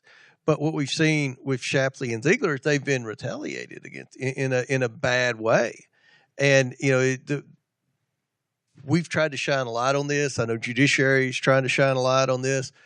We want to try to hold people accountable, but it's very difficult to hold anyone in the Department of Justice accountable with this Merrick Garland run. So let's talk about this. I mean, the whole symposium is the weaponization of government. You're looking not just the Biden administration, but the Biden investigation itself, but the bigger, broader investigation of the weaponization of government. What do you want people at home to understand? What should the public understand about how critical this is and what's really going on there? Because you're going to have some corrupt people along the way, but there's a whole nother level of. Tell us what you're seeing there. Well, we're really seeing a two-tier system of justice in America. I know that seems to be a conservative talking point, but it's fact. And you look at how Trump, his family, and his administration was treated versus the Biden administration. Just last week, a judge scolded Abby Lowell, Hunter Biden's lawyer, for saying, how can you expect how do you expect us to hold people accountable when you all defy Republican subpoenas and Republican requests for information, but yet this Department of Justice prosecutes Republicans who defied congressional subpoenas? I mean, the hypocrisy is unbelievable. How different conservatives are treated. You go back to even the IRS, and it's not just the Department of Justice that's been weaponized. I could go down at every agency nearly in the federal government has been weaponized. And the reason it's been weaponized, in my opinion, is these agencies have been populated with left-wing activists. You don't find many conservatives who say when they graduate from college, I want to go work for the federal government. But you do find liberals that do that. And I have met very few conservatives who are her career government employees. And when you have a new administration, let's say Trump wins the presidency, comes in with new cabinet secretaries and undersecretaries, you're still going to have those career left-wing activists in the agencies. I was friends with Scott Pruitt. He went to EPA. He tried to turn EPA in a different direction, right? But the career employees said, no, we don't like coal. We don't like any of this energy policy. We're not going to abide by that. That's where they started the whole Schedule F classification, where you could have federal employees that had to comply with the new administration's policies and objectives. Because right now, even if you get a conservative administration and you put conservative cabinet secretaries and undersecretaries in there, you've got these career, I call them deep state employees. I think you coined that term, or maybe you were Devin Nunes. And they're activist bureaucrats who abuse their power, in my opinion, go after conservatives and conservative causes, and do everything in their ability to protect liberals. I don't think they like Joe Biden. I don't think they respect Joe Biden, but they hate Donald Trump. And they don't want a disruption of their deep state bureaucracy that's completely populated by left-wing activists. Yeah, there's kind of a legendary story, and I'll just share it with you briefly. A member of Congress goes to meet with the cabinet secretary, but when he gets there, the cabinet secretary is not there. And finally, the member of Congress gets all whipped up and says, well, I'm leaving. And there's a bunch of senior staff sitting in there with this, that worked for the cabinet secretary. And the kind of the senior person of the senior staff said, "Oh no, sir, please stay here. We'd be happy to answer all your questions." And Congressman gets more whipped up and says, "I'm not meeting with the B team. I had a meeting with the secretary, and I'm not meeting with the B team." And that senior staff member says, "Well, you're actually meeting with the right people. You're right. We're the B team. We be here before you, we be here now, and we be here after you. We also be the ones that make the decisions around here. So if you want to get something done, you need to be talking to us." And that's the sad reality of of what's going on. So many of these people, I think Secretary Mayorkas is in this category. They're just professionals at testifying. I think when I was chair, and I know Chairman Comer's done this as well, the people you really want to talk with aren't the cabinet secretaries, right? Those are the big brand names, right? Okay, we'll get a big audience. A lot of people on television will pay attention. Let's get the secretary in there. No, no, no. You want to go about 2-3 levels deep to the people who actually are doing this and out there. And I'm telling you, that's where the most revealing information is. It's that second, third level tier of people who will actually tell you what's going on. And you know what? I don't want to demonize all the people in federal government. I think there are some good, decent people that really do want to do the right thing. But I think also, and maybe if you can comment on this, jurisdiction for the federal workforce also falls to the Oversight Committee. And by the way, I did want to make note, when I was chairman, it was Oversight and Government Reform. When Elijah Cummings became the chairman, he got rid of the word government because, of course, government can't do any wrong. It's just oversight and reform because he wanted to reform the private sector. He didn't want to reform government. Anyway, but the federal workforce and what Biden is doing behind the scenes to lay the foundation so that if a new administration, a Trump administration, put the handcuffs on him, that he can't fire or dismiss the people that are actually running the show, the B team, if you will. Yeah, you've seen articles just in the last couple of weeks. They're trying to Trump-proof. Yeah. That's what the mainstream media calls it. They're proud of that.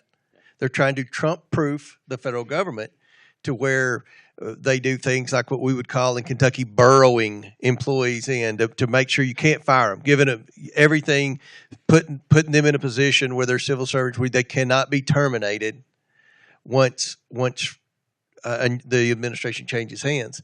And that's very unfortunate because obviously we need a new attorney general, a new director of the EPA. We need a new Homeland Security secretary. But that's not going to be enough. We've got to change the attitude of the left-wing activists who have taken over most of the important government agencies. And there are good federal workers, and I would argue the majority are excellent federal workers that are there for the right reasons and trying to do a good job. But the ones that have risen to the top in many of these agencies are less than desirable people if you're a taxpayer or someone in the private sector. Me personally, if you believe in term limits, there also have to be term limits on the federal bureaucracy, the federal employees. That's where they need that. That's where they have. And I believe in term limits. I'm all for term limits. I think there are two things.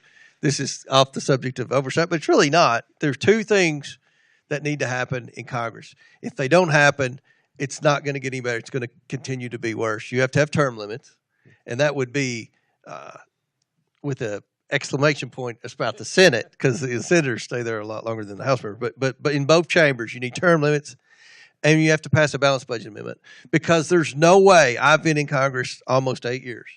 There's no way Congress is going to balance the budget unless they have to, unless it is the law of the land that they have to, because my biggest disappointment in this Congress, the 118th Congress, is not making cuts, not proposing, not passing, and not just regular order, but not trying to identify agencies. I wanted to set an example out of the National Archives. I wanted to set an example out of the Department of Justice for their obstruction of our investigation. We could not get those cuts. I am totally with you there, 100%. For me personally, I also do believe that you have to starve the beast. We talked about that earlier. If you don't starve the beast, you don't actually solve the problem. And for me personally, we need to go back to, and this should really be studied out, we need to go back to the way it used to be.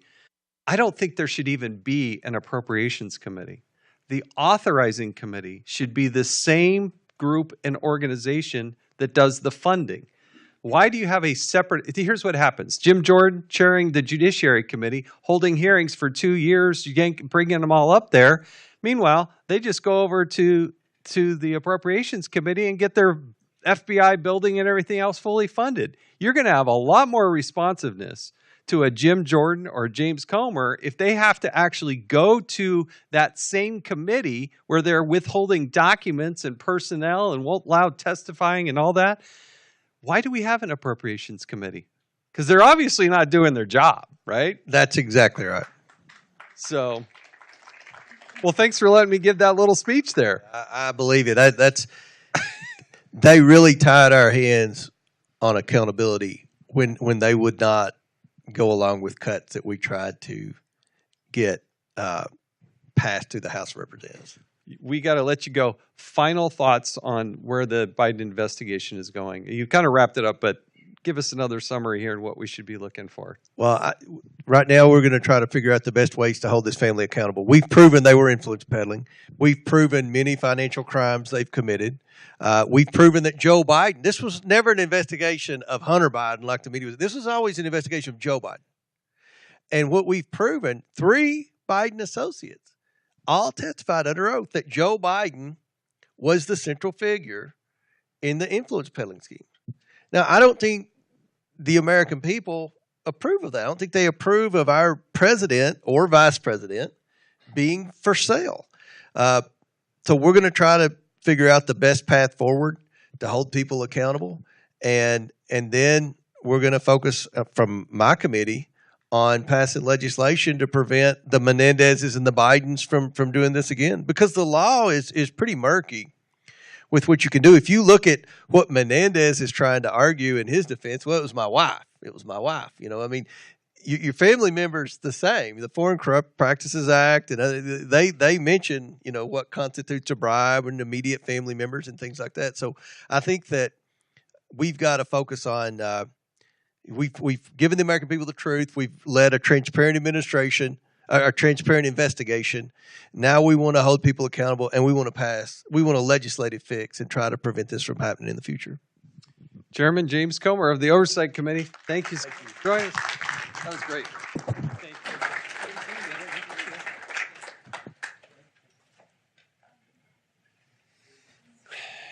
Yeah, I still wanting somebody in the national media to ask them, so how and why did $100,000 end up in your grandkid's bank account? What was that for again? You know, you didn't take the money directly. Oh, really? Well, why did that $100,000 allegedly end up in your grandkid's bank account? Who can explain? What did they do for that money? You know, those are legitimate questions that need to be asked. And if you're also going to get to the bottom of it, we got to talk about the intelligence community, because the intelligence community, boy, they've got some powers and some assets and some ways of doing things. And so that's what we're going to get into next. John Gentry is an adjunct associate professor of security studies program at Georgetown University. And joining him will be Adam Lovinger, the Vice President of Strategic Affairs for the Gold Institute for International Studies, and J. Michael Waller, Senior Analyst for Strategy, Center for Security Policy. If they can come join us, kick things over to them, and I think you're really going to enjoy this. This is gets right to the belly of the beast.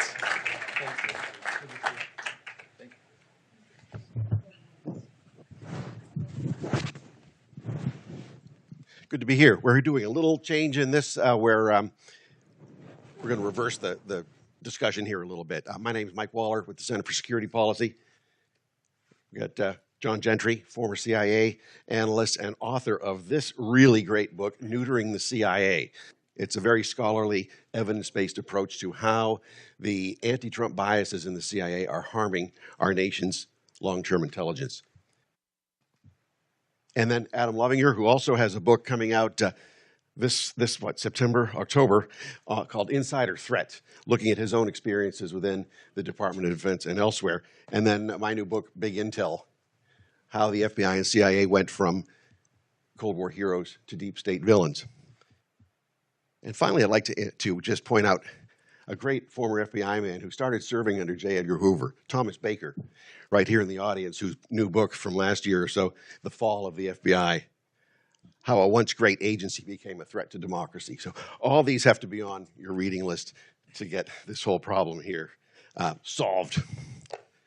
So with that, I think a lot of what we're talking about here on this panel is more ideological than political.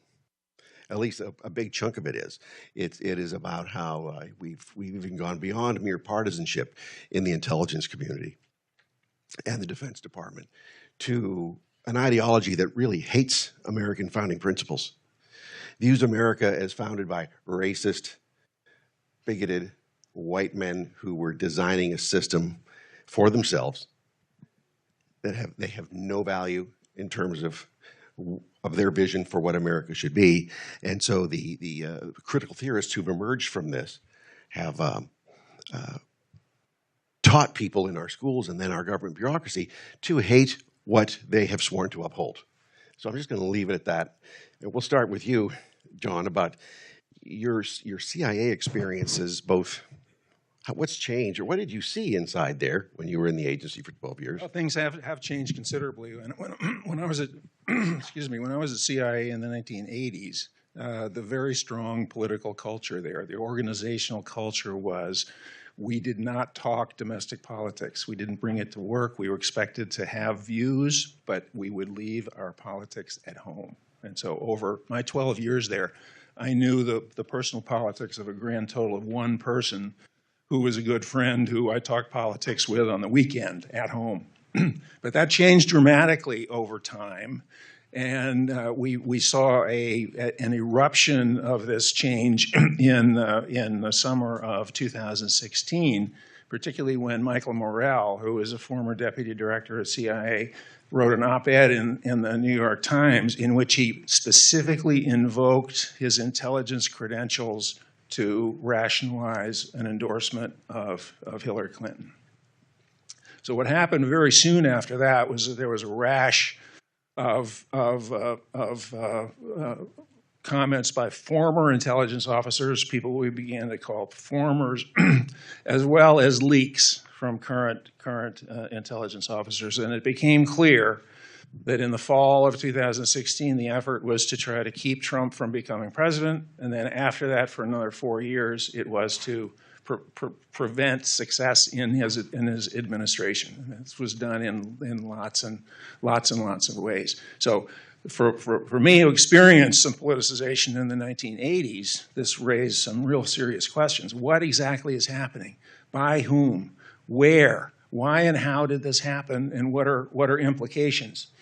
So to answer those very briefly, most of the people who were activists were CIA people in the early years. There's lots of evidence on that, and it appears that most of the leakers were too. There were some from the Office of the Director of National Intelligence, the ODNI, but not many from other agencies. That would change later on. Now, how and why did this happen? I've identified 6 reasons why this happened. 3 of them were relatively minor. Let me talk about 3 of them briefly. The first one was the change in demography, the organizational change. It's been referred to here in several ways. The younger generation coming from liberal colleges, the social warrior, social justice warrior types. And so these people came in large numbers immediately after 9/11, when there was a big increase in the number of employees in the intelligence community. President Bush directed that. But a big change happened in 2008, 2009. So presidential candidate Obama said in October of 2008 he wanted to transform the country. Very soon thereafter went about doing that. And in the intelligence community, we began to see documents by July of 2009 at the ODNI, the Office of the Director of National Intelligence. Director Blair issued a directive to push what we would later call the diversity and inclusion, the DEI agenda. ICD, Intelligence Community Directive 110. It's on the web. And at the CIA, Director Panetta issued Directive 2 to hire more minorities and women to make CIA look like America. So this was an effort to change the organizational culture through changing demography. In 2011, President Obama issued an executive order that pushed that further. And what he did in the executive order was tell agencies throughout the government to create diversity offices and to alter the organizational cultures of the federal workforce. And within the intelligence community, he had two very strong allies in DNI, Jim Clapper, and especially at CIA, John Brennan. And Brennan said in his memoirs and to the press, he was unhappy with the culture at CIA and he wanted to change it. And he did. So you had then a change in this culture in the latter years of the Obama administration. Nothing appeared in the press and the media here because CIA people, like lots of others, thought that Hillary Clinton would win the 2016 election and that the favorable Obama policies would continue. Well, when that appeared to be at risk, then you began to see the activism occur.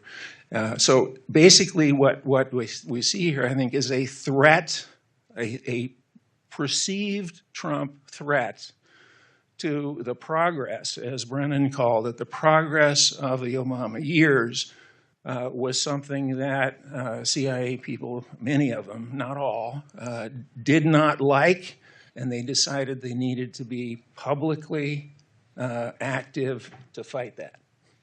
So that's what generated this burst of activity. Now, this has some implications, and very, very briefly, first and foremost is this questions the objectivity, the neutrality of intelligence. So we know, I think, for 75 years now, that one of the key assets that the intelligence community has is its credibility, that it's perceived to be trustworthy, to be ethically neutral, politically neutral. And what we've seen is that there's now competition. There's suspicion among people who buy the new ideological line, and people who don't. And a major one that I'm concerned about is the fact that when you change organizational cultures, you run the risk of increasing biases. We know that when organizations have collective mindsets, that they tend to make mistakes. So open question is, what are the intelligence failures of the future that are being created now? And we don't know that yet. And that's a worrisome thing. So it's a major implications during the Trump years. President Trump, I think, incomprehensibly to me, did nothing to alter this. I mean, there was just no activity to try and fight this system. He just basically ignored the personnel management of the federal government, including the intelligence community. Talking about personnel management, if we could. In personnel management. Adam's got a story here. You were at Office of Net Assessment in the Office of the Secretary of Defense. You were going into the Trump administration, and then you have a lot of firsthand knowledge about what is the process for vetting people to get them cleared for their security clearances, and how does the machinery now slow walk this for political reasons? Yeah, so I would say that the the cancelization. We had some folks up here earlier today talking about how media is canceling people and other people. There's this whole cancel culture. When you tamper with the security clearance process, that is yet another way of canceling, because a security clearance is a requirement to hold a national security sensitive position in the federal government. And if you start weeding people out, based upon ideology or whether they're towing the line, you can genuinely cancel people because that's a requirement. What I actually saw something very similar to what Bill said. Bill saw as well. I joined the Pentagon in 2004, so I was there during the George W. Bush administration. But come 2008, Obama was elected, and in 2009 he went around the world on what he called, or what some people called, the apology tour. And he was apologizing for America, trying to really sort of like change hearts and minds, quite openly, in a way that our founders would recognize, that you have a debate, you have an open ideological political debate, and you make decisions. Hillary Clinton took a valuable lesson from that. And in August of 2015, she was reported as saying, "I don't believe you change hearts and minds. You change laws. You change the allocation of resources. You change the way systems operate on the inside."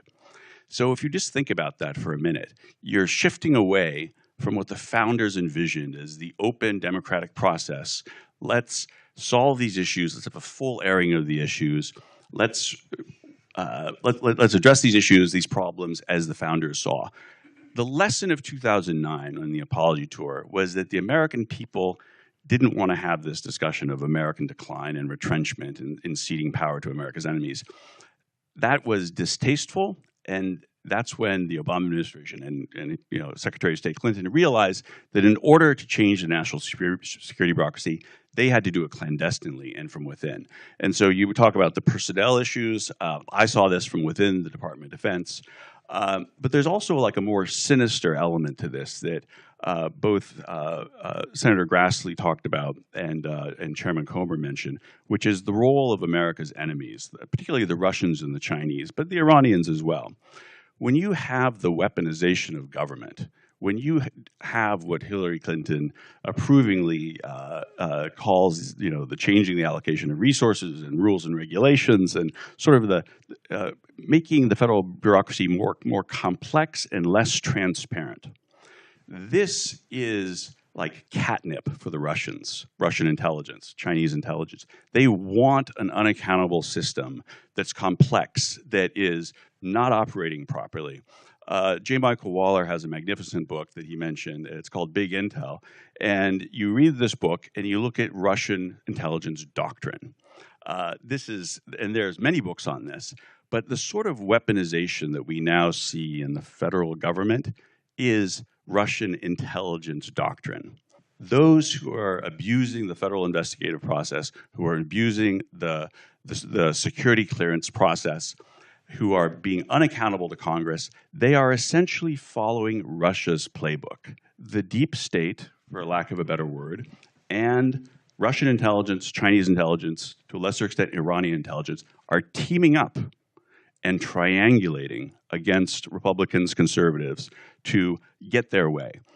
It's a very, very cynical ploy. I saw this from the inside, from the Office of the Secretary of Defense, and I saw this from inside the National Security Council. Anybody who tries to shine a light on this has their career destroyed. There's a lot of money at stake, and if you think about it from a pure power politics standpoint, if you're Hillary Clinton and you can get the Russian intelligence on your side to go after your political opponent, that is a very powerful ally, and that's what the left and the radical Dems are doing. And we need to know about that, and we need to be prepared come 2024 to stop it. John Jeffrey, what do you have to comment on that? Well, I've looked, as you know, at Soviet and Russian influence operations going back a long time, and I actually use the Soviet. I refer to the Soviet Union in the present tense when it comes to influence operations, because they created some institutional mechanisms that are still alive and well. Frankly, the whole diversity, equity, and inclusion philosophy is right out of the Marxian playbook. It comes from critical theory. That comes from the Frankfurt School, which was a Marxist school founded back in the 1920s. So we've got a really easy to follow major intellectual tradition that's going on here now. And the Biden administration is pushing this very hard, not using those terms, of course, but they're pushing that idea very, very much. And so what that leads me to think in terms of later on in 2024, I made the point that it was a perceived threat, a potential threat to this agenda that led to the activism in 2016. The culture is much stronger now than it was in 2016. So my expectation is that we will see a resurgence in intelligence community activism later on this year. Now, well, there's so much here. It's just looking at now. Let's say there's a new administration comes in, and he's got a transition team coming in. How would the clearance process work, say, in the CIA, in DOD, and elsewhere writ large for political appointees in the White House or the NSC staff if it's being slow-walked? What does that mean? So I've looked at this, and the institute that I'm affiliated with, the Gold Institute, we have something called the Administrative State Accountability Project. And it's very clear to me that for Trump 2.0, if indeed he's elected, is going to be able to function, that the security clearance process needs to be taken out of clearly, corrupt bureaucracies and put in the White House. That's the only way it's going to work. Otherwise, you're not going to get staff that's cleared to operate in Trump 2.0. That is fully legal under the Constitution. The president is the chief executive. He is the head of the executive branch. He has the authority to change what is clearly a criminally corrupt process into something that is legal, and it is under his authority. So that would be my suggestion. There's that one institutional component, but there also, very importantly, there needs to be a component where if there's an indication that any agency is weaponizing the federal processes, to immediately shine a light on that. When I joined the Trump White House in the NSC, Sebastian Gorka, who was here earlier, was also there, and he was telling me a story that he asked for 3 CIA agents that he knew personally and had confidence in to come in and work for him in the Trump White House. All 3 of them had their security clearances taken away, and they were sent on this interminable administrative process that just dragged on for years and killed their careers. So that's what we're up against, and that sort of criminal weaponization of federal processes is something that an organized White House can immediately highlight and take corrective action. But it requires that level, first of all, understanding, and secondly, knowing how to do that. But it's not complicated, and there's lots of precedent for being done, and that's what I would suggest. John, what about on the non-political level, on the career level? What do you see in the future for the newcomers coming into the intelligence? Well, I think it's going to be a huge challenge. I don't for a minute dispute what Adam was saying, but frankly, my concern is more internal and cultural. So DNI Haynes last year issued another one of these orders that's on the web, ICD 125 in this case, which in essence gives the diversity office of the ODNI authority to both establish and enforce ideological orthodoxy within the intelligence community as a whole. So what this does is create incentives, it creates personnel management systems, it creates rewards. People who adhere to the system are promoted, they become managers, they replicate themselves.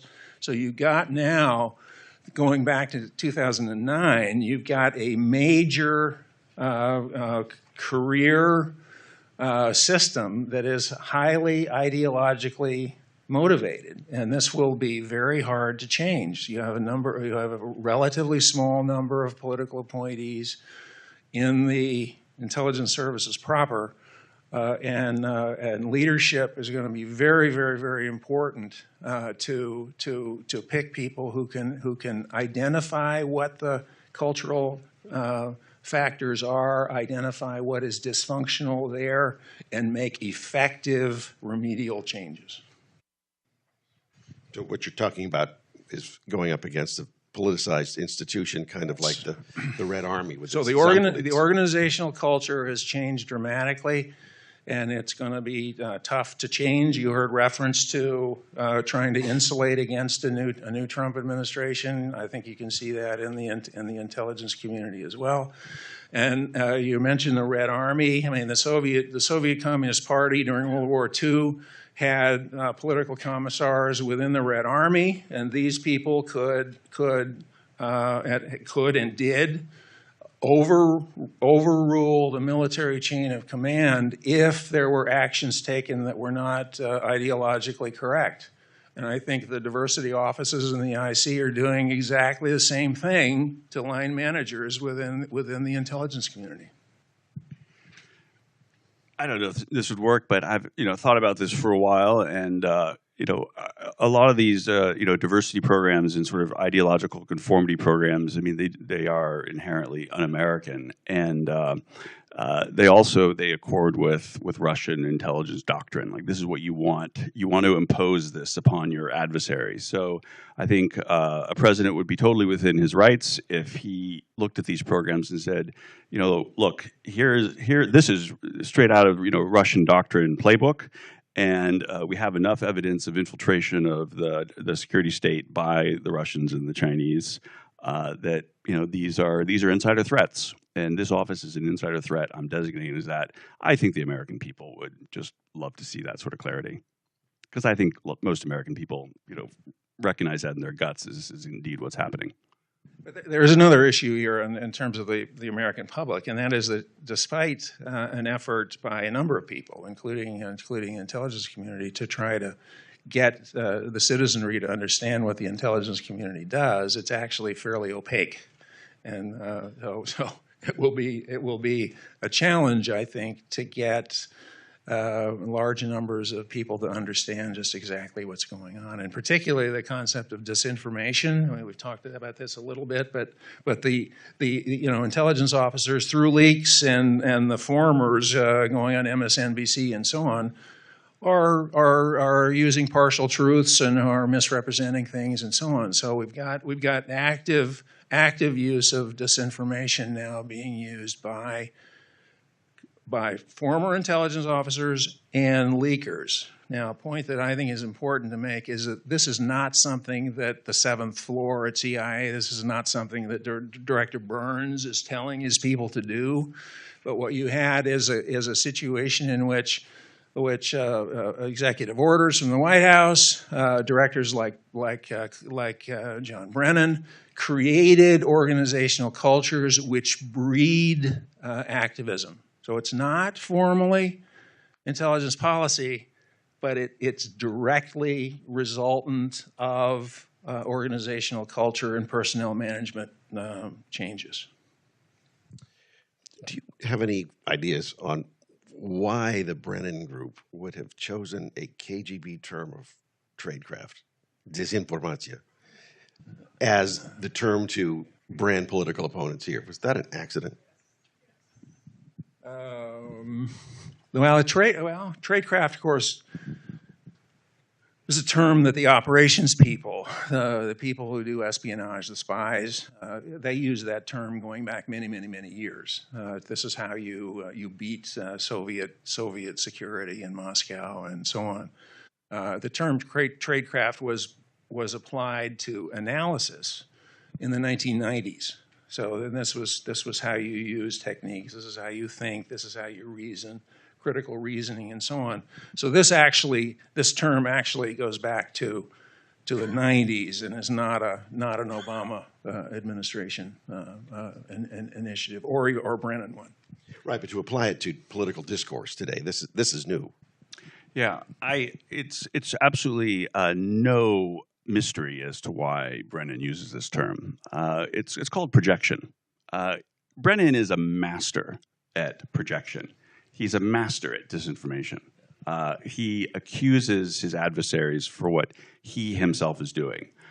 In July of 2016, there was a meeting in the Oval Office between Brennan, President Trump, and not President, I'm sorry, President Obama, and Joe Biden was sitting in, and soon thereafter, so was Comey. And in that July 2016 meeting, Brennan made it very clear that the Russians knew that Hillary was sponsoring the Russian collusion narrative. And, a few months later, the American people went to the polls thinking that it was not Hillary Clinton who was sponsoring that narrative, but this was indeed something that Trump was doing. He could have, if he was if he was a loyal American, if he was a good American, he would have gone forth and Obama would have done this as well and tell the American people, listen, this is a Hillary hoax. They didn't do that. Brennan's a master of concealment. He's a master of disinformation. That was perhaps one of the greatest disinformation operations in American history.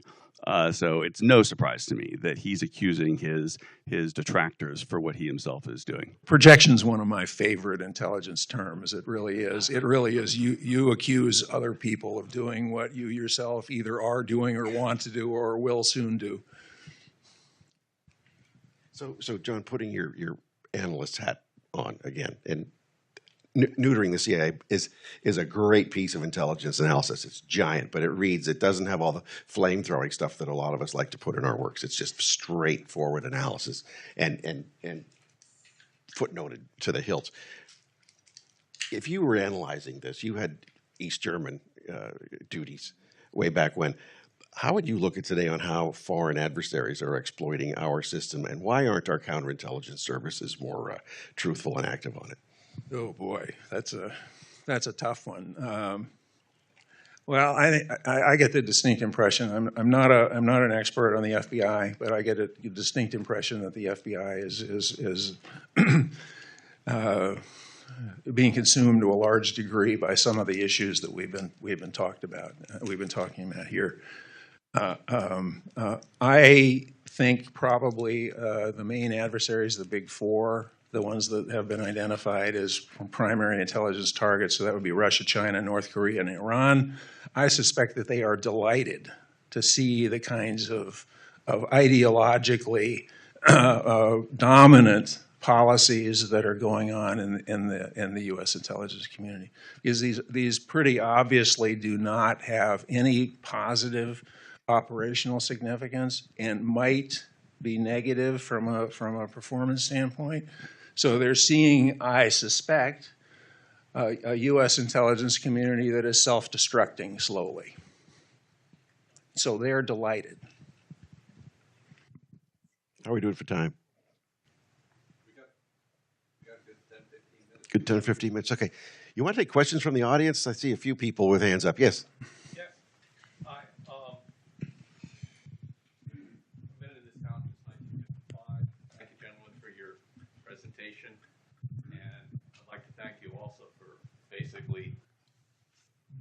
I'd like to thank you all for basically vindicating my fellow radical traditionalist Catholic, Senator Joseph McCarthy.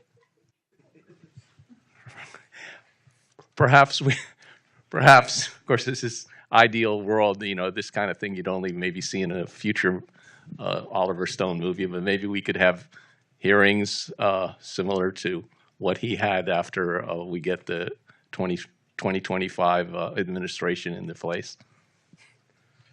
I'm half joking, but well, anyway. Yeah, I mean, I don't know, there wasn't a defense of the late senator here, but I would challenge anybody to prove where he was decisively wrong. Yeah. Anybody else? The communist infiltration of the deep state. Yeah, because at the time, if you look back at, say, Stan Evans' book, Blacklisted by History, you'll see this was a bipartisan concern. Yeah, okay.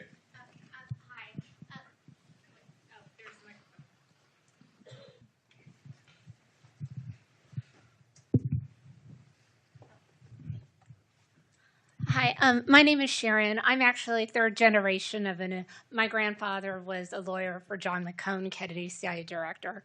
And I've always respected the intelligence community, but I stepped back away from it. And I see the people that got involved, they started not wanting fact-based intel, but narrative-based intel. And the things that have happened, I think it's kind of coming to head. It almost feels like I told this friend, hey, just cash out your chips and retire. It's just time to like reorganize.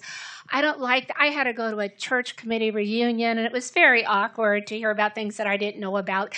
And I don't think we need all these hearings. I actually worked for the Reagan people. My first job was doing research for Dean Lesher, who was very close with the Reagans. And they taught me something about being respectful. And I just wish we would just grab a bunch of them that have not been too great and just say, hey, guys, your time is up. We're starting fresh. And maybe that would be better. That'd be great. Anybody want to comment? Well, maybe. I'm not of the eliminate CIA and start all over perspective. I think the intelligence community is too important to do that. But I'm convinced that it needs significant reform. 1 minute to go. Yeah, Preston. Here. Speed it up right here. I don't need a microphone. Whatever. Thank you. Thank you very much, gentlemen. Much was made in the prior panel about the attempts to hogtie the next president so that he's not able to clear ship.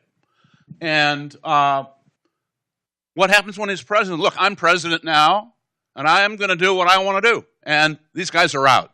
Is there something wrong with that? Well, I mean, historically, presidents get to name their senior helpers, don't they? The federal bureaucracy has had had job security over the years. It seems to me that is a topic that the Congress ought to revisit. If I could just make You've got the last one point on, so there's the last two questions have been about personnel, and I was a civil servant in the Office of the Secretary of Defense for over a dozen years, and I'm a little bit worried about this proposal that is taken up on the political right called Schedule F.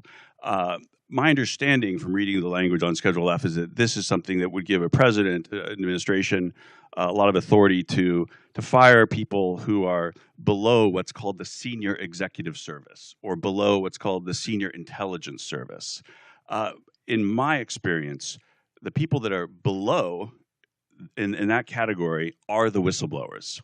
To become SES, to become SIS, a lot of times you have to make some sort of very, very corrupt deal.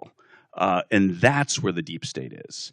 And so Schedule F, my understanding of the language, is that it's written in a way that would actually give the deep state a very powerful weapon to destroy the whistleblowers who could blow the whistle on them. So it very well could be a self-destructive measure. And I'm not an expert on it, but just from the proposals that I've seen floated amongst many conservatives, I'm not sure if that reality is being taken into account. And I would hate for it to be yet another weapon for the deep state to use against some of the honest civil servants who are trying to make bring this country back true to its ideals. Great cautionary note. Thanks, everybody.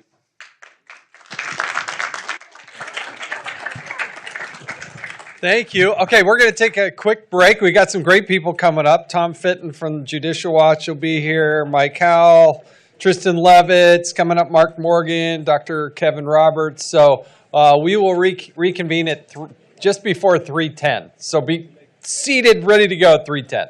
Thank you very much. Eastern time for those of you watching online. Eastern time. Yeah.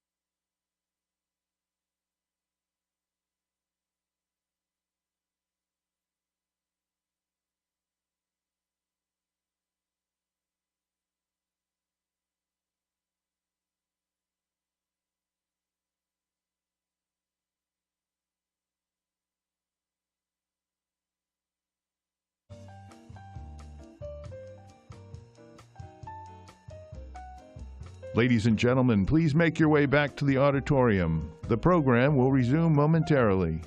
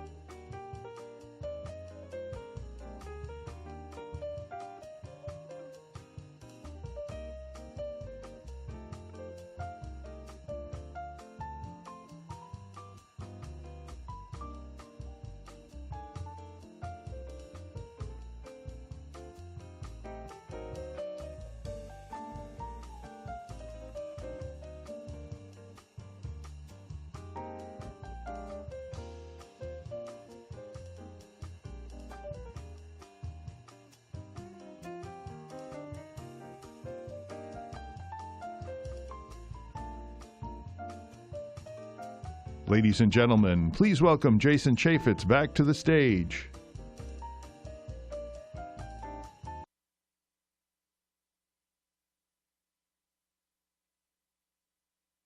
Of speakers. I think you're really going to enjoy it. And we're kicking things off with Tom Fitton, who's the president of Judicial Watch. Now, I can tell you as a member of Congress, getting more and more seasoned and then eventually becoming the chairman of the Oversight Committee, I knew that there was some more power in issuing a Freedom of Information Act often than a subpoena. I'm not saying it's right. I'm just telling you that was so true. That's why I love what the Heritage Foundation is doing with its oversight project, because they're getting really aggressive and playing offense and doing good things. And we're going to hear from Mike Howell, who's going to talk about this. But another one who's also in that the genre and the community of pushing for accountability and openness and transparency and peeling back the onion, which the government is trying to hold back from the people, is one of the strongest warriors out there that we know, and it's Tom Fitton from Judicial Watch. So please help me welcome Tom Fitton. Thank you. Good to see you. Well, weaponization of government ought to be the topic or a focus of every conservative group in the country, every member of Congress who purports to support constitutional government in the country, and every citizen who's worried about having a republic that they can pass on to their children and grandchildren and future generations. And the threat is as dire as anything we've faced in the modern era, and it would be difficult to overstate the threat. So a symposium is certainly one way to highlight the issues that we're facing, and I've been able to watch a little bit of it earlier today, and the various permutations of it seem to be overwhelming. But my response to you would be, well, what is it you can do about it given your capacities? And we know Heritage is doing what they can do it given their capacities. And of course, Judicial Watch has been fighting government corruption for that. We could lose our republic within a few years if these issues aren't addressed. And this isn't like an intellectual debate or a philosophical or policy debate for me, because a few years ago, not that long ago, it was November of 2021 maybe, I just had skin cancer surgery. And I got home, and I'm lying on the couch, recovering. A few hours later, and it was the FBI knocking on my door with a subpoena to a grand jury investigating President Trump's handling of government records. They were nice enough. They told me I had an Amazon package. I think I'm the first American in the history of the country to have an Amazon delivery announced to them by the FBI, but I preferred not to be part of that historic moment. So then shortly thereafter, Special Counsel Jack Smith gets appointed, and they harassed me for 4 or 5 hours, I think it was a little over 4 hours before the grand jury, arguing with me about politics, tweets, what I ate with the president, and election integrity debates, debates about what the law requires in terms of government document handling by the president, all of which was First Amendment activity by me and Judicial Watch. And so when you have a Justice Department that targets the head of, and then through a subpoena, a document subpoena of Judicial Watch, the largest government watchdog organization in the country, and dare I say the most important one in the world, I think we ought to be very concerned. And on top of that now, we have this debate about election integrity. And I know we're concerned about the integrity of our elections, but with the weaponization of government and the targeting of Trump and the efforts to censor those of us and punish and jail those of us concerned about election integrity, I think the conclusion one can draw is that the left doesn't want to be able to cheat and steal elections. They want to end elections. So when you remove a man from a ballot through this fraud sham analysis that he committed insurrection, and they're not going to give up on that, by the way, or you try to jail the #1 candidate for president in the middle of a campaign, or in most respects cause him to be distracted from the campaign by prosecuting him 4 different times in various jurisdictions, that to me shows that you don't really want the election to happen. I mean, you can call it an election, but it's not an election. If they don't have to steal it, it's already been compromised through this process. And the question is Trump going to be able to overcome the compromise of the election through the election interference he's suffered, and we've all suffered as a result of the weaponization of the Justice Department and their allied Democratic politicians in Fulton County and New York City. I'm concerned, for example, in New York City, he's facing a criminal trial next week. Does anyone think he's going to get found not guilty in New York City? Of course he isn't. He's going to be convicted. Is he going to be sentenced? I don't know. Is he going to face jail prior to the election? I don't know. And anyone who suggests they do know for a certainty how this is going to turn out, I think, is underestimating the desperation and the viciousness of the left that is seeking to undermine our republic as they are. And it's not just about Trump. You know, I talked about the targeting and victimization of Judicial Watch, but of course there are 18, 19 others who were prosecuted with Trump down in Fulton County, Georgia. Other states are prosecuting and harassing through civil and criminal investigations state party leaders. Democratic prosecutors are doing the same. Much of what Fani Willis is doing, they're doing in places like Michigan and Arizona and Nevada, I think. But you name it, you have a number of state party officials for the Republican Party. You have just innocent activists who were trying to participate in the 2020 debates being targeted with criminal prosecutions and civil lawsuits by the left. And so it's not just about 2020 in that regard. It's about sending a signal that if you dare say anything about the conduct of the 2024 election, you should expect criminal prosecutions, civil lawsuits, and if you're a lawyer, to be disbarred or suffer that process in a way that's never been done before in American history. And so when you have a Justice Department, and I understand previously, I was thinking about this, it's like, well, I guess we've had a politicized Justice Department. I'm thinking, well, actually, it's happened more than we'd like to admit to. We had Nixon under Kennedy targeted, and then Nixon was targeted again, and then they went after Reagan because Reagan stole that election, remember, by coming with that secret deal with Iran, and then they went after George H.W. Bush, and then George W. Bush with Florida. So the weaponization's been around, but it really is kind of accelerated in a dramatic fashion most recently. And if the new rule is that the Justice Department can come up with and prosecute leading political figures based on radical, innovative, to put it charitably, applications, novel applications of the law, and it's obviously political, and they pursue these claims in friendly courts with almost 90% party, population support based on partisanship. But that we've lost the Justice Department completely in that regard if that's allowed to continue. So I do think the Republic is on the line. And it's like, so what do? We have to, in my view, the left helps us figure out what to do because they're kind of telling us what they're interested in. And maybe one rule of thumb is, well, let's figure out what the left is interested in and maybe address those issues and confront them in the areas where they're showing interest. The effort to jail Trump seems to be a priority for them. I would submit it ought to be a priority for honest Americans and Republicans who purport to stand for the rule of law. Sadly, Congress has refused to do much in the way of curtailing, if anything, any of these prosecutions of Trump. They had opportunities time and time again, and most recently, they punted on it again, and they have fully funded Jack Smith. They have not curtailed any federal funding to the jurisdictions in New York and Fulton County that are harassing and violating the human and civil rights of Trump and others. Missed opportunity. And to me, it ought to be a priority. And I understand that some members of Congress or many members of Congress don't consider it a priority, but I would ask voters and those watching to let them know it's a priority. Election integrity obviously is a priority for the left. I suggest it be a priority for us. They're, as I say, trying to eliminate people literally from the ballot, destroy the Electoral College, which is the basis for the constitutional compromises that gave us our federal system.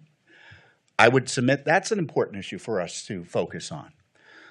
They're desperately opposed to voter ID and cleaning up the ballots and such. Let's make that a priority for ourselves.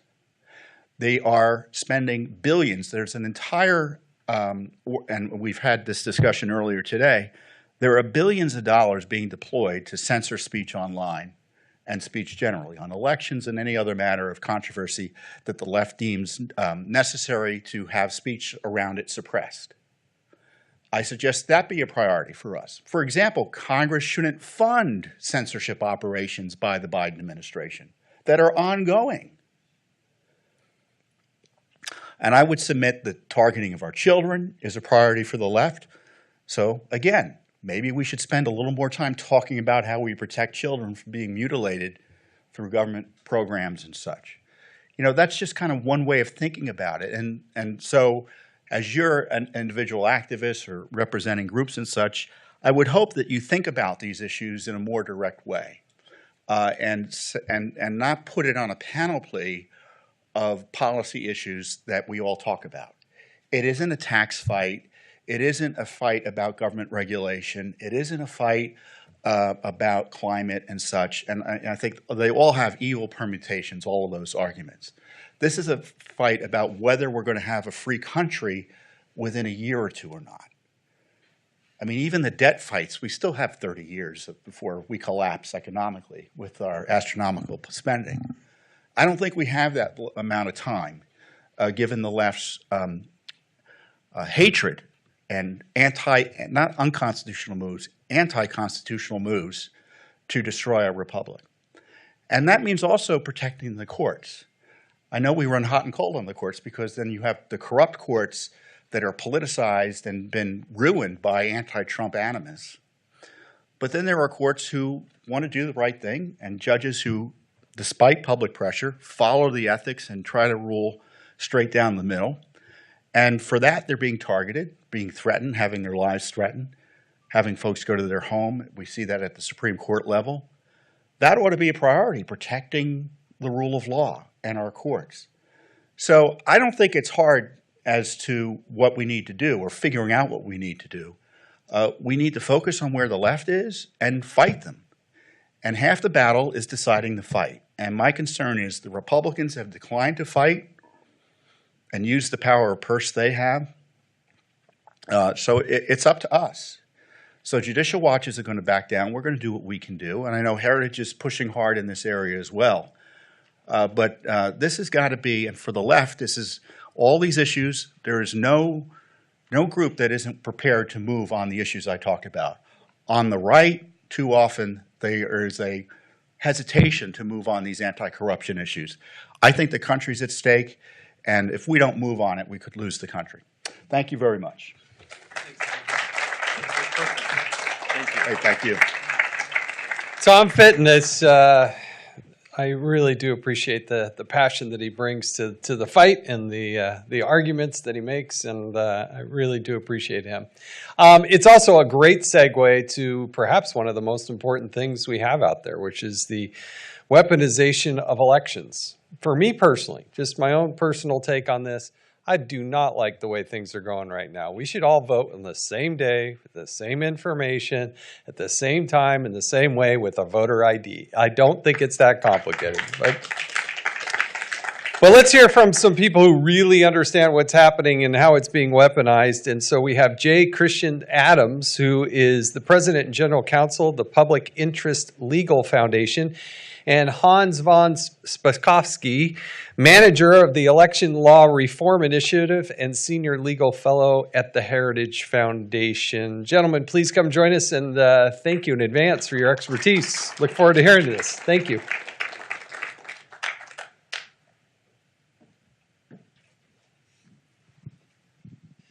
Well, welcome everyone to Heritage and everybody watching us online. You know, this is a topic that is of vital interest to Americans all over the country, particularly in election year. It's of great personal interest to me. Many of you know I'm first-generation American. Both my parents experienced dictatorships, and boy, the most important right we have is the ability to go into a voting booth, to vote and to have the votes counted in a fair and honest election. And that's the kind of system that we really want. Now, there's really two aspects to this. One is the role of the government, and in particular the Justice Department, where Christian and I both worked, and private advocacy organizations that are also in this area. And the one thing I should note for everyone is the 2000 election, with the presidential election being decided by, what, 500-something votes down in Florida? 534, right. I think.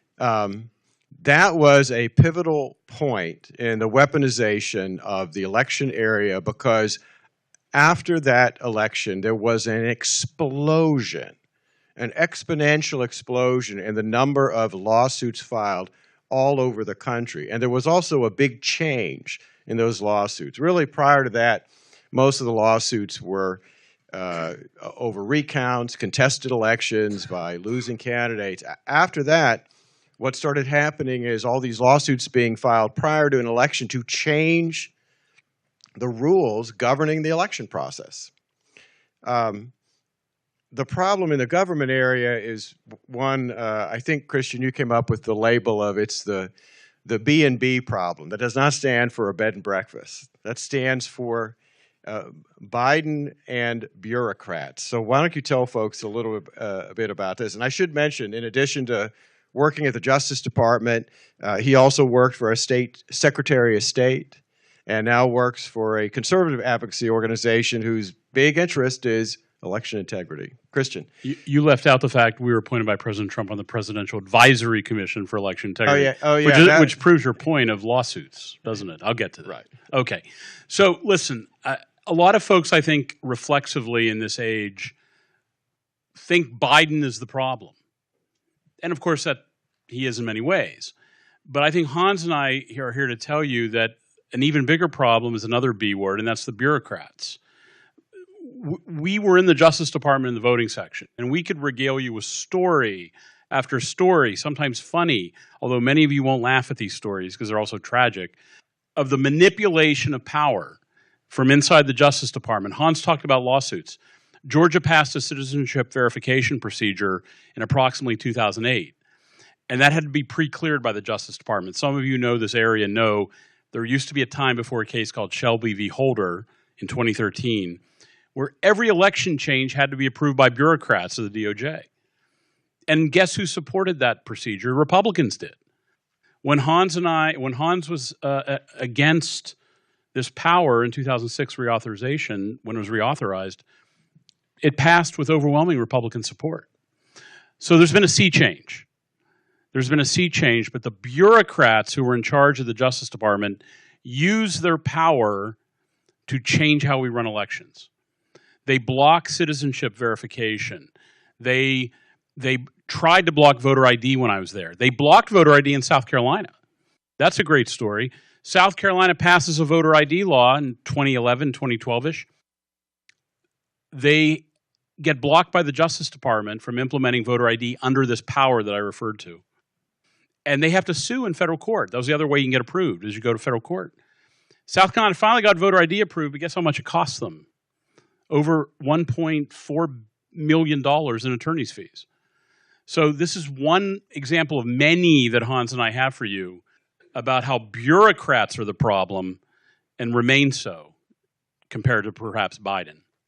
And look, this isn't just our opinion. There's actually a little-known 2013 Inspector General report looking at the voting section. One of the criticisms of that division was that when it came to hiring people, they only tended to hire from 5 organizations, like the Lawyers Committee for Civil Rights, all these far-left advocacy organizations that are basically political allies of one side of the political aisle. So if you think that political hiring is not going on in the career ranks, look, I've been a lawyer now for a number of decades, and the most partisan lawyers I have ever encountered in my entire career, and I worked for the Heritage Foundation, I've worked in the federal government, I've been in private practice, I was a corporate lawyer. The most partisan lawyers I've ever met worked inside the Civil Rights Division of the U.S. Justice Department. And there are numerous examples of this in various reports, Inspector General reports, or you want to talk very quickly about the taint team and that New Orleans case? Because this is an example of what they are willing to do. Yeah, and I'll see your partisan, I'll raise you ideological. These are more than just Democrat, Republican. These are hardcore Marxists. I am not kidding. They are hardcore schooled Marxists in many cases at the Justice Department voting section and throughout the Civil Rights Division. And I'll give you an example. And this is the New Orleans police Danziger Bridge case. Some of you might remember the Danziger Bridge case. Lest you think that this is some sort of right-wing fable, there is a 180-page opinion by Judge Keith Engelhardt, who's now on the Fifth Circuit Court of Appeals, who wrote up everything I'm about to tell you. So the New Orleans police were being prosecuted by the Justice Department Civil Rights Division. And if you know anything about police prosecutions, there's something called a taint team. When a cop gets accused of something, he has to testify to internal affairs. He has no choice. You can't assert a Fifth Amendment right. But what you do is you encapsulate that testimony in concrete, and the taint team is responsible for keeping that testimony inside the concrete. Get it? Okay? Well, the police were on trial in New Orleans for civil rights violations, and the members of the taint team were blogging at the Times-Picayune website comment section about the police trial, the trial of the police. What was that lawyer's name? Karen. They were doing it anonymously. The members of the taint team. When Judge Engelhardt heard about, finally this came out, the defense lawyer started figuring out, somebody seems to know a lot about this case, and they're blogging at the Times-Picayune. They found it was DOJ lawyers doing it, right? Now, Karen, I wish I could remember her name. Okay. Nobody was fired for this, which raises one of the key points I want you all to walk away with. There's no accountability. Everybody says we need to hold someone accountable. Doesn't happen. Daryl Foster was across the hallway from me at the DOJ. You can read this in the Washington Times. Google Daryl Foster computer's mistress. Okay, front page Washington Times. Was stealing laptops and using government money to visit his mistress, according to the Washington Times. And he was given a retirement buyout.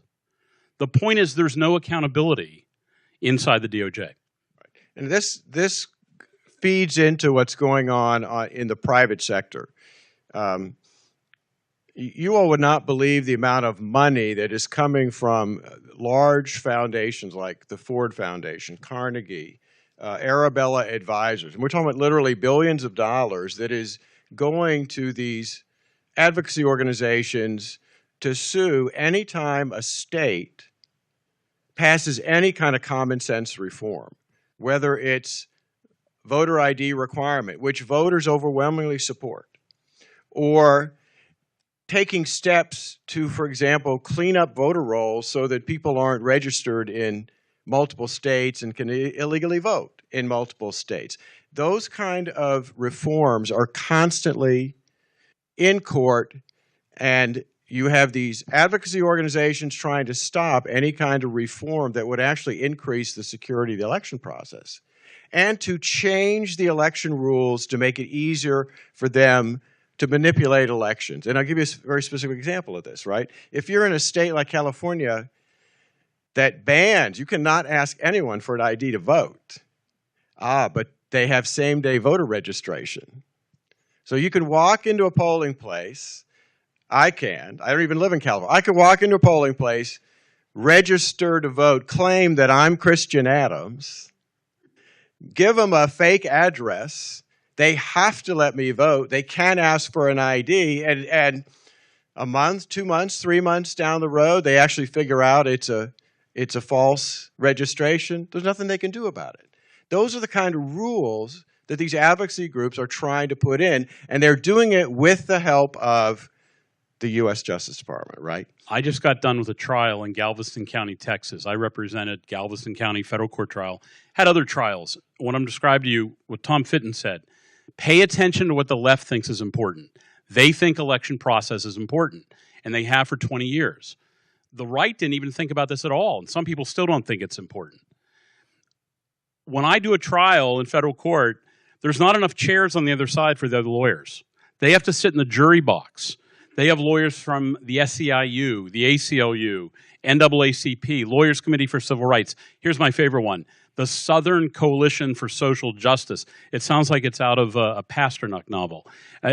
All of these people are so voluminous with cash, and that's what we're up against. There's literally not enough chairs in the courtroom for their lawyers. Sometimes they have 23 lawyers. The Justice Department sent 5 lawyers, I think, a consultant, a supervisor, and an expert witness consultant, all for a trial in Galveston County. And it's not just Galveston County, believe me, it's every case they do. And part of the problem here, isn't it, Christian, talk about this a little bit, that when all these advocacy groups of the left descend, for example, on a county, along with the Justice Department, I mean, they have so many resources to bring that even if they are completely and totally in the wrong, local officials almost always give in because they just don't have the means to fight, right? Yeah, it was a lot of fun to work at the Justice Department in the sense of we had unlimited resources. When I had a case, I didn't have any concern about running out of money. It was you guys were paying the bill, right? And for example, the Justice Department used to do election coverage. Some of you will know what that means. You send people to watch the election.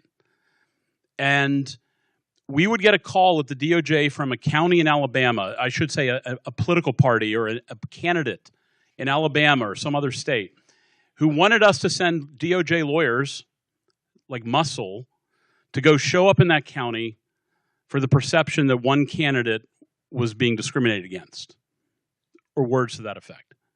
We would send 30 or 40 staffers through OPM, which was this other federal agency, to go show up for a sheriff's race in rural Alabama.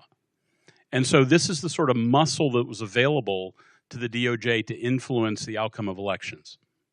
Right. And look, we're not talking about, we don't want to see any kind of racial discrimination in voting, but that is not what the Justice Department is doing in these days. The number of times that there's actually racial discrimination going on in voting is now, it's a handful. It's a rarity that happens. The Voting Rights Act is probably one of the most successful laws ever passed by Congress. It's been extremely effective.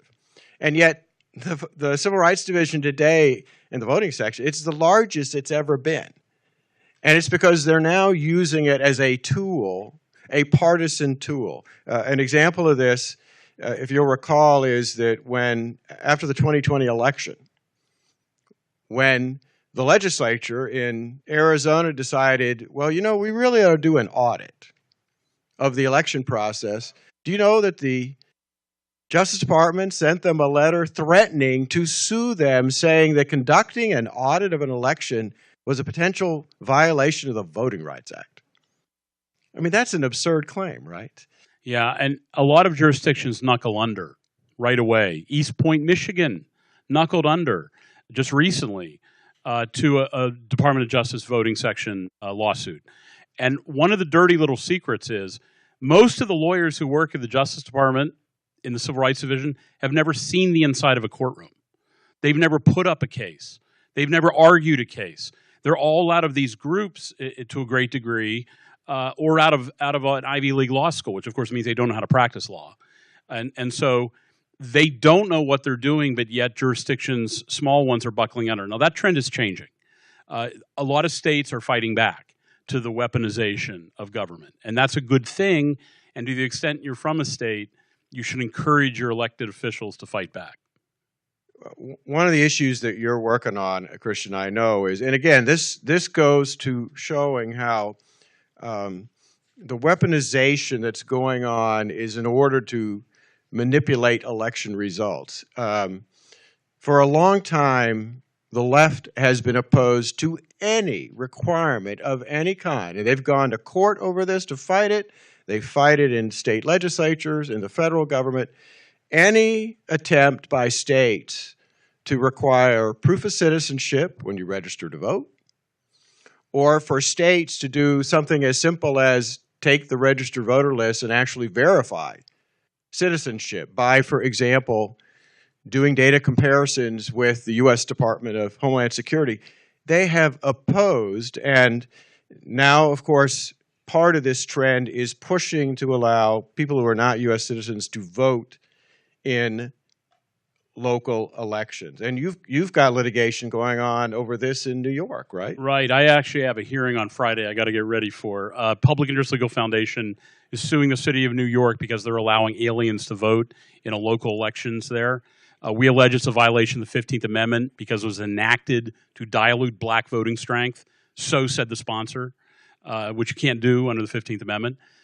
So the Department of Justice has interfered with efforts to enact citizenship verification laws, such as in Georgia. The left-wing groups have sued Georgia in the past, and actually there's a case right now. Every time Georgia tries to prove that someone's a citizen, they get sued by the left, and there's a big case that's pending right now against the state of Georgia for enacting citizenship verification procedures. These lawsuits, different ones, go back to 2008, these Georgia citizenship verification lawsuits. So, look, there are so many lawyers and so much money. Hans, do you remember you looked up the ACLU endowment once? Do you remember that? Because they say, oh, we're just a poor little C3 charity. Well, poor ACLU. And I think you looked up the endowment size. Yeah, I don't remember, but it was like $500 million. Yeah, it was very, very large. And that's part of the reason that they are able to bring so many big guns into the election litigation area and to, one, stop any kind of common sense reforms, including, I mean, just for example, look, just a couple of years ago, they went all the way to the U.S. Supreme Court to prevent Ohio from taking people who have moved out of state off their voter rolls. Yeah, and listen, there's another problem. I encounter a lot of people say, well, this will just be better as soon as we get X elected, right? We'll solve this when we take control. Well, wait, now hold on there. I have a pleading here. I just want to show you guys. This is during the Trump administration, okay? This is a case out of the Civil Rights Division. It involved an Ohio abortion law. It's not elections, but it's the same unit. And this is the front page of a Sixth Circuit pleading that was filed by the Justice Department during the Trump administration. Eric Dreiband was the Assistant Attorney General for Civil Rights, extremely good guy, great appointee, did as much as he could do there. Do you know what's missing from this pleading? A Justice Department lawyer who was willing to sign it. It's all political appointees on this pleading. There was a mutiny inside the Civil Rights Division on this case and many others where you can't get the career staff to participate in the government's business. There is no career lawyer who would sign the pleading. And I'm only using this one example among many to illustrate that there's no easy fix. You can't just say, oh, let's bring in good lawyers, because the Department of Justice has set up hiring committees that are populated by bad lawyers. They're on the hiring committees. You can't get good lawyers through the system because they've all left. I used to be one of them. Hans used to be one of them. There's none of us left there. It's all radicals who refuse to sign pleadings. So Eric Dreiband had to argue this case himself at the podium because nobody else would do it. So Christian, what are potential solutions to this? I mean, one of the things that I would strongly recommend to Congress is a very big slash in the budget of not just the Civil Rights Division, but many other divisions within the Justice Department. They need a huge reduction in force because if, for example, you do that, well, then maybe the lawyers will actually concentrate on enforcing the laws they're supposed to be enforcing instead of doing all of these other things that are kind of outside of that. I mean, what do you think about that? Any other potential solutions? So this is the last chapter of my book, which, by the way, I'm not hawking because it came out 12 years ago. It was a New York Times bestseller. But so, look, the first thing you mentioned it, number one, power of the purse. It's in the Constitution, guys. How about using it? It's been there since 87? Okay, that's the number one. Number two, and it deals with weaponization of government, and that is getting rid of the civil service rules. Because the civil service now is the number one reason the weaponization is occurring. It is a relic from the early 1800s. It had a purpose at the time of having a neutral civil service. In the so-called Wilsonian era, took that to its dangerous next phase, right? Where all the enlightened were busy recommending population control. It's not a joke. What we need to do is look closely at the civil service, and I know that's high heresy in this town, but until you allow incoming presidents to hire and fire the civil service, this is going to continue. And it's going to take upending 150 years of tradition before we can get our handles on this. Yeah, that's a really important point. And for folks who think that can't be done, you might want to look back actually to the state of Georgia, where I at one time practiced law. And they now, more than 20 years ago, had a governor who came in and said, you know, people who work for the state government ought to work under the same rules as everybody in the private sector. And he actually convinced the legislature to change the rules. And all these critics said, oh my gosh, that means anytime a new governor comes in, why, they're going to fire everybody and just put in political appointees. Good. Yeah, but that's not possible. Look, in the federal government, we have, what, 2.5 million federal employees, right? A president coming in gets, what, 3,000 or 4,000 political appointees. Presidents of both parties have enough trouble just finding enough people to fill those slots. So this idea that there'll be this massive layoff without the federal government is wrong. But we can tell you as former federal employees that trying to fire an employee, even the most incompetent, even people who absolutely refuse to carry out the priorities of the president, who violate the confidentiality rules. We didn't even get to that, did we? Of leaking privileged materials, attorney-client communications to their favorite reporters, the Washington Post. You can't get rid of people. And the only way you can change that is changing the career. What Hans is referring to, the Georgia voter ID J memo, or the pre-clearance memo, when we were debating pre-clearing Georgia voter ID in 2005 or 6, the whole internal memo got leaked to the Washington Post. Like all the internal documents, so-called deliberative process, all got published at the Washington Post. Because people in my office, and we eventually figured out who did it, remember, and nothing happened to those people. Right. The other thing that I would suggest, and I wonder what you think about this, is, look, we've seen example after example after example, and we've seen it at the Justice Department. We've seen it at the FBI. You see it at many other federal agencies. You know, the Inspector General will issue a report showing all these individuals engaging in wrongdoing and recommending everything from termination to prosecution. But guess what? The Inspector Generals have no power to actually prosecute anyone. They have no power to engage in discipline. And we can tell you that the Office of Professional Responsibility, for example, at the Justice Department, which is supposed to discipline lawyers who have acted unethically, they have a tendency not to do anything. So I'm wondering, do you think one of the changes that ought to be made is to give the Inspector General the power to discipline individuals within their respective agency who they find have engaged in wrongdoing? So the Inspector General DOJ recommended in 12 that the DOJ stop hiring from all these leftist groups because there was misconduct. And of course, that didn't happen. There was no power to do anything, like you're talking about. In that report, they even hid the identity of the wrongdoers by giving them fake names like Elmer Fudd. Or, you know, remember, they don't even tell you who it is. They just hide the identity of the wrongdoer. So the Inspector General, I mean, look, the downside is, Hans, sometimes these are relatively ideological inspectors general. Right. They were confirmed by the Senate, so that tempers that. But something's got to give, because there's so much wrongdoing in the weaponized government that is documented by inspectors general that nothing's happening about. Are there any other issues in this area you think, Christian, that we haven't covered? I mean, one of the things that keeps coming up is the huge amount of money that is flowing into from Arabella Advisors. If you all have not heard of that, you should look them up.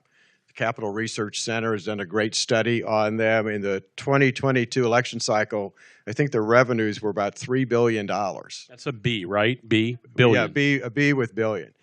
And what they do is they set up what I call astroturf organizations. Y'all know what a grassroots organization is, right?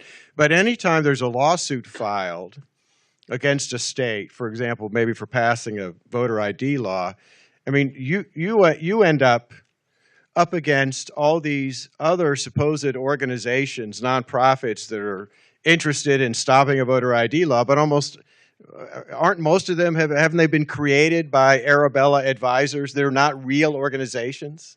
Frequently, and you heard Hans said $1 billion. Ask yourself, why has the left, and only one small component of the left, devoted $3 billion to this space? And that doesn't count the ACLU endowment. That doesn't count the SEIU. That doesn't count all the other 9-figure sources of money on the left. Why has the left devoted this much money to election process? Is it because it doesn't matter? Is it because they just feel good about suing over state laws? No, because it makes a difference. And Arabella has, and all these groups have so much money. I'll give you one example. They've created a group called Designs for Democracy. Designs for Democracy. And what they do is they parachute employees into state election offices. Hi, here's your free employee. The people of Michigan don't have to pay for this employee. And these people redesign everything. Forms, posters. Remember the Hope poster of 2008? They didn't design that, but it shows you the power of aesthetics. You know, it's quite clear that how you draw something matters to people, different ways. And that Hope poster appealed to somebody, just like a Leni Riefenstahl movie would appeal to somebody else. So aesthetics matter. And the point is that Designs for Democracy is this Soros-funded group that parachutes into state offices to redesign everything, to make the forms fun and fuzzy. Instead of saying, what is your legal address? Where do you put your head at night? So it's like wee little things that we think, oh, this is just nonsense on the margins. But they know nonsense on the margins change countries. And that's what's going on in this space. A final thing, because we're almost out of time, but just talk just a little bit about the presidential commission that Donald Trump created to examine, research the vulnerabilities in our election process and the reaction of the left to simply researching and examining the problem. You all remember, a presidential advisory commission has no executive power whatsoever. All it can do is research a problem, make recommendations for changes. But talk about what the reaction was when this commission got put together. So Hans and I were appointed by President Trump, along with some others, to this Presidential Advisory Commission. I still have hanging in my office the full-page New York Times ad by the People for the American Way attacking you and I, because I'm thinking, I made them spend $250,000 in a Sunday A section in the Times. The point is that we were simply going to look at some issues, and they filed so many lawsuits to stop us. I think there were 13. 13 lawsuits against this stupid commission. We actually had a DOJ handler, a lawyer. Do you remember in New Hampshire? This lawyer would follow us around everywhere. Remember this? And because they were being sued, so the lawyers would follow us to see what we were saying to each other. And so it became a farce. And eventually they pulled the plug on it because they didn't want to fight. So we never did anything. I later got appointed to the U.S. Commission on Civil Rights, which I still am. I'll be the last Trump appointee in the federal government. We're a 4-4 commission. So here's a quiz for everybody if you've been listening carefully. We're a 4-4 commission, 4 Republicans, 4 Democrats. So who has the power on the commission? Who has the right answer? One word. Starts with S, ends with TAF. Staff. If you've been paying attention today, you know that the staff rush into the vacuum. And that's how Washington's run. All right. I think are we almost out? I think we're almost out of time, right, for our session? Yeah. All right. Well, I thank you all for coming. I do want to end on a positive note. And the positive note is, if you check the Heritage database, you'll find our election integrity scorecard. We analyze every single state, how good they are, how bad they are, depending on how they protect the integrity of the election process. And I will tell you, things have improved since 2020. Can I plug our database? Yeah. Okay. Many states actually have passed significant reforms. In fact, they were so upsetting, as you recall, for example, in Georgia, that Joe Biden went down there to call requiring somebody to show an ID, Jim Crow 2.0. So check out the scorecard. You'll see things have improved. Yeah, there's still some states with problems, and Dave, you just created a database too. So Hans just gave you a dog whistle. Joe Biden went down to Georgia. I'm thinking like a Charlie Daniels song. Okay, so we have a tie vote database. So anybody who tells you that what we talked about doesn't matter, because those people are out there, I've run into them. We have a tie vote database with like 700 tie elections in the last 10 years. Elections that ended in a flat tie.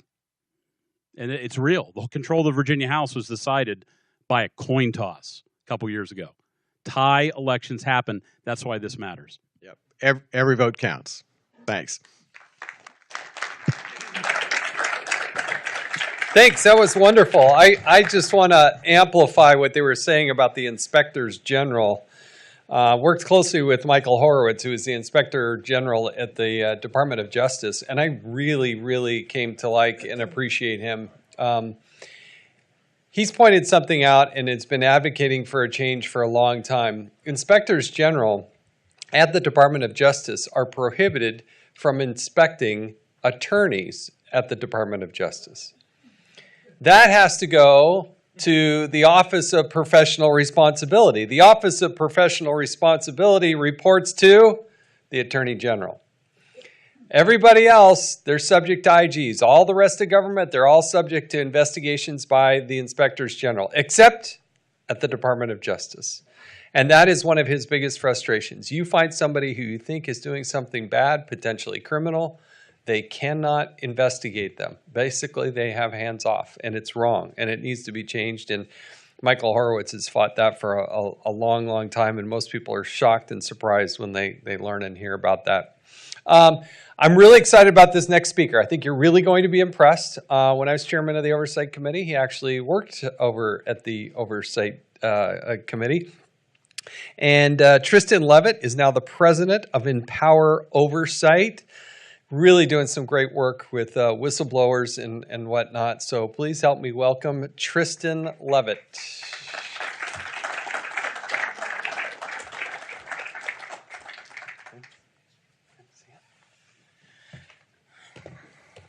In the fall of 1975, the Church Committee shocked the American public with public hearings that exposed widespread abuses by the CIA, the NSA, the FBI, and the IRS. The committee's biggest legislative legacy was the Foreign Intelligence Surveillance Act of 1978, the renewal of part of which has been discussed today, as it's coming up in Congress. But the FISA Act only referenced a portion of the many abuses that the Church Committee identified. So, for example, one section of the committee's 1976 report could easily have been written in 2013. It said, the IRS began comprehensive investigation of right-wing groups. This effort was directed at identifying contributions and ascertaining whether the organizations were entitled to their tax-exempt status. The fact that history has repeated itself on this issue should remind all of us that no law or policy, however perfectly drafted, is alone sufficient to stop government abuses. If the government shortcuts a process or takes advantage of legal ambiguities or just flat out disregards a law, how would the public ever know about it?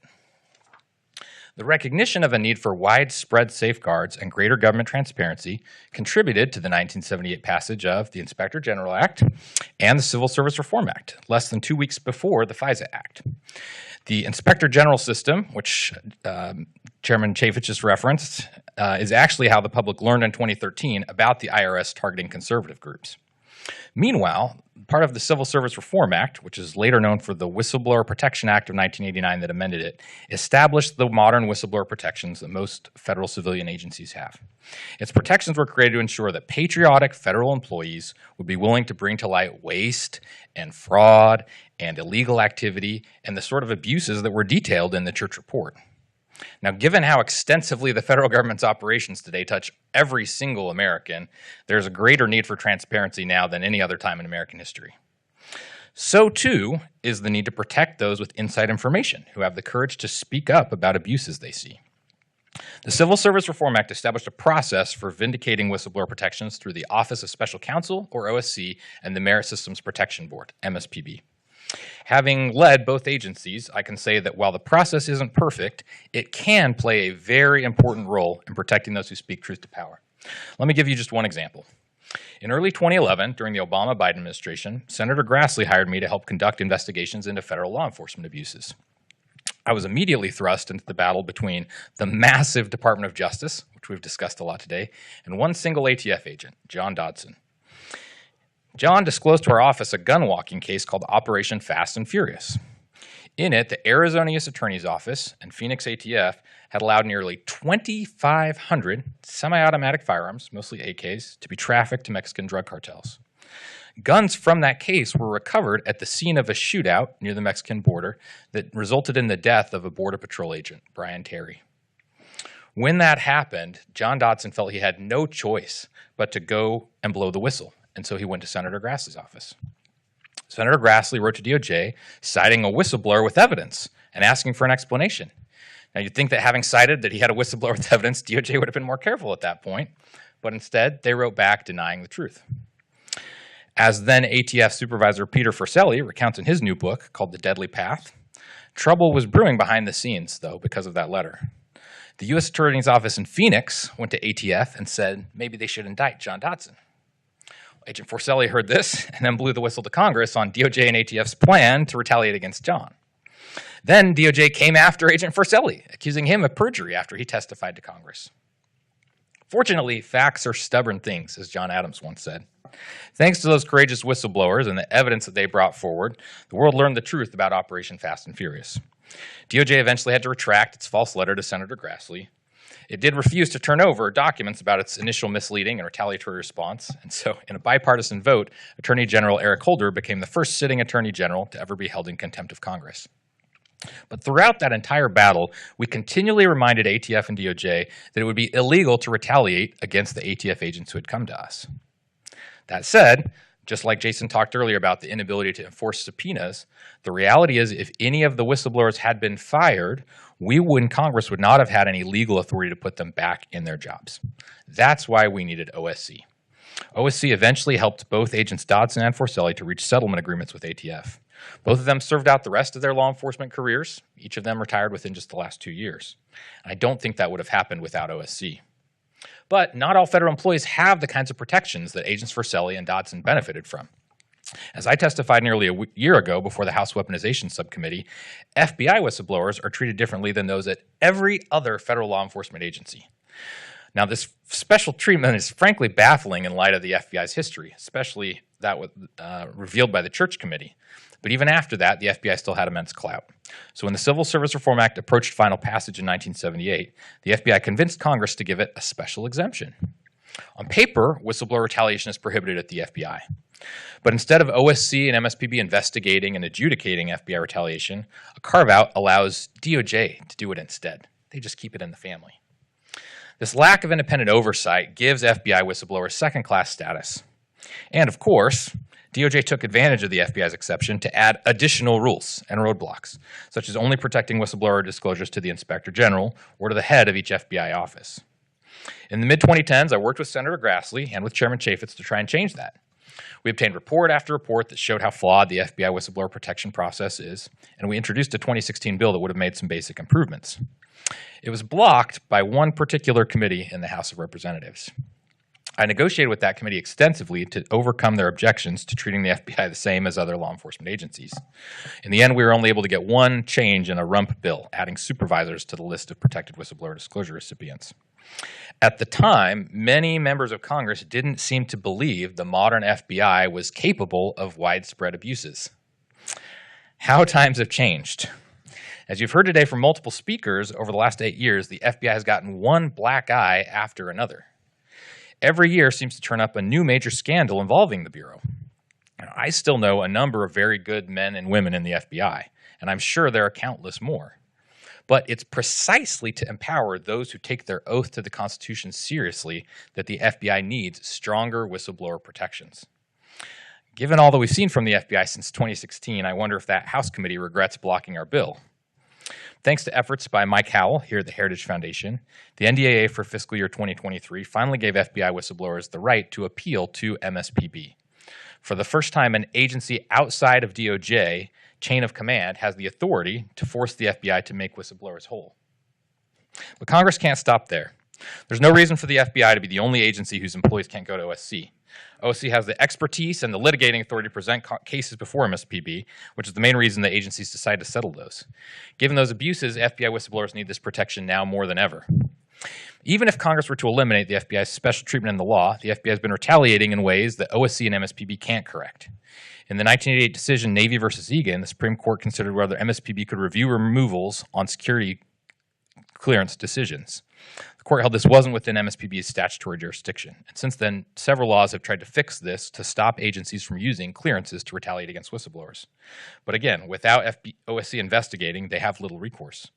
It's become clear in recent years how ripe this is for abuse. When you heard from Special Agent Steve Friend and Garrett O'Boyle, both of whom Empower Oversight tried to help, they had their security clearances suspended for doing the right thing. Another client of ours, staff operations specialist Marcus Allen, emailed his chain of command to make clear that even though FBI Director Chris Wray had testified to Congress and given the impression that there were no FBI informants at the Capitol on January 6th, the New York Times had reported that there were indeed many informants of the FBI present on January 6th. For making that disclosure, the FBI suspended Mr. Allen's security clearance, and 2 years later, we are still fighting to try and get it back. There is a bill currently pending in the House, H.R. 7750, which would allow FBI employees to have those clearances looked at by the DOJ Inspector General. But this, again, is just one small step forward. Ultimately, Congress needs to overturn Navy versus Egan. Let me come to the topic that people are most interested in right now. Just like we saw in Fast and Furious, the final sign of desperation is to accuse whistleblowers of breaking the law. Last April, we at Empower Oversight assisted IRS Supervisor Gary Shapley in disclosing to Congress how the Hunter Biden investigation had been politicized within DOJ. Agent Shapley and Case Agent Joseph Ziegler disclosed that the IRS and the Delaware U.S. Attorney's Office had approved felony tax charges against Hunter Biden because of the income that he made from Burisma in Ukraine, but then tried to hide. And yet, nevertheless, U.S. Attorney for Delaware, David Weiss, allowed the statute of limitations on that to expire. But almost immediately after we went to Congress, Hunter Biden's attorneys started lobbying DOJ behind the scenes to prosecute Special Agents Shapley and Ziegler. They falsely claimed that they violated grand jury secrecy, again, that playbook from Fast and Furious, and the taxpayer privacy laws. Hunter Biden also filed a lawsuit against the IRS, identifying myself and my co-counsel and saying that these agents had violated the taxpayer laws. Now, normally that would be defended against by the government because it's a lawsuit against the IRS. But the attorneys that were assigned by DOJ to defend against that case come from one of the very offices that the IRS whistleblowers identified, the DOJ Tax Division, as spiking the Hunter Biden case. That's a clear conflict of interest. Those attorneys haven't made clear to the court that the law protects the right of whistleblowers to share this tax information with the proper entities in Congress. On another legal front, Special Counsel Weiss recently disclosed in California federal court the existence of a potential investigation into Agents Shapley and Ziegler. If such an investigation exists, it can only be viewed as retaliation. But either way, David Weiss shouldn't even be aware of such an investigation, much less telling the public about it. The IRS whistleblowers' disclosures to Congress were all about the mismanagement of Weiss's own office. He's also the subject of a retaliation complaint we helped to file with OSC. Ironically, even as Weiss is bringing criminal charges against Hunter Biden, his interests align with Biden on one thing: attacking the IRS whistleblowers. Last Thursday, we sent a 20-page letter to Merrick Garland asking him to fix this. But this retaliation can't be allowed to stand against these brave IRS whistleblowers, or why would anyone else come forward in the future? Now, it's important to recognize that that same question applies to all cases of whistleblower retaliation. As conservatives, we believe in equal treatment under the law. Intellectual honesty requires that we prohibit retaliation evenly, regardless of whether you care for a particular whistleblower's point of view or specific disclosures, however big or small. But I wholeheartedly agree with what Chairman Chaffetz, Chairman Mark Meadows, and Senator Grassley wrote to the White House at the beginning of the Trump administration. Whistleblowers can be one of the most powerful allies to drain the swamp in Washington, D.C. By speaking truth to power, these patriots risk their jobs, their reputations, and even their health and well-being. So it's critical that we protect them. To do otherwise would dishonor everything that we stand for as a nation. Thank you.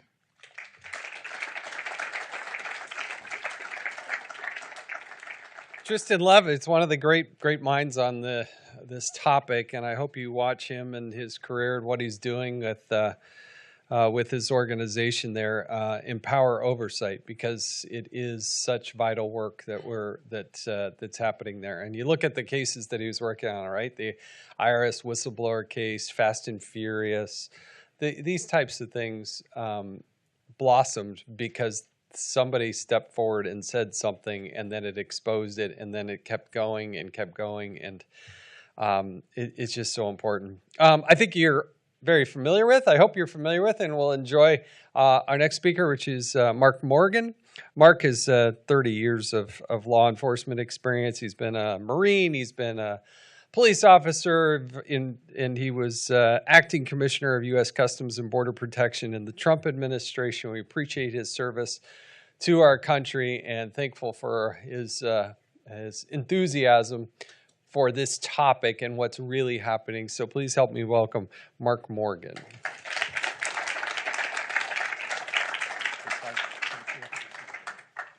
So the past 38 months, I've probably been asked 1,000 times, 10,000 times, why would any administration intentionally enact border security policies that hands our borders over to the cartels? Why would any administration take the most secure border in our lifetime and intentionally unsecure it? Why would any administration cast aside the Constitution and no longer secure, defend, and protect our borders? Why would they intentionally violate the law? Why would they intentionally lie to the American people to jeopardize every aspect of our nation's safety and national security to an extent that no intellectually honest person can deny the unimaginable chaos and lawlessness our borders? Well, now I have a video that I direct people to. Can we show the video, please? The Democrat open borders plan to entrench single-party rule, explained in under 2 minutes. 1. Flood the country with untold millions of illegals by land, sea, and air from all over the world, enough to eclipse the populations of 36 individual U.S. states so far. 2. Prioritize the needs of these millions of non-citizens over the needs of the American citizen, with free flights, buses, hotels, meals, and phones, ensuring their loyalty to the political party that imported them. 3. Keep them in the country at all costs, even when they commit violent crime like murder and rape. Attack the language used to describe the criminals, as opposed to the criminals themselves. Slander critics as racist. 4. Ensure their privileges are made irrevocable with city and state sanctuary laws that act as population magnets. Codify permanent status and ensure non-cooperation with ICE. 5. Count the non-citizens in the census that will determine congressional apportionment in the House of Representatives. As of now, that would equal 13 extra congressional districts. A tremendous amount of electoral power. 6. Wage a massive, heavily funded lawfare campaign to change state voting laws that legalize mass mail-in ballots, no signature verification, and no proof of citizenship requirements, making it nearly impossible to prove voter fraud. 7. Lock in the permanent voting majority with campaign promises of lavish benefits and permanent privileges, enshrining generational fealty to the Democrat Party. 8. Win elections. 9. Entrenched single-party rule has been achieved. The best part? Your tax dollars are paying for it. Yeah, pretty powerful, right? Look, there is, I mean, we know what's going on when you look at that video. 2 minutes. That's it. There is no doubt that this administration absolutely is weaponizing our borders for their political benefit. And here's what I say, though. And sometimes a lot of people don't want to hear this, but they're winning. They are winning. Now, I understand the polls are starting to show we're getting some growth, but I promise you, we are not where we need to be. And here's why I firmly believe this. Can we show the slide up, please? Look at that data. So because of their weaponization of the borders, here's what we had in the past 38 months. 9.1 million total nationwide encounters. That is obviously the right side of the chart under the Biden administration. We've had 2 million known gotaways. At this pace, the first 48 months of the Biden administration, we will have over 13 plus million total nationwide encounters. To put that in perspective, that's equivalent to the 5th most populated state in the United States, just under New York.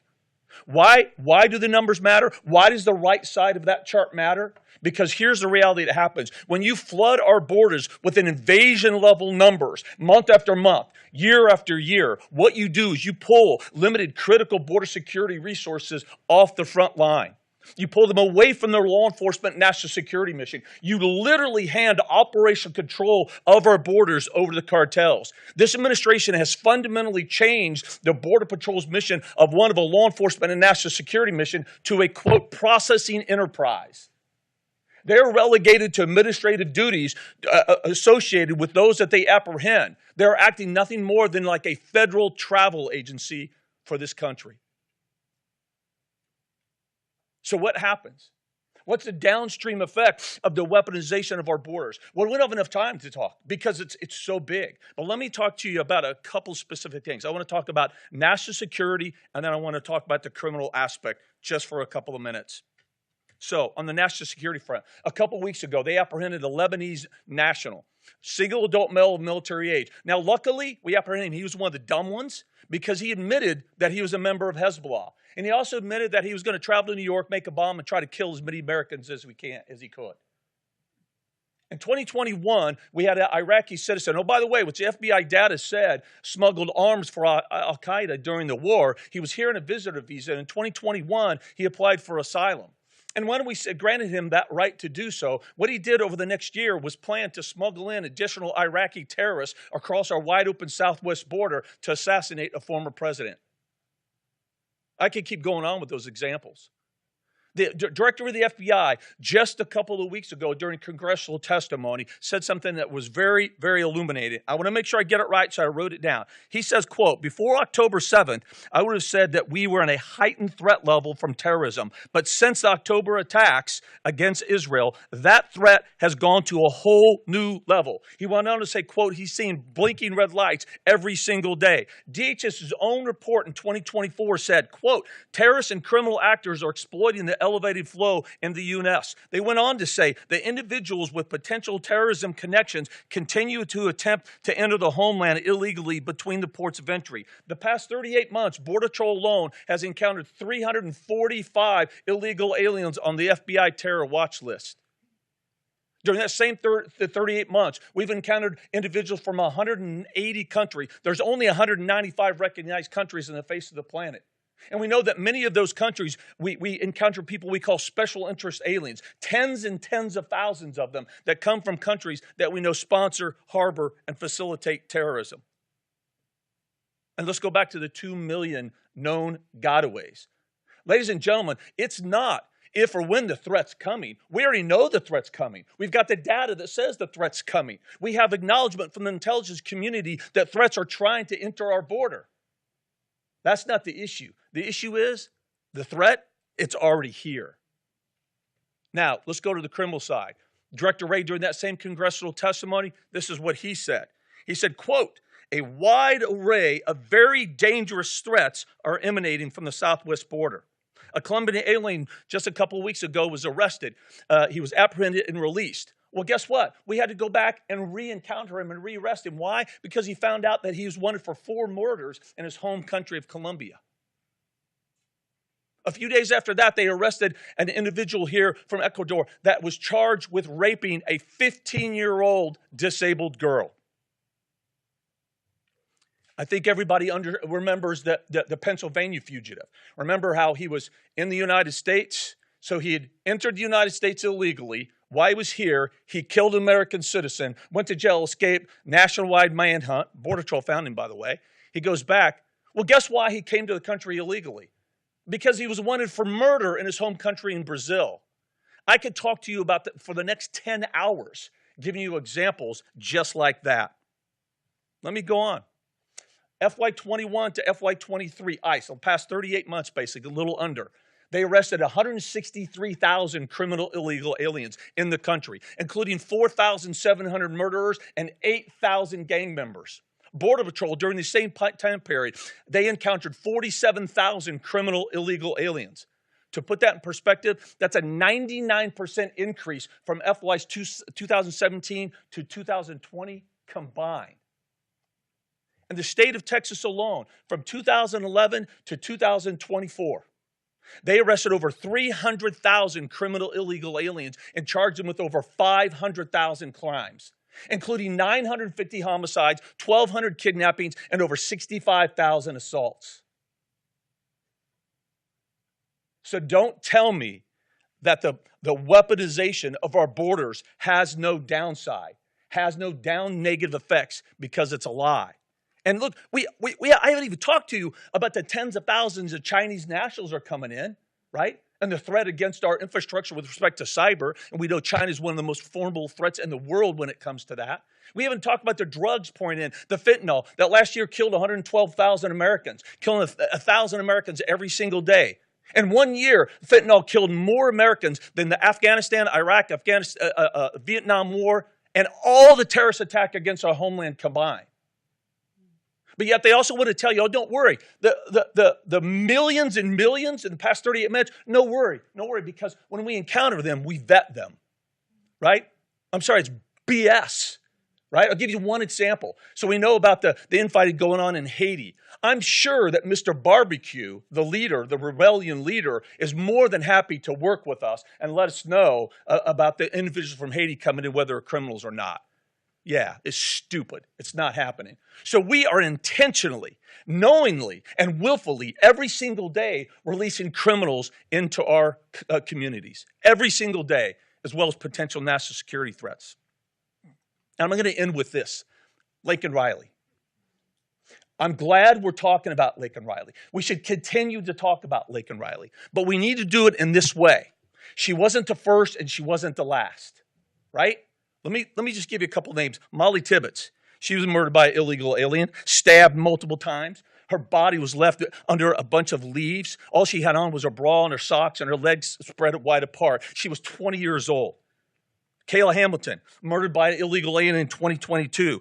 She was brutally raped and savagely stabbed. And during the attack, she made a phone call, 2.5 minutes. We actually could hear the last minute of this young lady's life. She was also 20 years old. Elizabeth Medina, she was killed by an illegal alien in 2023, repeatedly hit and stabbed multiple times. Her killer was actually on parole for burglary. She was 16. And then we have Laken Riley. We know that story. But I said, when I went on TV, I said, look, I'm glad we're talking about it, but she's not going to be the last. And a few days later, who do we have? Gabby Garcia. An illegal alien in a drunken rage did a carjacking and killed her. The stories are on. And I'm going to end with this. I have been in front of congressional members again and again. I was just in front of a large group a couple weeks ago. I promise you, I begged them. I pleaded with them to hold the line. H.R. 2 was one of those examples where I begged them to hold the line. The strongest piece of border security legislation that's ever been passed. It actually provides a meaningful policy pathway forward to end this madness and end this crisis. And I thought Speaker Johnson for a minute was going to do that. And these are my beliefs, not Heritage, so don't blame Heritage. But Speaker Johnson, he rolled, he caved. He passed a $1.2 trillion omnibus that the border security package in there is worse than the Langford bill, which sucked. And we caved. I don't understand this. I don't understand. We need to collectively get together as a conservative group and drive them to show and demand that they go forward with the political courage, strength, and will to do the right thing to secure the borders. When is enough is enough? How many more Laken Rileys do we have to have before we say this has to end? And I think that answer is it needs to end today. We can't wait. We can't wait another 7-8 months.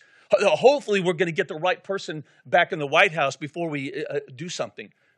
Because every single day, again, criminals are coming in, murderers, rapists, pedophiles, aggravated felons, gang members. They're coming across the border every single day to every town, city, and state in this country. Potential national security threats are flowing into our country every single day. Just look at the rhetoric we have. Just last week, there was individuals in Michigan saying death to America. Folks, we got to wake up. We got to wake up. And so I'll shut up. I'm going to say this to you, is that, so this is great. I really am glad you're here, and I'm glad that you're listening to all of this. But my question is to you, what are you going to do tomorrow? What are you going to do tomorrow to get involved, take some action, call somebody, call one of your congressmen, call a senator, tell them you've had enough? Because border security is national security. Thank you.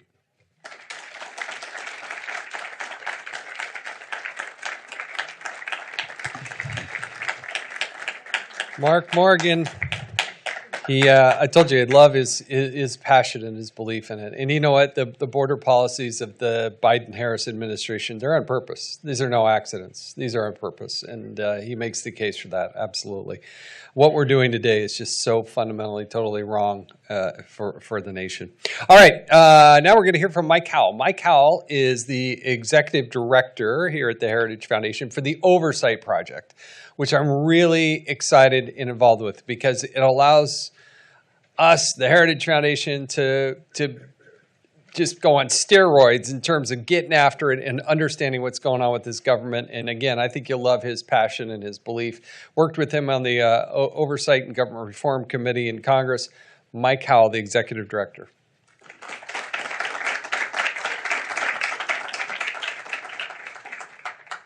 Thank you, Mr. Chairman, and thank you for being the masters of ceremony today.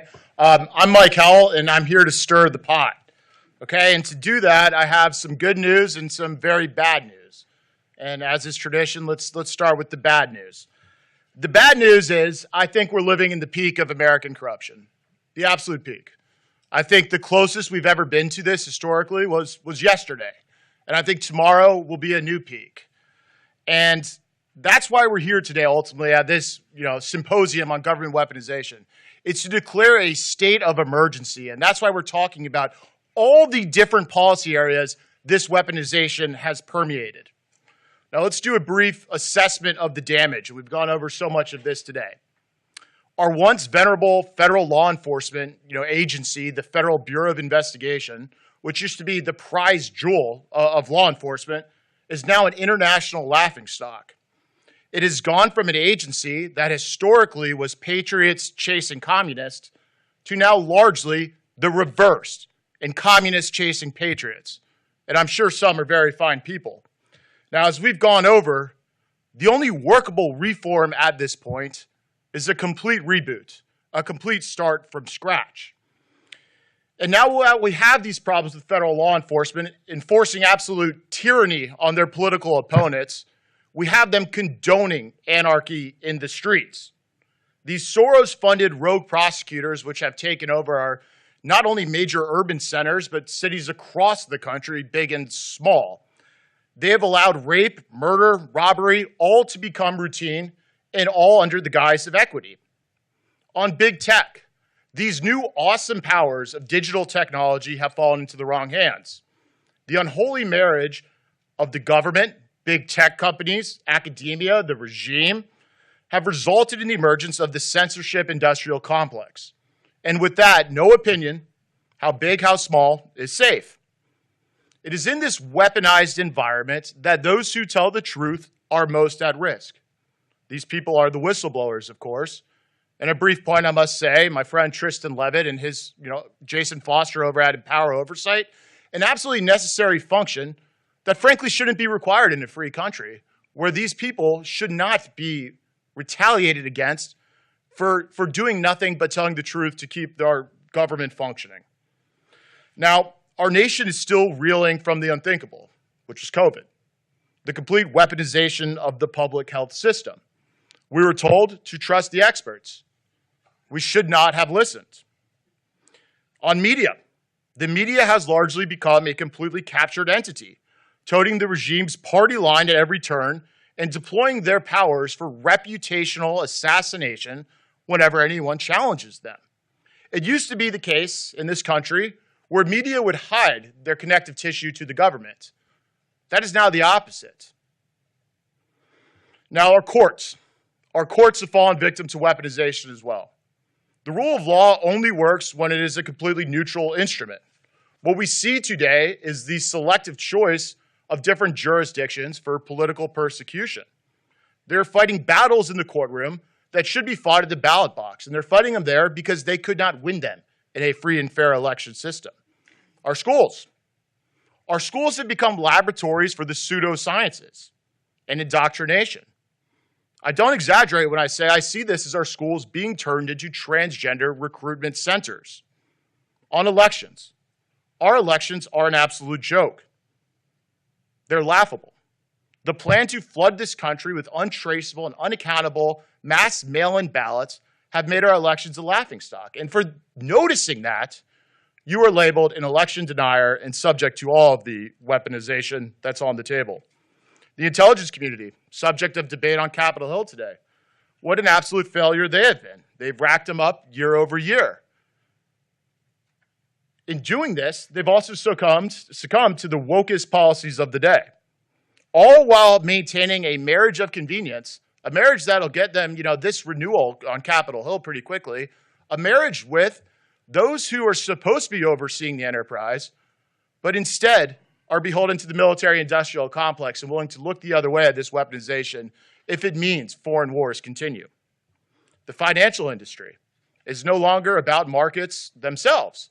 It's about forcing behaviors through the use of banking and financial systems that otherwise could not be achieved at the ballot box. Now, finally, the most obvious is what Commissioner Morgan just talked about, and that's the invasion at what was formerly known as the southern border of the United States. This is an invasion which harms everybody in this country everywhere. Whether it's the drugs and the crimes, or the rapes and the murders, or the opportunities that have been taken away, this is an invasion that has been called for, sanctioned, and continued at every step by our own government, the one whose primary duty is to be keeping us safe. Now, against this entire dismal backdrop of weaponization, we have one of the most glaring examples playing out in plain sight, and that's the Biden crime family. The Biden crime family continues to remain above the law at every step of the way. If anyone in this room or any of the thousands watching online did just 1/100th of what the Bidens did, they'd be in jail for the rest of their lives. This is the dual standard that we're faced with today. So that is the bad news, and that was a lot of bad news. Here's the good news. And how can there be good news when they've taken so much away from all of us? The good news is we're going to take it all back. For too long, a lot of our political leaders, whether on Capitol Hill or elsewhere, have only been willing to sit back and watch the slow boiling of the frog. Well, it's my view that the pot has boiled over at this point in time. This is abundantly clear, I think, to the everyday American that we're watching a systems-level failure of government. So what do we do about it? The first thing to do is start fighting back. And I think for too long, we've been sitting back and taking it. I also think that happens to be our only option. Circumstances have dictated that we must fight back. So how do we do that? What does the regime need that we can take away? The first thing they need is legitimacy. I think that is slipping through their fingers. If you look at public polling and trust in the institutions or this government, record levels of low. They can simply not perpetuate themselves and their governing when nobody trusts them. When they run out of that, they turn to what only thing they have left, which is force. Force for your compliance. And there, a simple mathematical proposition works in our favor. There's not enough jail room for all of us at the same time. So that's not great news, but here's some other news about how we're going to fight back. This is why we stood up the Oversight Project at the Heritage Foundation. It is our task, it's our purpose, to make sure that the victims of weaponization, whether they're people here in D.C. or out in the country, anybody from any of these different policy areas or walks of life, have somebody fighting for them. That's why we're in federal court in almost 100 lawsuits to date, doing just that. And with every ally's name we clear, with every bureaucrat we discover engaging in misconduct or government abuse, or every other news story we break, I believe we're building bricks in new institutions, which we're going to have to completely recreate on a foundation of neutrality and actual service of the American way of life. And so that's why we're here, and that's why we're doing what we are doing. So I will end there with what perhaps is even better news, and that's Dr. Kevin Roberts will be speaking. Dr. Kevin Roberts has been at the helm of the Heritage Foundation for a couple years now, but he's no stranger to this fight against a weaponized government. About a decade ago, he was the president of Wyoming Catholic College and made some national news by refusing federal government grants and student loans, which, as you know, are the lifeblood of universities and the connective tissue that the federal government, sticks its claws into to control policy.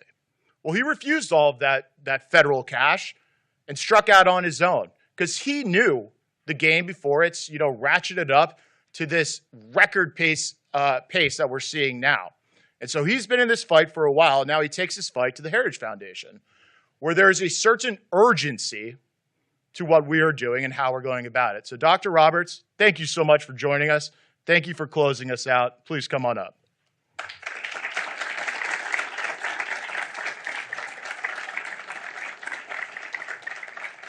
Thanks, sir. Thank you. How about a big round of applause for Mike Howell?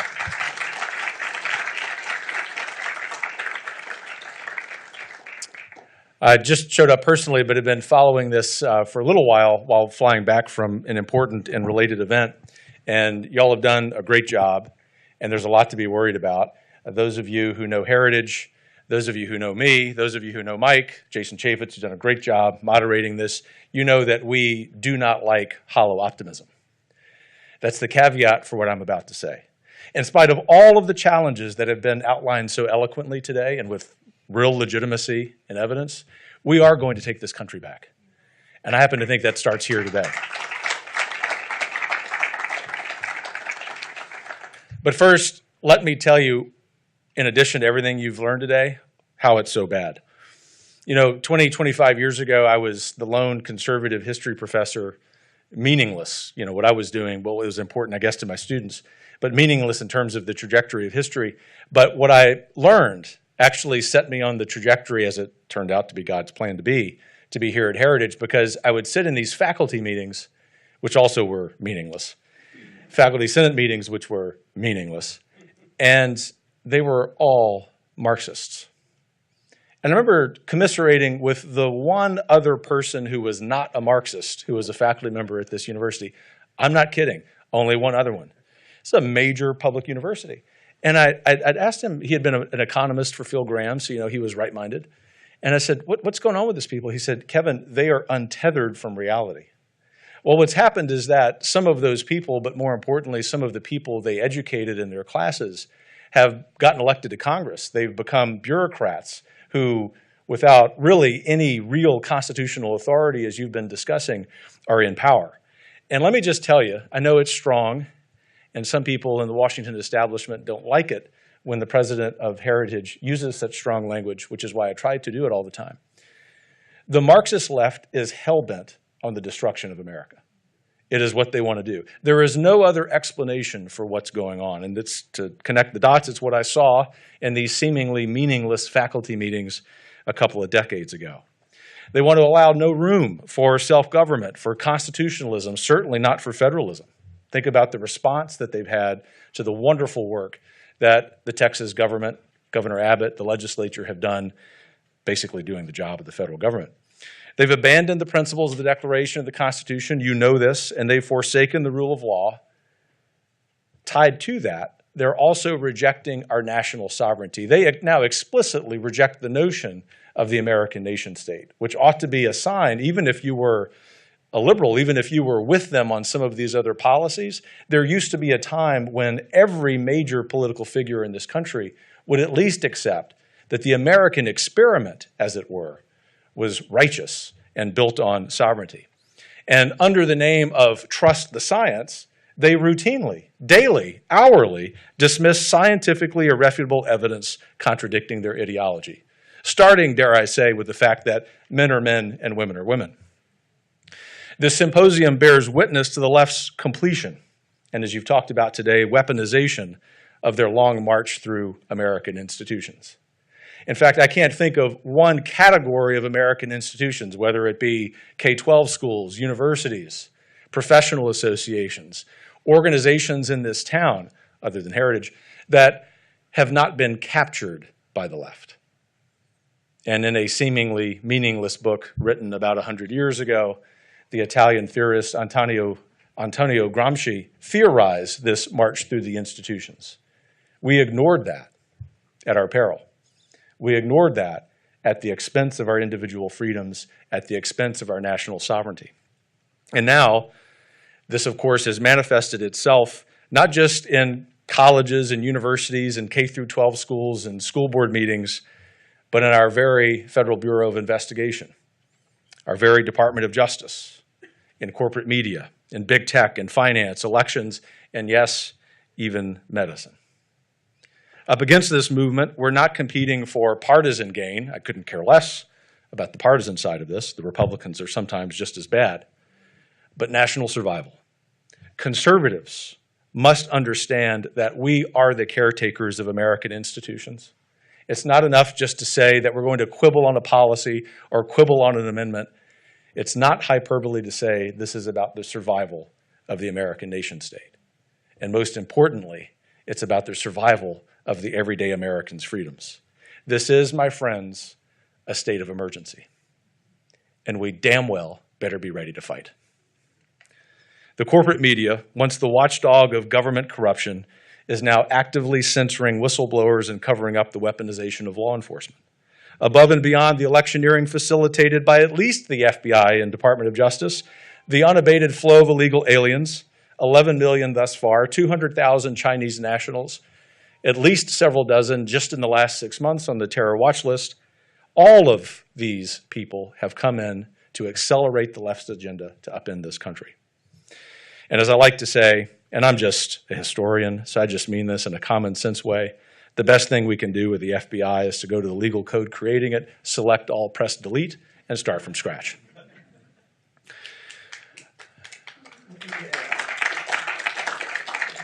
I say that and strange cars show up on my street. They also show up at my church because I happen to be a pro-life Roman Catholic who likes Latin and Mass. And of all the things that anger me, the fact that my pastor in Northern Virginia and his flock and his brother priests in the Diocese of Arlington and the Diocese of Richmond had to contend with the United States of America's government violating the truly, literally most sacred of our freedoms, which is our religious liberty. And the fact that, permit me just a moment to speak as a Catholic, that our so-called Catholic president looked the other way and now explicitly defends this is a sign, even for people who are not Catholic, even for people who think Catholicism is kind of weird, which it may be, that the government has become weaponized against people who do not kneel to the regime. And so I don't think you needed a whole lot more convincing for me that this is a problem. God bless Mike Howell and his entire team for everything that they do, not just to work on the oversight project, but as I know they are motivated each day and in the long hours that they work to save this country and to save our freedoms and our sovereignty, whether we're people of faith or whether we aren't. If any one freedom can be taken away, you know that the others, of course, are in question. The good news, I told you I would tell you why it's bad, maybe add a little bit of color, but also tell you why we're going to win. We are winning. There are a lot of victories that have been secured. Some of them are partial. Some of them in ways that the other side doesn't yet know are foundations for what's coming. And that's just the beginning. And we're not going to tell you everything that's coming. Because for the first time that I'm aware of, the conservative movement, or as I really like to put it, the common sense movement in the United States has really nothing to do with ideology, is ready to fight. And I think that for the rest of this year, and because I also think that this fall will go very well for those of us who believe in common sense and believe in America, that we're not only going to push back on all of these problems, but that, believe it or not, in these depths, these examples of our freedoms being stolen that ought to make us very angry as humans, as Americans, that we're going to flip all of that on its head, learning the lessons from that deep, deep, dark spot, and we're going to enter a golden era of reform. Not just in terms of things that Heritage works on all the time, important things, education, tax policy, deregulation, but most importantly, and I'll leave you with this, putting government back in the teeny tiny box it is supposed to be in.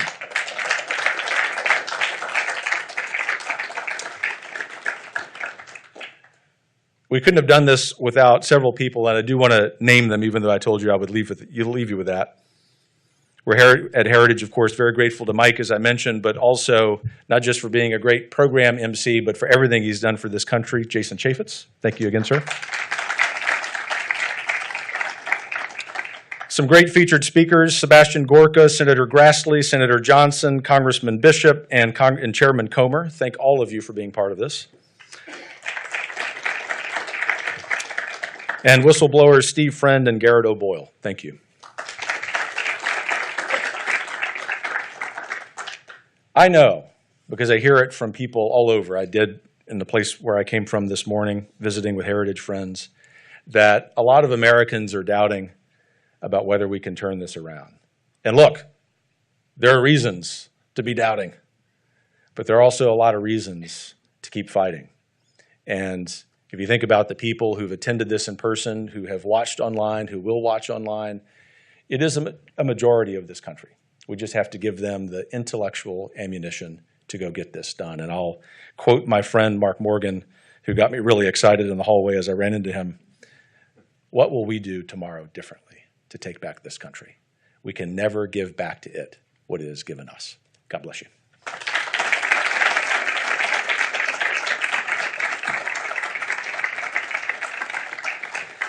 Thank you so much for joining us. The words of Margaret Thatcher are something that ring through my ears, which she said, first you have to win the argument, then you go win the votes. And that is so true. Empowering Americans with this information and encouraging them and empowering them so they can do what they can do in their part of the world, that's what America is all about. This is still the greatest country on the face of the planet, bar none. We somehow, some way, as American people, overcome the challenges that are placed in front of us. I'm so thankful for the Heritage, for Mike Howell, for Dr. Roberts, for the Oversight Project and all the good work that happens from a lot of people behind the scenes. But ultimately, it's up to we the people. We the people. We're the ones in control if we ultimately want to make the change that's going to make the difference. My life, my wife's life, my kids, grandkids' lives. I think that's why you're here on this beautiful day, and I hope this has been empowering to you. So thank you for joining us. There's going to be a reception outside, and for those of you online, thanks for taking the time to enjoy this as well. We appreciate it. Thank you.